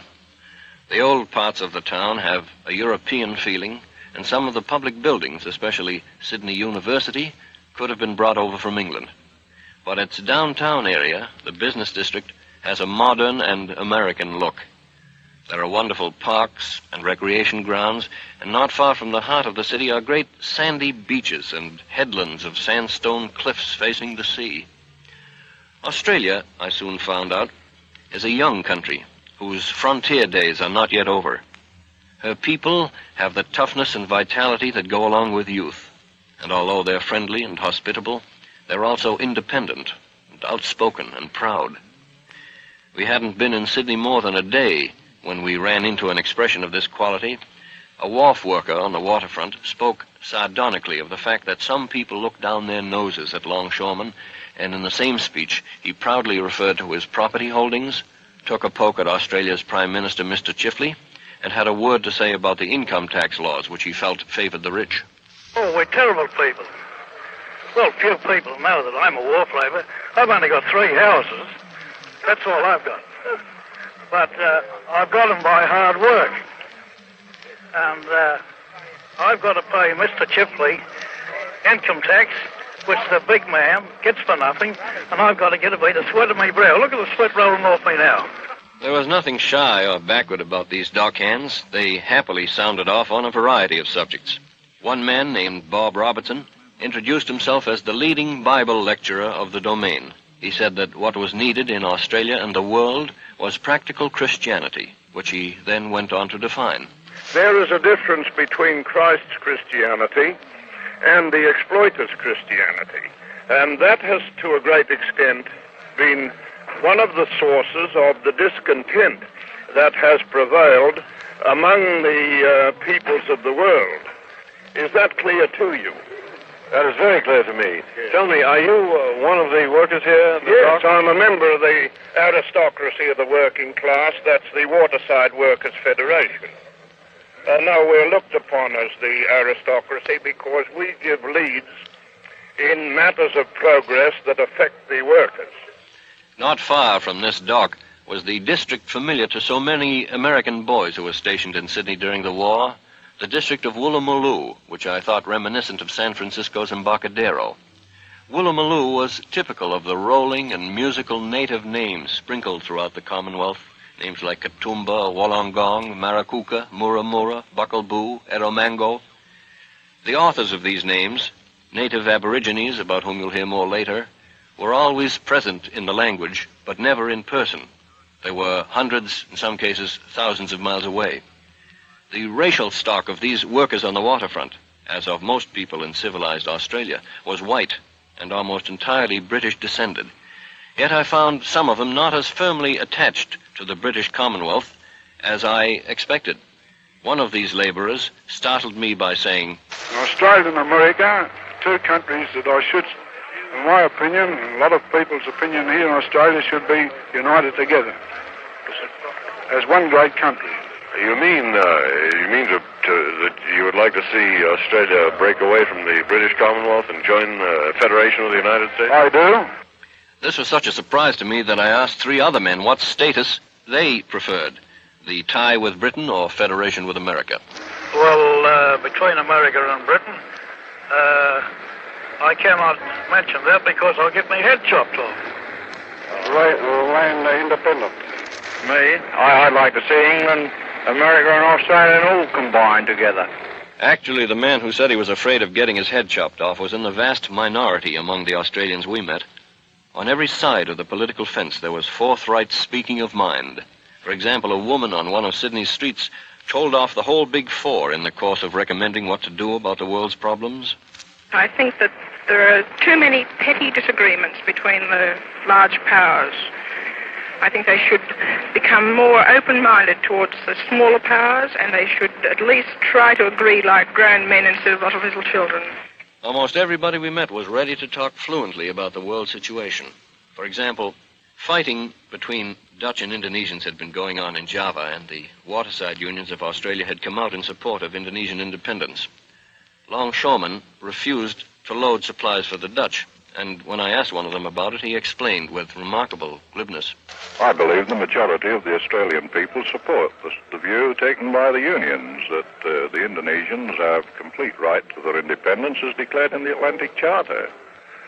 The Australian people at the time of the Charter declared their adherence to it, and having declared their adherence to that principle, obviously, in support of the Indonesians' claim. And there's been no public clamour that the waterside workers or any other union should assist the Dutch. But this nation is no mere debating society or a country of talkers. As the world knows, it had fought a tough war. 7 out of every 10 men between the ages of 18 and 35 had served in the armed forces. They had come from the tropical North Country, from the dry, flat western plateaus, from Perth, which is as distant to Sydney as Los Angeles to New York, from the island of Tasmania off the southern coast, with its country and climate resembling New Hampshire, from the dusty, sheep-strewn plains of Central Australia. The casualties among these men were proportionately twice as high as our own, and the veterans who returned had definite ideas which, good or bad, they expressed with remarkable facility. Lee Bland took the wire recorder to a busy street corner in Sydney one day and intercepted people at random. The first man he stopped was a sergeant, Sergeant Wood of the Australian Army, home on terminal leave after 4 years and considerable action in the service. Lee asked him whether he felt his 4 years had been well invested. He said no. He said he was afraid fascism was going to rise again. Yes, I think that it is quite possible that fascism will rear its head again, not perhaps in the same nations, but in some other country, very easily so in South American republics, and in fact any country. It could quite possibly be the United States, it could quite possibly be Britain, it could be China. It is a worry to you, then? The fascism may come again. Yes, it's not exactly worry. I accept it as a fact that it will come again, and it will be the cause, no doubt, of a war. What would you suggest that the world do about it? Well, I can't really speak for the world, but I can speak for the people of this country that they should perhaps take a greater interest in the affairs of their nation, understand how exactly it is governed, and not to accept so much of what is told to them by the papers, especially to the youth of the country. I think that applies. Sergeant Wood could be classed among those of liberal and anti-fascist opinion, of whom we found a great many in Australia, but there were others whose views could be classed as reactionary, shading to fascist. Such a one was the next man Bland stopped, an accountant. He had served in the Air Force in the Pacific Islands and had come back with 2 suggestions for solving the world's problems. The first was a universal language and monetary system. The second was a racial theory. The potential danger to world peace lies in the coloured races. I can see in embryo, more or less, I can see in the very backward primitive peoples of the islands and the parts of Asia that I visited, a potential Japanese. I consider that he, given the same opportunities to Japanese as many people would today, they talk about raising his standard of living, educating him, and more or less raising him to our standard, which is an highly industrial and mechanical standard. I think that he will possibly become a Frankenstein monster and turn on us and devour us as the Japanese. There was also an anti-Semite who spoke of what he called the Jewish occupation of Germany. Well, I was in Hamburg in 1923, and the conditions brought about by the Jews in Germany, they staked into Germany when the war was on, when the last war was on, and the conditions brought about by the Jewish occupation in Germany were frightful. I asked him whether he felt Hitler's policy against the Jews had been justifiable, and his stammering answer showed the basis for his observations in Germany. He personally was prejudiced. Well, I think that he had an extra grind. I think that Hitler had an extra grind. That's my personal opinion. I personally do not like Jews. I made further inquiries about racial and religious prejudice during our stay in the country, and I was convinced that it's completely foreign to the vast majority of Australians. In fact, I found a degree of tolerance for political views which was unusual among the countries of the world we had seen. The main course of Australian politics seemed to go through middle ground. Domestically, a middle course between capital and labor, under a government which had been predominantly labor for the past 42 years. On foreign policy, the attitude of most people we met, some of whom you will meet in a moment, betrayed less alarm and hysteria about the world situation than we had encountered anywhere. As in most other countries we'd visited, the focal point of all discussions on world affairs was Russia and its intentions. I was surprised to find that, unlike the attitude of Australian policy as it is reflected in the Conference of the United Nations, there was a good deal of go-easy sentiment from people on Sydney's streets and elsewhere, a feeling that the West should try to cooperate more with the Soviets. In Sydney's town hall one night, in the course of a question period following an address on the subject of one world, several people in the audience called for this. I should like to say that to the American people that it is better for the American people to be friendly with Russia rather than hold the atomic bomb as a threat over their heads. This tolerant attitude toward Russia did not mean acceptance of communism in Australia, from all that we could gather. The communists did very poorly at the national elections which fell across our visit, and there were a few people who felt that communism was an outright menace to the peace. Do you think communism is a threat to the peace in the future? I definitely do think it is.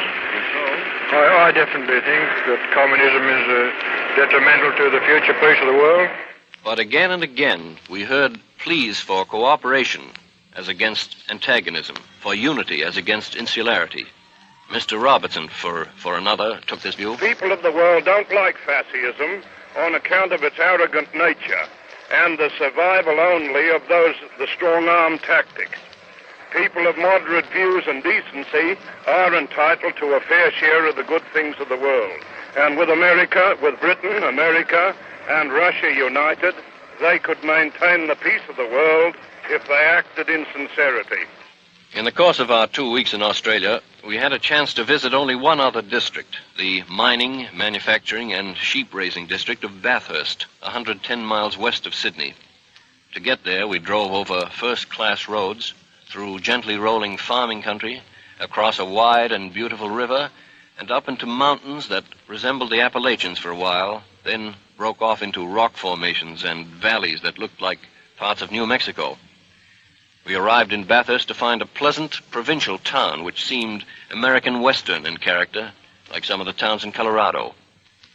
It was in 2 factories of Bathurst that our inquiries about one world met with especially vigorous recommendations for compromise on world economic issues. These highly optimistic comments came not from the ranks of labor, as they had in some other countries, but from management. The owner of a prosperous canning plant, Max Edgell, strongly urged a cooperative peace. The bogey of communism is, I think, a great deal less than it was some years ago. And anyway, we're beginning to realize that communists are ordinary people, much like ourselves, and their views cannot, in the long run, be so very greatly different to our own. And why shouldn't one be optimistic? What's the good of being pessimistic? I think it's only by optimism that we can create the better world.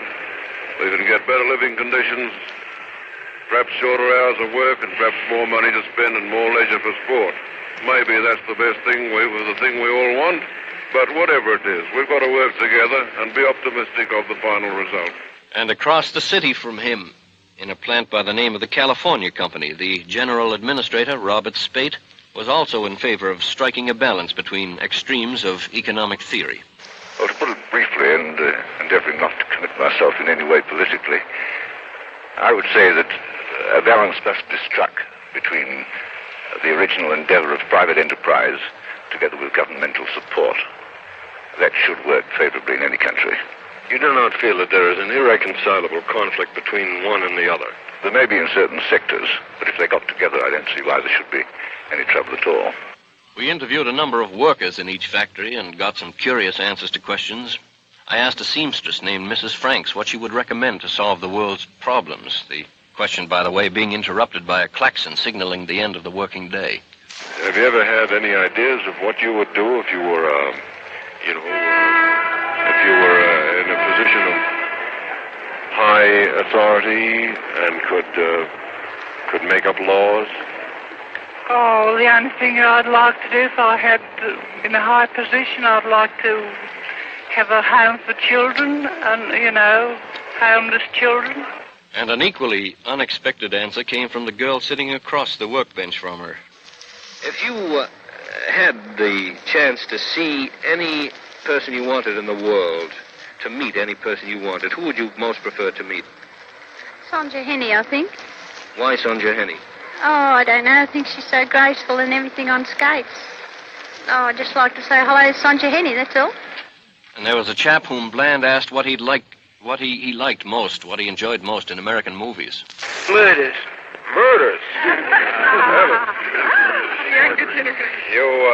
Why do you like murders? I don't know. They give you something to think about.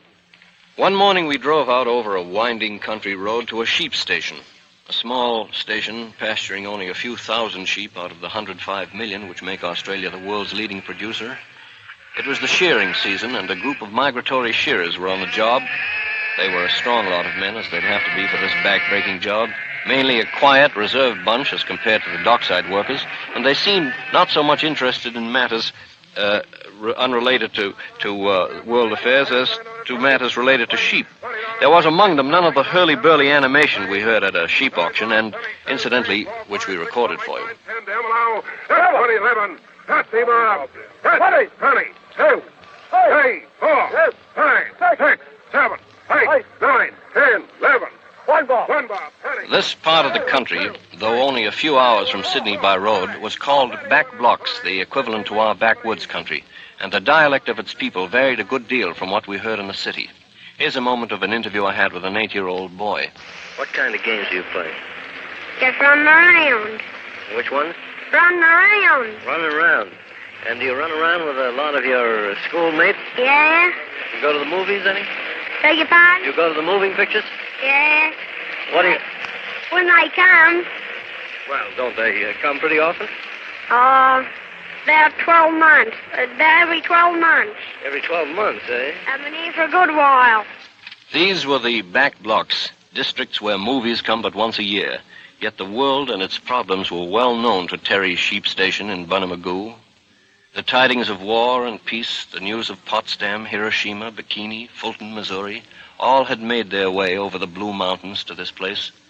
An old sheep herder named Roughly, a bronze, thin, and wiry man whose sheepdog put on a great exhibition of corralling for us, had a kind of rustic wit which made me think of Vermonters I have known. He had a sort of wry skepticism about his sources of information. You have doubts, more doubts about the things that you read in the paper or about what you hear on the air? About our own local paper, more than anyway. He was not especially happy about the latest scientific accomplishments of our age. Well, now, what do you think about the atomic bomb? You thought much about that? I think it's a pity that it was ever discovered. Now that we have it, what do you recommend we do about it? There's only one thing to do, let everybody have it. Far from considerations of atomic energy, hundreds of miles off to the west and north of this gently hilly sheepland live the Aborigines, a fading race who numbered about 300,000 at the time of the first white settlements, and who today are little more than 50,000. These, the native Australians, have been left largely to themselves in the 150 years during which the thin strip of coastal civilization which we recognize as Australia was being developed. They were left to their own resources, customs, totems, myths, birth rate and death rate.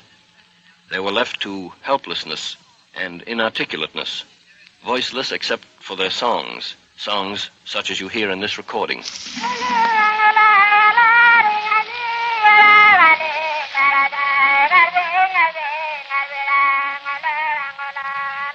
These people, in some places as close to modern, thriving cities as New York is to Chicago, are nevertheless as remote to the average white Australian as Eskimos to a Bostonian.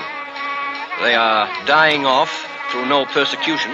There were never any of the cruel massacres or exploitation which went along with the settling of so many other primitive countries. They were never taken in slavery, but they have never been accepted either, or given any sustained concern or encouragement. They have only the crudest health and educational services, and no political entity whatever. It seemed to me almost as though Australia had not yet had the time or the interest to think of ways of stopping the decline of a people headed toward extinction, or of raising them from their low and backward estate. This is all the more surprising in view of the fact that in most respects, Australia is progressive, fiercely democratic, imbued with a sense of equality, and ambitious to achieve the highest standards of social life for its 7 million people.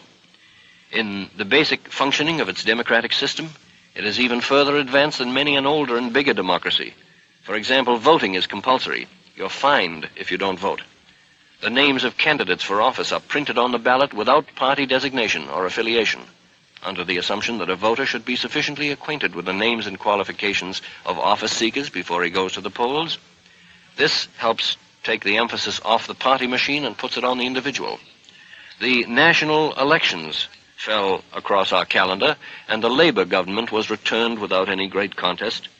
We had our microphone at the Sydney Town Hall on election night, hoping to capture some of the atmosphere of the tally room.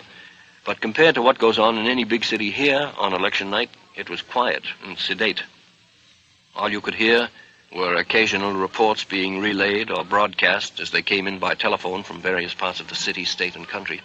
Wakefield is showing signs of a hard fight with the sitting Labour member, Mr. Smith, having just the slightest lead over Mr. McBride, the Liberal candidate and former member of the National Parliament, who is challenging him closely. The Australians insist on keeping their election campaigns safe from any knavery in the last hour. No campaigning may be done on the radio or elsewhere in the 2 days prior to election. This, they say, is to prevent any unfair or illegal last-minute trick which the opposition might not have time to reply to. On election day, early returns are never announced until after the polls have closed in order not to influence undecided voters. This sort of good sense was one of the dominant qualities in the Australians we met. It was mixed in with a sobriety, a strong business sense, love of country, and a fanaticism for sports. They're mad about horse racing, cricket, and tennis. And on top of all this, they have a bouncing and warm vitality, which is reflected, for one thing, in their prolific slang. In the cultural field, I found more zeal and energy than anywhere else in the world. Their press, while largely conservative in politics, is nevertheless lively and scrappy in tone. Books and magazines are all over. They're very proud of their artists. They have a symphony orchestra in each of the 5 state capitals.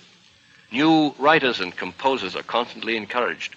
For example, a composer named John Antill wrote a suite based on Aboriginal music, and when the work was engaged for performance by the London Philharmonic, the people of Sydney raised a fund to send him to England to hear the premiere of his work. That this was no mere highbrow movement to bring culture to the people, but went deep within the government, was confirmed in an interview I had with W.J. McKell, then Premier of New South Wales, and since elevated to the post of Governor-General of the country. Mr. McKell, born a butcher's son and in his youth Australia's middleweight boxing champion, spoke with great pride of the care taken to accommodate sparsely populated areas. Devices such as traveling schools, correspondence courses, lending libraries, even itinerant orchestras and paintings. Our idea is not only to get our orchestras to our country towns, but we also desire to get our pictures, whatever pictures we have, to the country towns. See, in the art world, we have established what we call travelling art exhibitions. And periodically, we take a number of pictures from our National Art Gallery in Sydney, and those pictures are taken to the respective country towns. The interview with Mr. McKell was the last of our Australian visit. Next morning, we went down to Rose Bay, one of the beautiful harbours of Sydney, and boarded a flying boat for New Zealand, 1,000 miles away. A number of vivid impressions of Australia came along on that plane with us.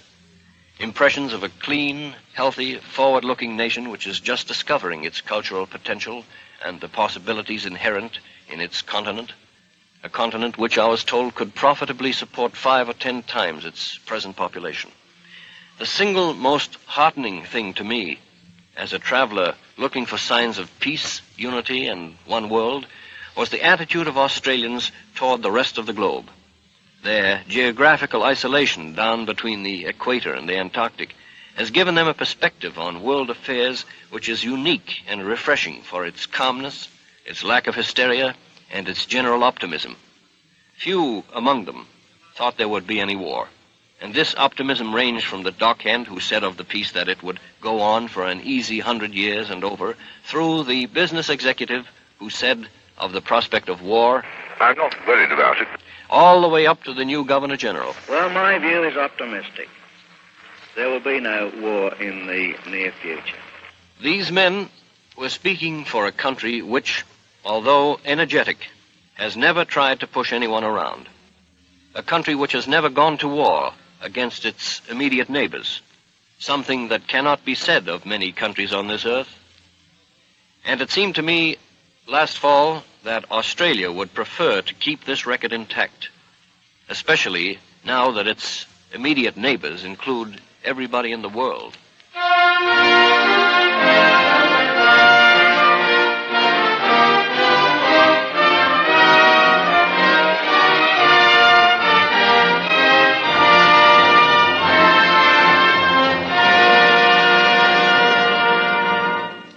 This is CBS, the Columbia Broadcasting System.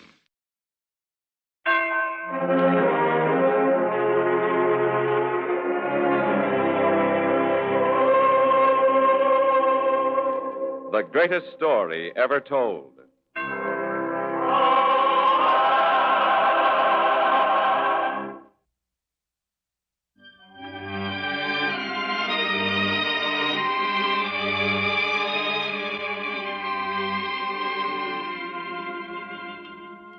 Tonight we present Flight into Egypt, the fifth of 5 Christmas season dramas about the birth of that child who was to live the greatest life ever lived.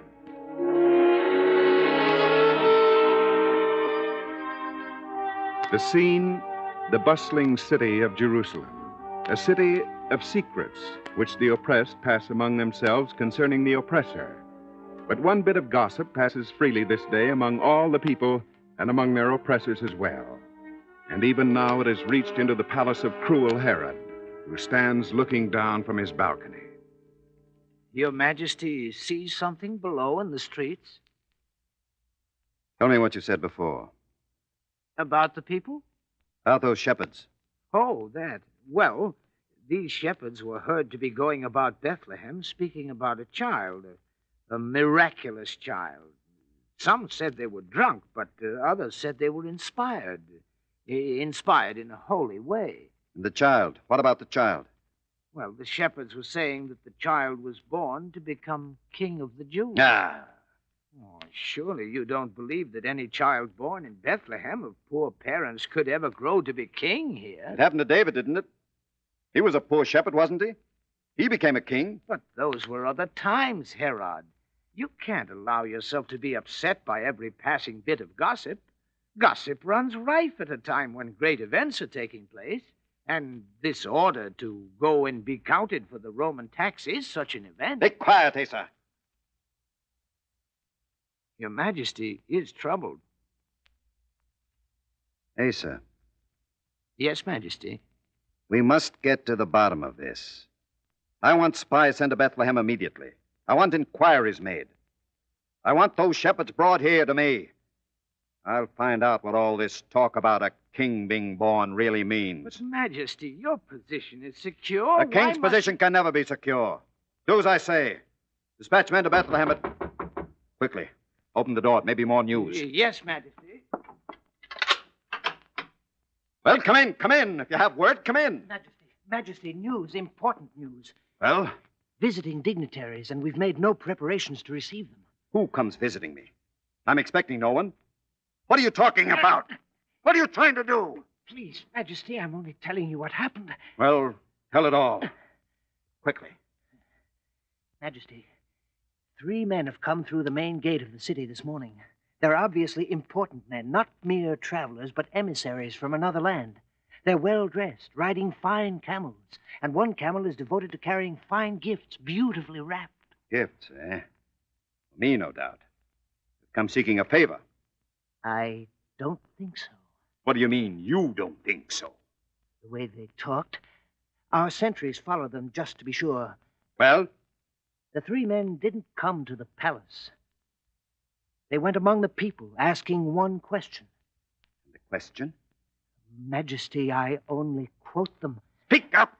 They asked, "Where is he that is born King of the Jews?" Aye. Majesty, please. Take your hands off me, sir. I'm all right.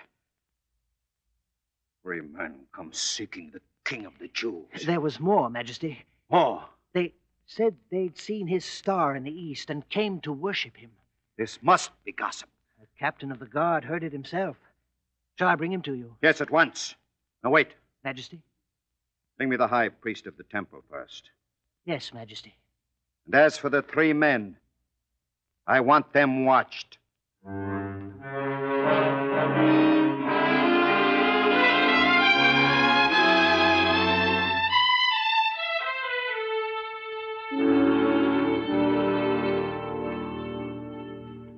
What is it this time, Herod?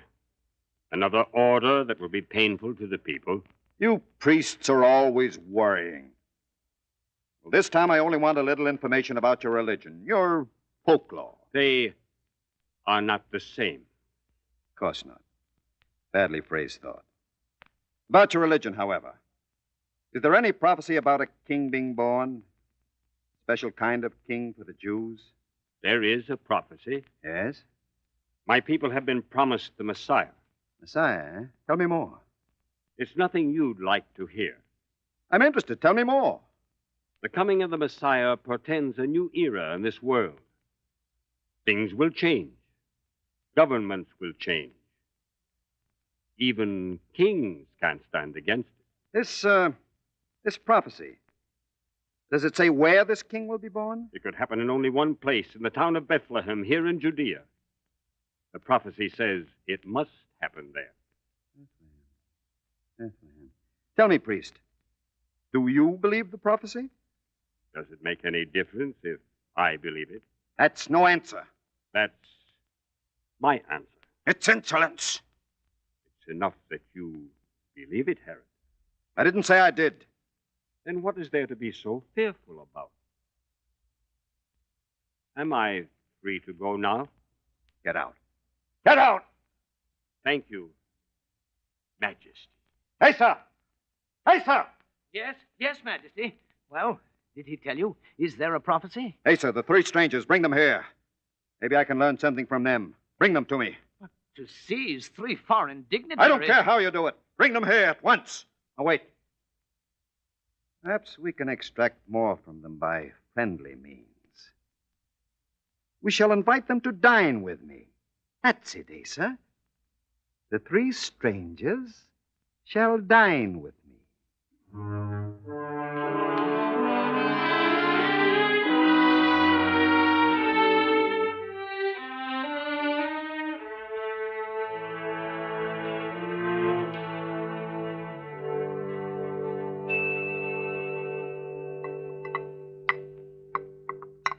And so you came from your native land to visit Judea? May I correct your Majesty? We came not from one land, but from 3 lands, each from a different place in the east. Really? Oh. It's what made us even stronger in our determination to follow the star to our destination. Star? You follow a star? That's what makes us so sure. To each of us, in his own land, the star appeared at the same time some weeks ago. As it happens, we are all of us students of the heavens. Isn't that right? Yes, Majesty, we are. So each of us set out individually to follow this star which appeared so strangely in the skies. And it brought us together, so that together we came, seeking the newborn King of the Jews. I see. Of course, Majesty, we are deeply grieved that we are here in your presence without suitable gifts. But we hadn't expected such a greeting from Herod himself. But they tell me, wise men, that you did come bringing some gifts. Those gifts for the newborn king. Those we couldn't disturb. Could it all be a fancy of some kind? The star, the newborn king? How do you know? We've asked ourselves that many times since we first met in our journey. And you've agreed on some answer? Surely men wise as you 3 are.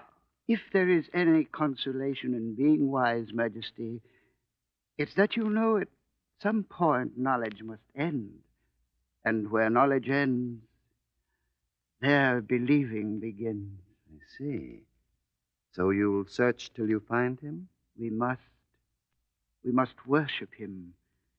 We must lay our gifts before him. Surely I can do no less myself. I, for one, don't understand. Such a child born in my province. I should pay him honor, too. And I will. Wise men, do me a great favor. If we can? You can. It's a simple thing. When you find the child, come back to me. Let me know where he is, who his parents are. I want to worship him, too. Majesty, we'll do it on our way back. Good, good. This child shall receive such attention as was never paid to any child before. Believe me.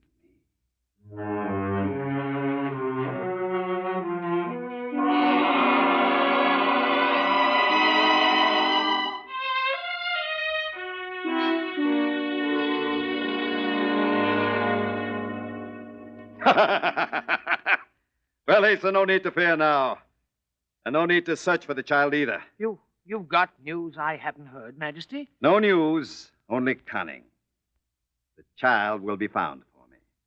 The three men? The three wise men, yes. Well, are you sure they know? I'm convinced of it. A star. They follow a star. Then maybe we should follow them. No. Don't upset anything. Don't make them suspicious. They'll bring the child to me, or me to the child. Either way, I'll make short shrift of this king.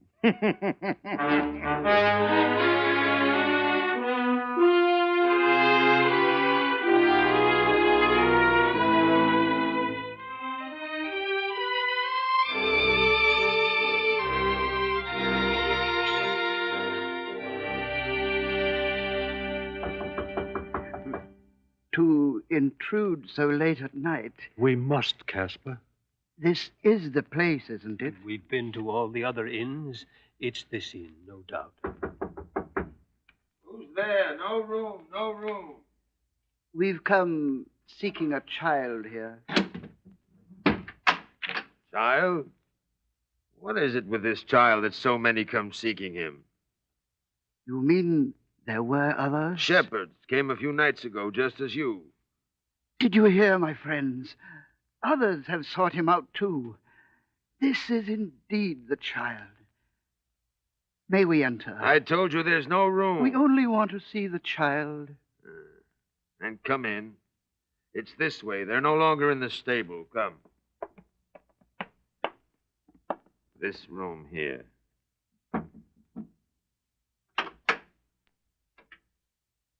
Yes. Who are these? The child. Everyone wants to see the child. Oh? Mind you, I want no more disturbances. When these friends of yours depart, you'll bolt the door after them. I need my sleep. You three, you've come to see the child. Yes, friend. Who are you? My name is Joseph. A humble carpenter chosen for a duty I hope I'm worthy to fulfill. The child. The mother. In here, my friend, but softly, for he sleeps. Yes, softly.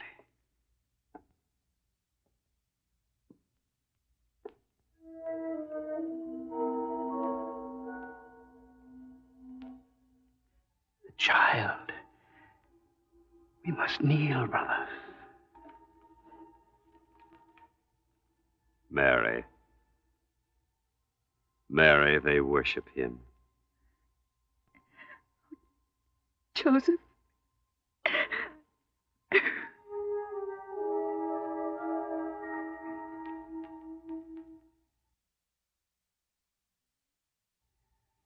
And the mother. We've sought you and the child a long time, across desert waste and plains and mountains. We came seeking you. If I stare, my lady, forgive me, for such a face as yours I've never seen before. And shall never see again. But the gifts, brothers. Yes, the gifts. For the child, Joseph. We've brought him gifts. I lay mine at his feet.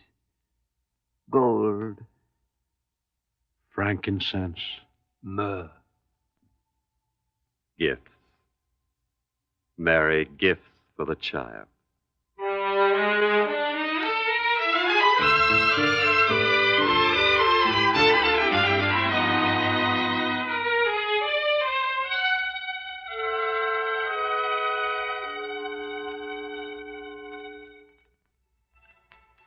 Joseph. Joseph. Who calls? It's a voice I've heard before. Joseph. You. The angel. The angel. Why have you sought me out a second time? Have I failed? Joseph, arise and take the young child and his mother and flee into Egypt. And be thou there until I shall tell thee. For Herod will seek the young child to destroy him. Destroy the child? No, no. We'll flee now in the dark of night. I've heard your word, and I will take them, mother and child, away from this place.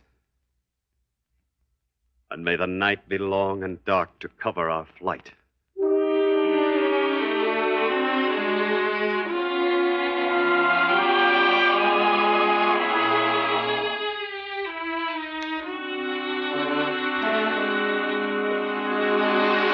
Hey, sir. Hey, sir. Yes, Majesty. There must have been some word of those three wise men. Nothing yet, Majesty. I await reports every moment. But they said they would return. They did not return. And no trace of them? Is Bethlehem so big a place that my own sentry can't find them there? They've escaped, I told you. Quiet. Yes, Majesty. Ah, Jacob. You found them. Well? Nothing, Majesty. They couldn't have disappeared off the face of the earth. They might as well have. Surely someone must have seen them in Bethlehem. No one last night, no one this morning. They may never have arrived in Bethlehem, for all we know. The priest said Bethlehem was the only place where the child could have been born. But no one saw the three old men. Majesty. Yes? Majesty, would the people ever cooperate with you? Would they tell you if they did see? You mean the three might have been there? Found the child and gone? Why not? And who would tell Herod's sentry? Yes. Yes. Yes, we shouldn't waste time with the three men. You're right. The child. The old men can do me no harm. But the child. The newborn king. Yes, Majesty. The king. He must die. He must be found first. He must die. Yes, but how can we? We must find him first. You may be able to kill him without finding him. Did you ever think of that, Asa? Majesty, please, we mustn't lose our heads. You think I'm insane? You think I don't know what I'm talking about, you rat? No, Majesty, of course not. But in one's excitement, one can say things. Can one? Well, I happen to know what I said and what I mean. Even if we never find out which child it is, he shall still die in his cradle. No, but Majesty... You fool! Kill the one child I fear. I may have to kill them all. Majesty... Why do you stand there looking like that? Well, the people would complain to Rome. Let them. No, but such brutality. And what will Rome say? This Herod is a man of power and principle. He killed his own son, didn't he? Well, didn't I? Majesty, please, others will hear. Let them hear. You think it was ever a secret? They talk about me behind my back. I am king and I have no secrets. But I'm strong. So I have no fear. Every child. Oh, but Majesty... Child is newborn. What does newborn mean? A day, a week, a month, a year? I won't be cheated by technicalities. I order it now that every child not yet 2 years old shall be considered newborn for the purpose of this action. Every child up to 2 years old. Oh, that's more than a few. I don't care if it's more than a great many. That's the order. You heard that, Jacob? Yes, Majesty. That's not all. We must be sure. I must be sure. What else is there to think of, Majesty? Isn't it enough? Wait. Suppose the child was born in Bethlehem. Does that mean it must still be there? Perhaps they've moved the child. Are moving it even now. Who would move a newborn child unless in great emergency? I told you I won't be defeated by any technicalities. The prophet said Bethlehem. But maybe the prophecy is elastic. After all, it was made hundreds of years ago. We must be sure. Bethlehem has been Bethlehem for hundreds of years. Till I will be sure. Asa is right, Majesty. Bethlehem is Bethlehem. Bring me a campaign map. There on the table. Yes, Majesty. Child. Who could it be? The map, Majesty. Find me Bethlehem. Here, Majesty. Quickly. Something to make a mark. No, never mind. I'll do it this way. Oh, Majesty, you destroy the map. I know. Here, Jacob. This part of the map you take with you. It is Bethlehem and every town around it. Search it all, just in case they try to escape me. Every child, everywhere. In towns or farmhouses or on the roads. Wherever you find them. Hold out your hand. Yes, Majesty. I place this part of the map in your hand. Close your fist. Yes, Majesty. Now go. And don't return to me. Don't give back to me this piece of map until it becomes proof. Proof that every child up to 2 years of age in this whole area is dead. Whether found in a town, a field, or on the road. Yes, Majesty.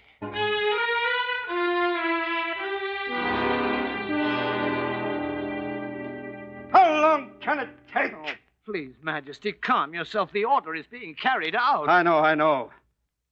But I can't seem to rest till I hear it from Jacob himself. This is a day they won't forget. Don't worry about them.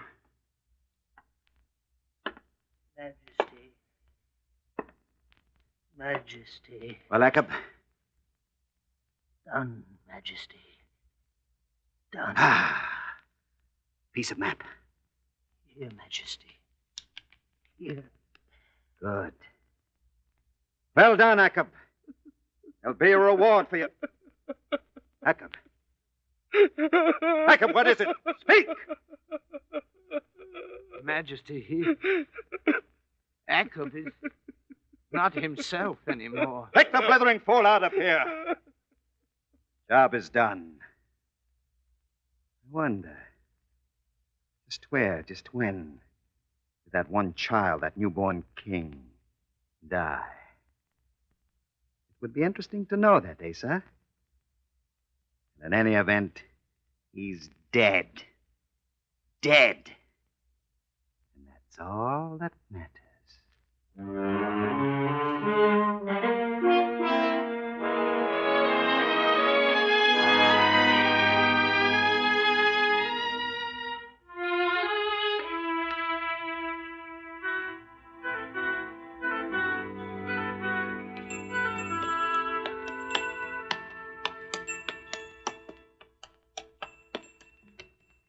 Ah, Mary, it's been a long night.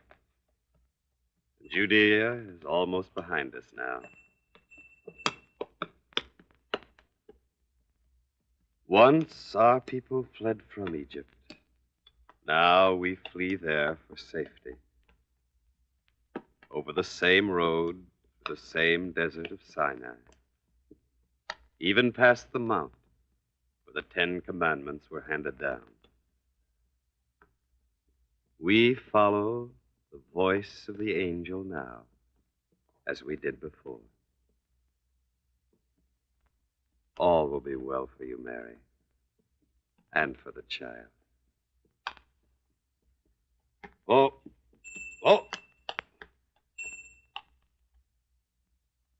Joseph? We must stop here for a moment, Mary. Our land. This is the last we shall see of it for a long time. Dark and peaceful seems the land of Israel now.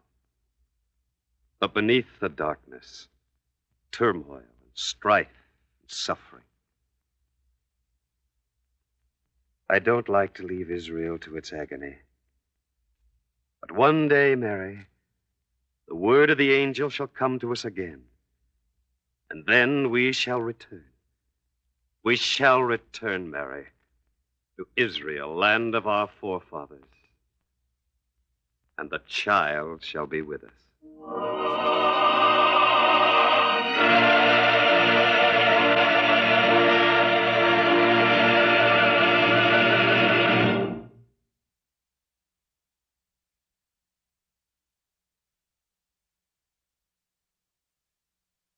Copyright 1995 Dove Audio Incorporated. If you would like to receive a Dove Audio or Dove Kids catalog, please call 1-800-328-3683 or 1-800-328-DOVE. The Columbia Broadcasting System presents Norman Corwin's One World Flight.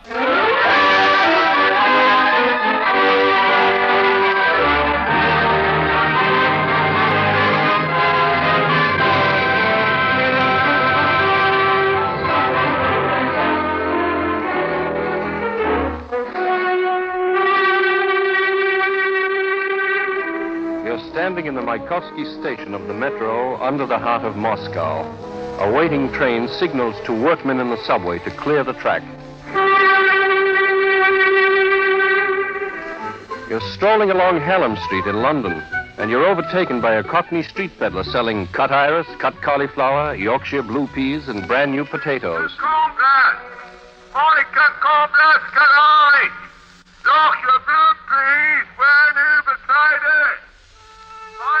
You're in the library of a pleasant house in New Delhi, India, talking with Pandit Nehru about the world and the future. He says, but if we think of freedom for one world, then all this racialism and one race or one nation or one country being fundamentally superior to another, that has to be given up. No doubt people are not all alike. Nations are not alike. Everybody is not the same or as clever or as strong as anybody else. You're in a hotel in Manila, sleeping at 6:45 in the morning, and suddenly you're awakened by sounds of the reconstruction of the Philippines going on right outside your window.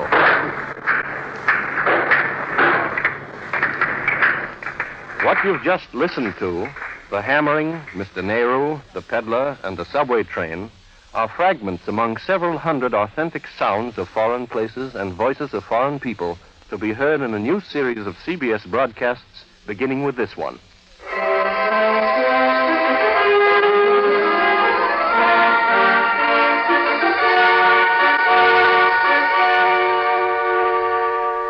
Last February, two American organizations, the Wilkie Memorial and the Common Council for American Unity, established an award consisting of a flight around the globe, a flight intended to dramatize and perpetuate Wendell Willkie's concept of one world.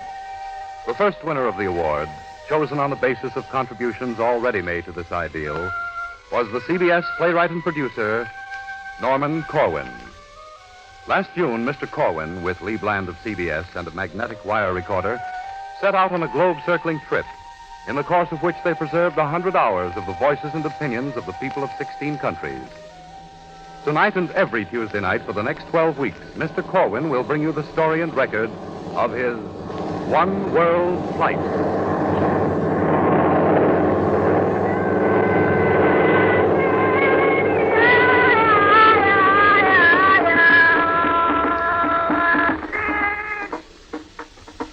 Footnote.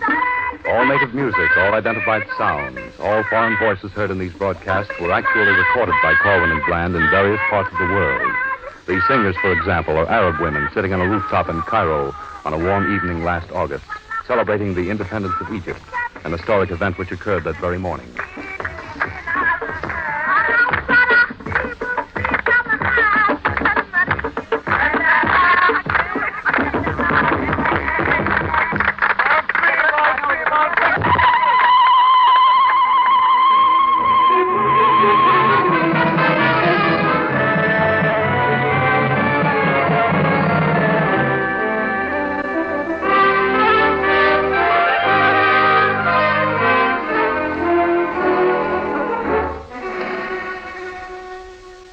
is Norman Corwin.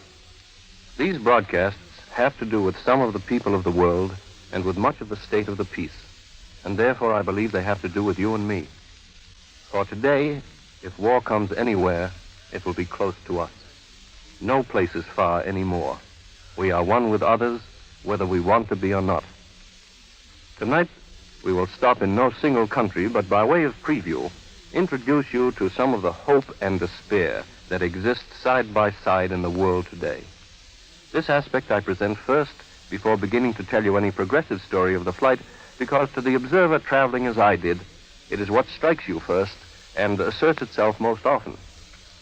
The war has left in its wake all kinds of attitudes and conditions of mind and spirit, ranging from unshakable confidence to active fear.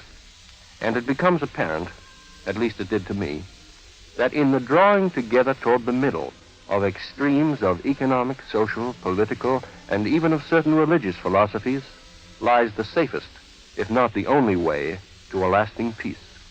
Within this theme, you will hear tonight moments out of interviews with people high and low, optimists, pessimists, liberals, fascists, communists, stevedores, prime ministers. For example, in the cabinet room at number 10 Downing Street, you sit with the British Prime Minister, Clement Attlee, at the long, bare cabinet table. He puffs a pipe, and he answers your questions in a friendly, relaxed manner. After all, we're trying to clear up after the greatest war in history. And you can't expect all the problems of that war, and a good many left over from the First World War, to disappear overnight. Trouble is, of course, all the differences make the dramatic news. But I think it's worthwhile paying some attention to the areas of activity in which there's agreement. Hopeful enough. But then there's the poor widow Camilla in the Italian mountain village of Lanuvio, who lost all her hopes in a single day of war. You stand in a square of a shattered village, under the broiling sun. Her neighbors crowd about you. You ask her questions through an interpreter. How big is her family? Quanti figli ha? Avevo 3 figli, 2 mi sono morti così con l'incursione aerea, insomma, è rimasto uno che poi io devo avere così per morto. She had 3 children. 2 have died, and she has 1 alive now. 2 of them were killed in the bombardment. Now, what about her husband? Il vostro marito? È morto lì, tutti insieme sono morti con l'incursione. Her husband was killed in the same bombardment. All of them died together. 2 children and a husband. I see. So she has 1 child left. There's 1 child left. Mio marito, 2 figli, 2 nipoti, 3 cognati, una cognata, insomma 10 persone sono morte di famiglia. She lost her father and her husband, as well as 2 children and about 10 relatives, close relatives in all. You ask where she lives, what she gets to eat. She says she never eats breakfast. At midday, she has a thin soup, and in the evening, a piece of bread. Can she not afford to eat more, or is there not enough food available? Non c'ho denaro per poter comprarlo. Vedi che c'ho sto figlio, ce l'ho, che adesso ce l'ha la zia, ma ce l'ha l'altra, e perché io non posso tenerlo? It's because she has no money, and the situation is so bad that she sort of farms her little boy out to various relatives who can feed him a little better every now and then. And what are her hopes for an improvement in this condition? Avete speranza che si cambiano gli affari? O che speranza avete? Non glielo so dire neppure io che speranza posso avere. It's very difficult to say. She has no idea at all what she can hope to look for. And then the tall, thin finance minister of Denmark, Thorkild Christensen, who's not so sure that we're finished making widows through warfare. You interview him in an anteroom to the House Chamber in the Parliament building in Copenhagen.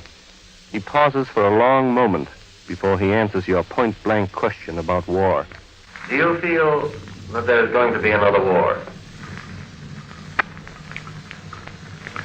I'm very much afraid of it. In fact, you are. You think there's a real danger of it? I think there is.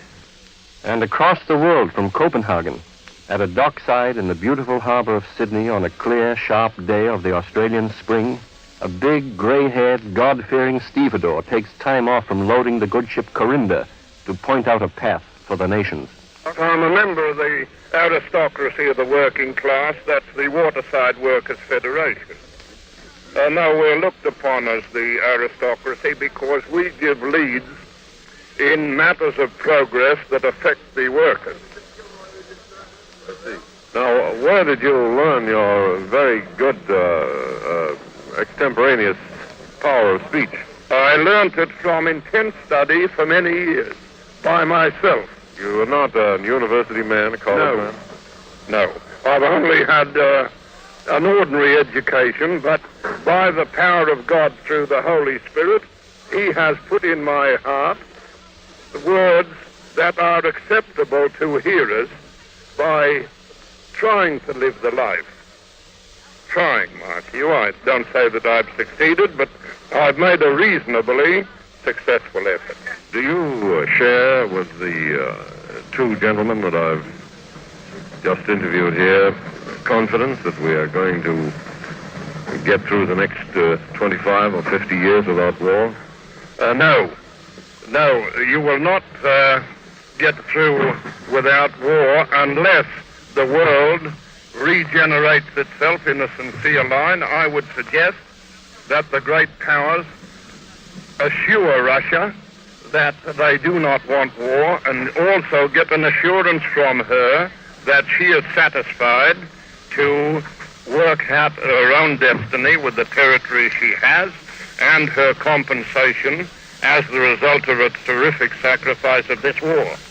And in Russia, the editor of the Moscow News, Mr. Borodin, addresses a dinner given you at the Hotel Metropole by the Soviet Society for Foreign Cultural Relations. He speaks very slowly, professing the friendship of his country for America, describing what he calls Russia's, quote, tremendously difficult struggle to protect the great interests of a great people, unquote. And then he warns against those who are crying for war. You may have difficulty at first making out the words conflagration and influence and the name of the writer Gorky. Please tell your people that conflagrations don't start at once. They start from a spark. From those who apparently have no influence. But the conflagration starts, and there are people who would start a world conflagration, as our great Gorky said, in order that it be warm for some people. Let me repeat it. Gorky said that there are people in the world who would start a conflagration so long as it affords them a bit of warmth. They don't care for the interest of humanity so long as it keeps them warm. Those are the warmongers, the war profiteers.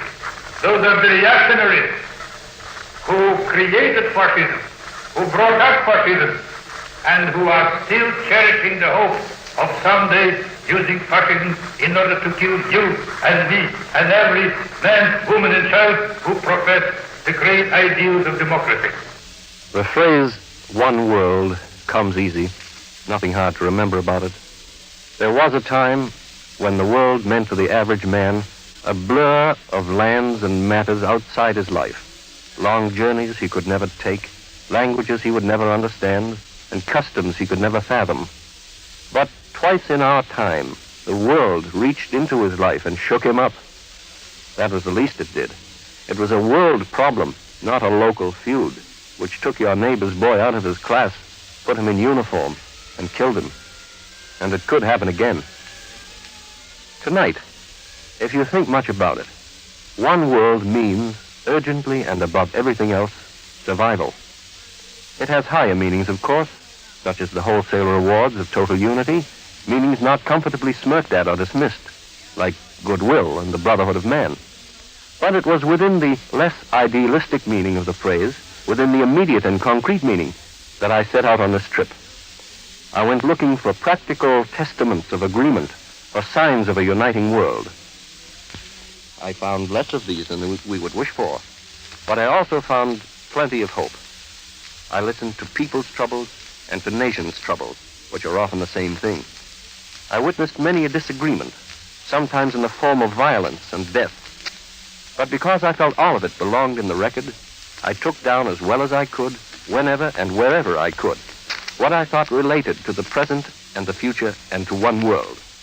At no time did I attempt to conduct a poll or to make mathematical measurements. In essence, I recorded that which I felt to be significant to us and to these days.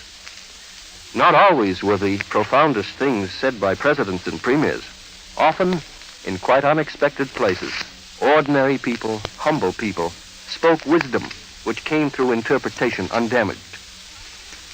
One night, I was dining outdoors at the Ghina restaurant in Rome, and I fell to talking with Sonego, a young Italian partisan who'd fought the Nazis in the mountains and killed a dozen of them with his bare hands.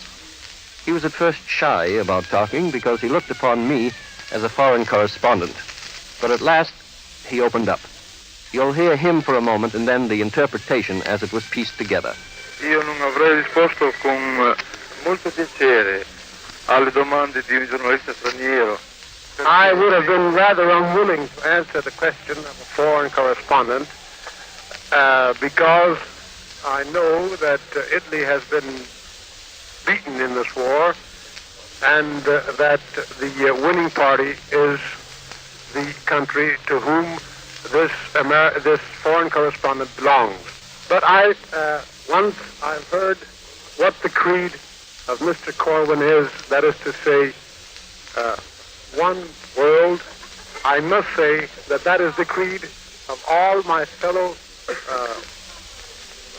partisans and of myself. That's what we used to say when we were lost in the mountains in heavy snow and rain, with nobody to protect us but the stars. Every one of us said, why isn't there one world, one flag under which we can all march and be united? That is why we have been fighting, and that is why we believe, and we sincerely believe, that all the world should be very simply unified under one flag, because we do not want to keep on fighting for separate flags, for several separate colors, but for one flag and one color throughout the world. And the grease-stained Polish worker in the power plant on the banks of the Vistula in shattered Warsaw. I asked him what he, as a man who worked in the generation of power, thought of the possibilities of atomic energy replacing steam and coal. He answered, No, możliwe to jest, ale w każdym razie jeszcze może energia atomowa jednak nie uwładni światem. I think that maybe it's possible, but I don't think that the atomic energy will be the biggest power in the world. What does he think will be the biggest power in the world? A to pan myśli, że będzie największą siłą na świecie? Przypuszczam, że człowiek. I think that the human being. He thought that the human being was a greater generator than steam or uranium. In the powerhouse, the restaurant, on the farm, by the dockyards, in chambers of parliament, in the ruined village, underground in mines, and in planes flying above clouds, I found few people anywhere who did not want exactly what you want: to live in peace, to let others live in peace, to prosper, to progress, to think freely, to speak, assemble, worship, and travel freely. Very, very few whom I met considered it sentimental and visionary to talk in terms of a unified world in which security and peace can become sensations greater than tension, crisis, and war. Some had doubts as to the way of achieving one world, or cynicism with respect to their chances of living to see it. But they all want it. They yearn for it. They are willing to work for it. There are exceptions, of course. I suppose there have to be in order to prove rules. The exceptions were mainly selfish or mal-educated people, of the type incapable of drawing any inference from all that has happened to them in their lives, incapable of learning the simplest lesson out of the costliest and most terrible experience in human history.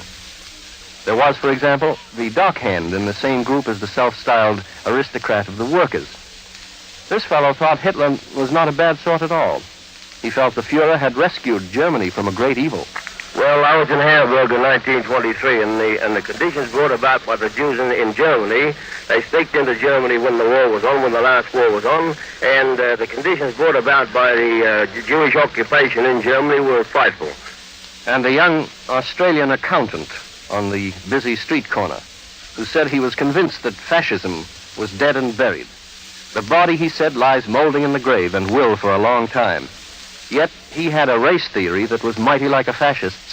But I consider that the potential danger to world peace lies in the coloured races. I can see in embryo, more or less, I can see in the very backward primitive peoples of the islands and the Asia, the parts of Asia that I visited, a potential Japanese.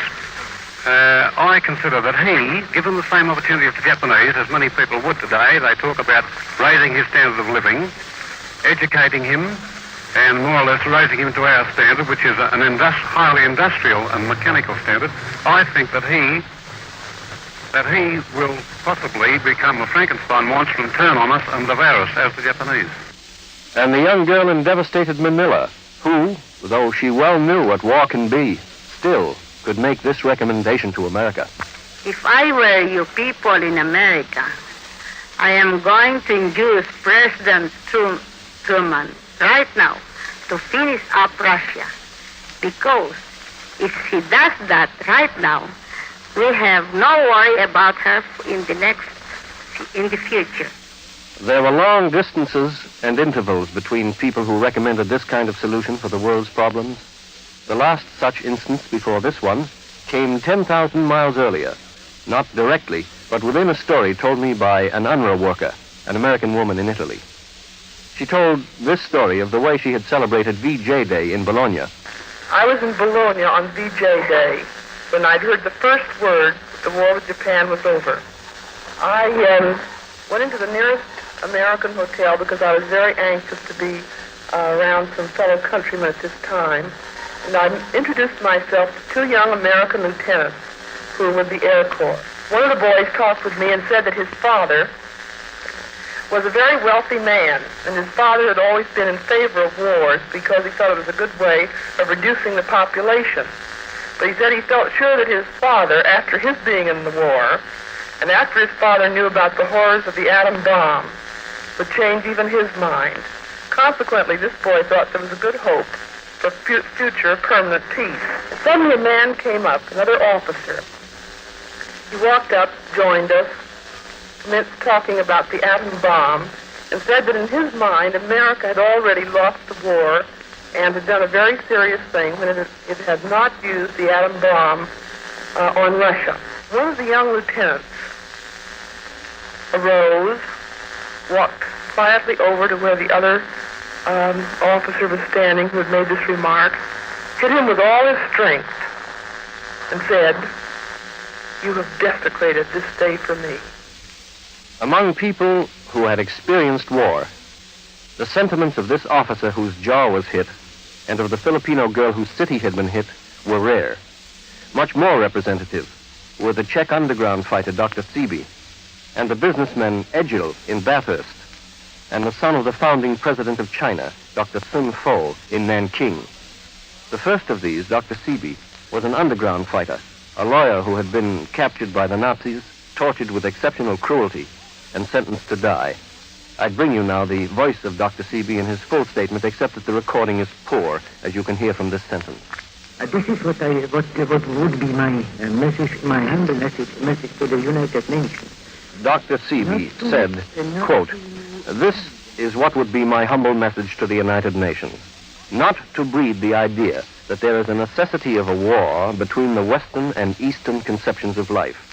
I know that this is the last hope of fascism. In every part of the world, and especially in Germany, fascists and reactionaries do everything in their power to breed the conception of the inevitability of war. I hate this conception, and I am deeply convinced that it is not true," unquote. My talk with Dr. Seeby was in the lobby of a hotel in Prague.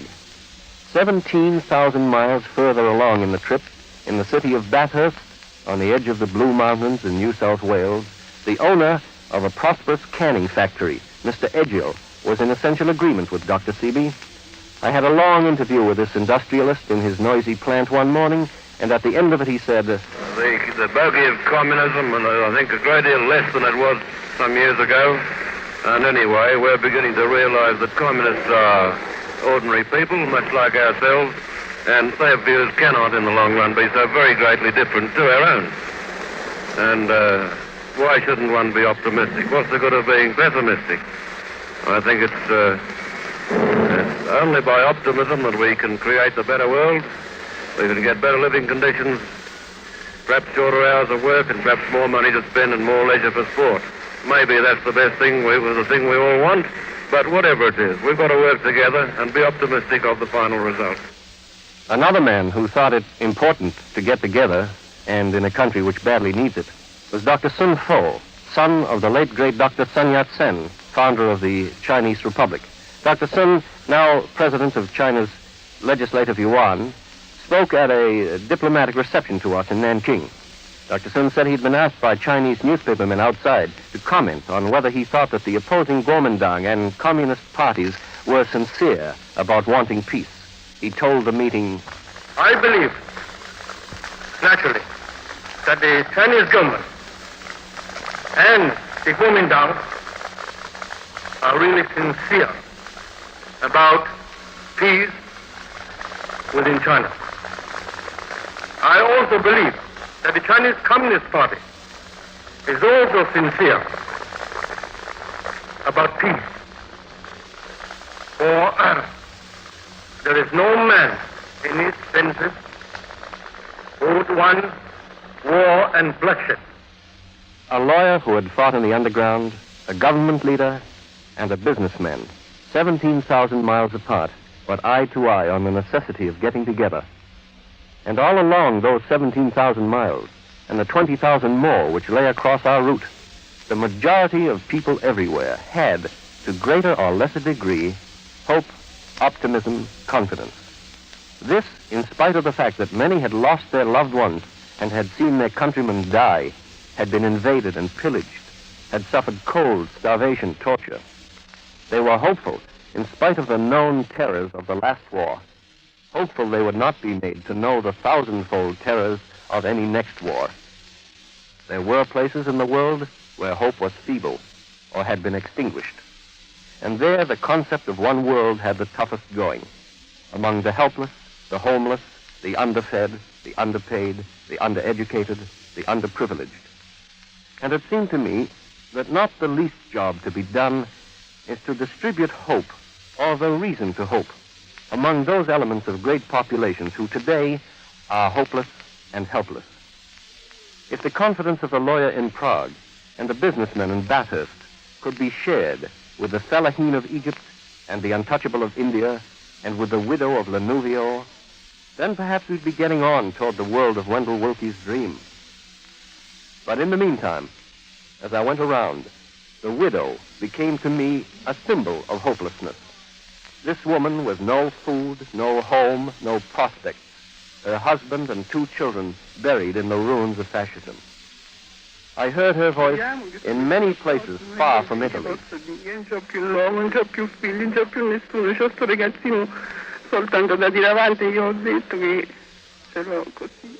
Chi mi porta This voice and the echo of guns only lately stilled, and the silence of the cemeteries, the begging of alms and the whimper of hungry children. This voice and the mute rubble of wasted towns and cities, these were the sounds of need. Need for the hope and for the reality of a united world.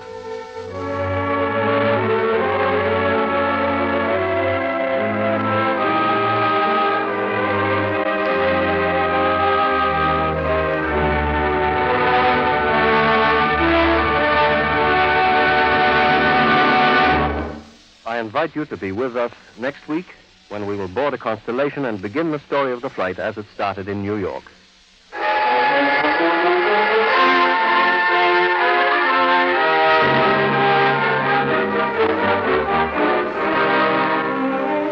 You have been listening to Norman Corwin, CBS playwright, producer, and first winner of the One World Award in the first of a series of Columbia broadcasts entitled One World's Flight, the authentic story with recordings of his 37,000-mile global trip.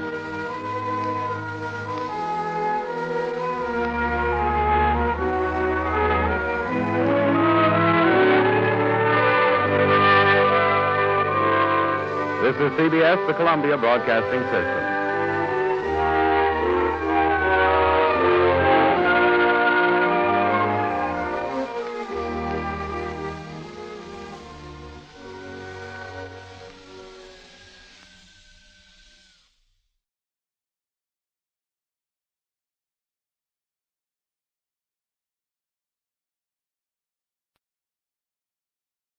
Lux presents Hollywood.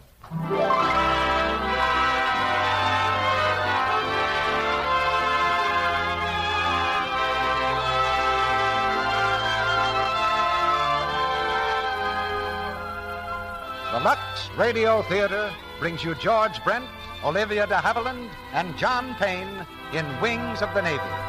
Ladies and gentlemen, your producer, Mr. Cecil B. DeMille.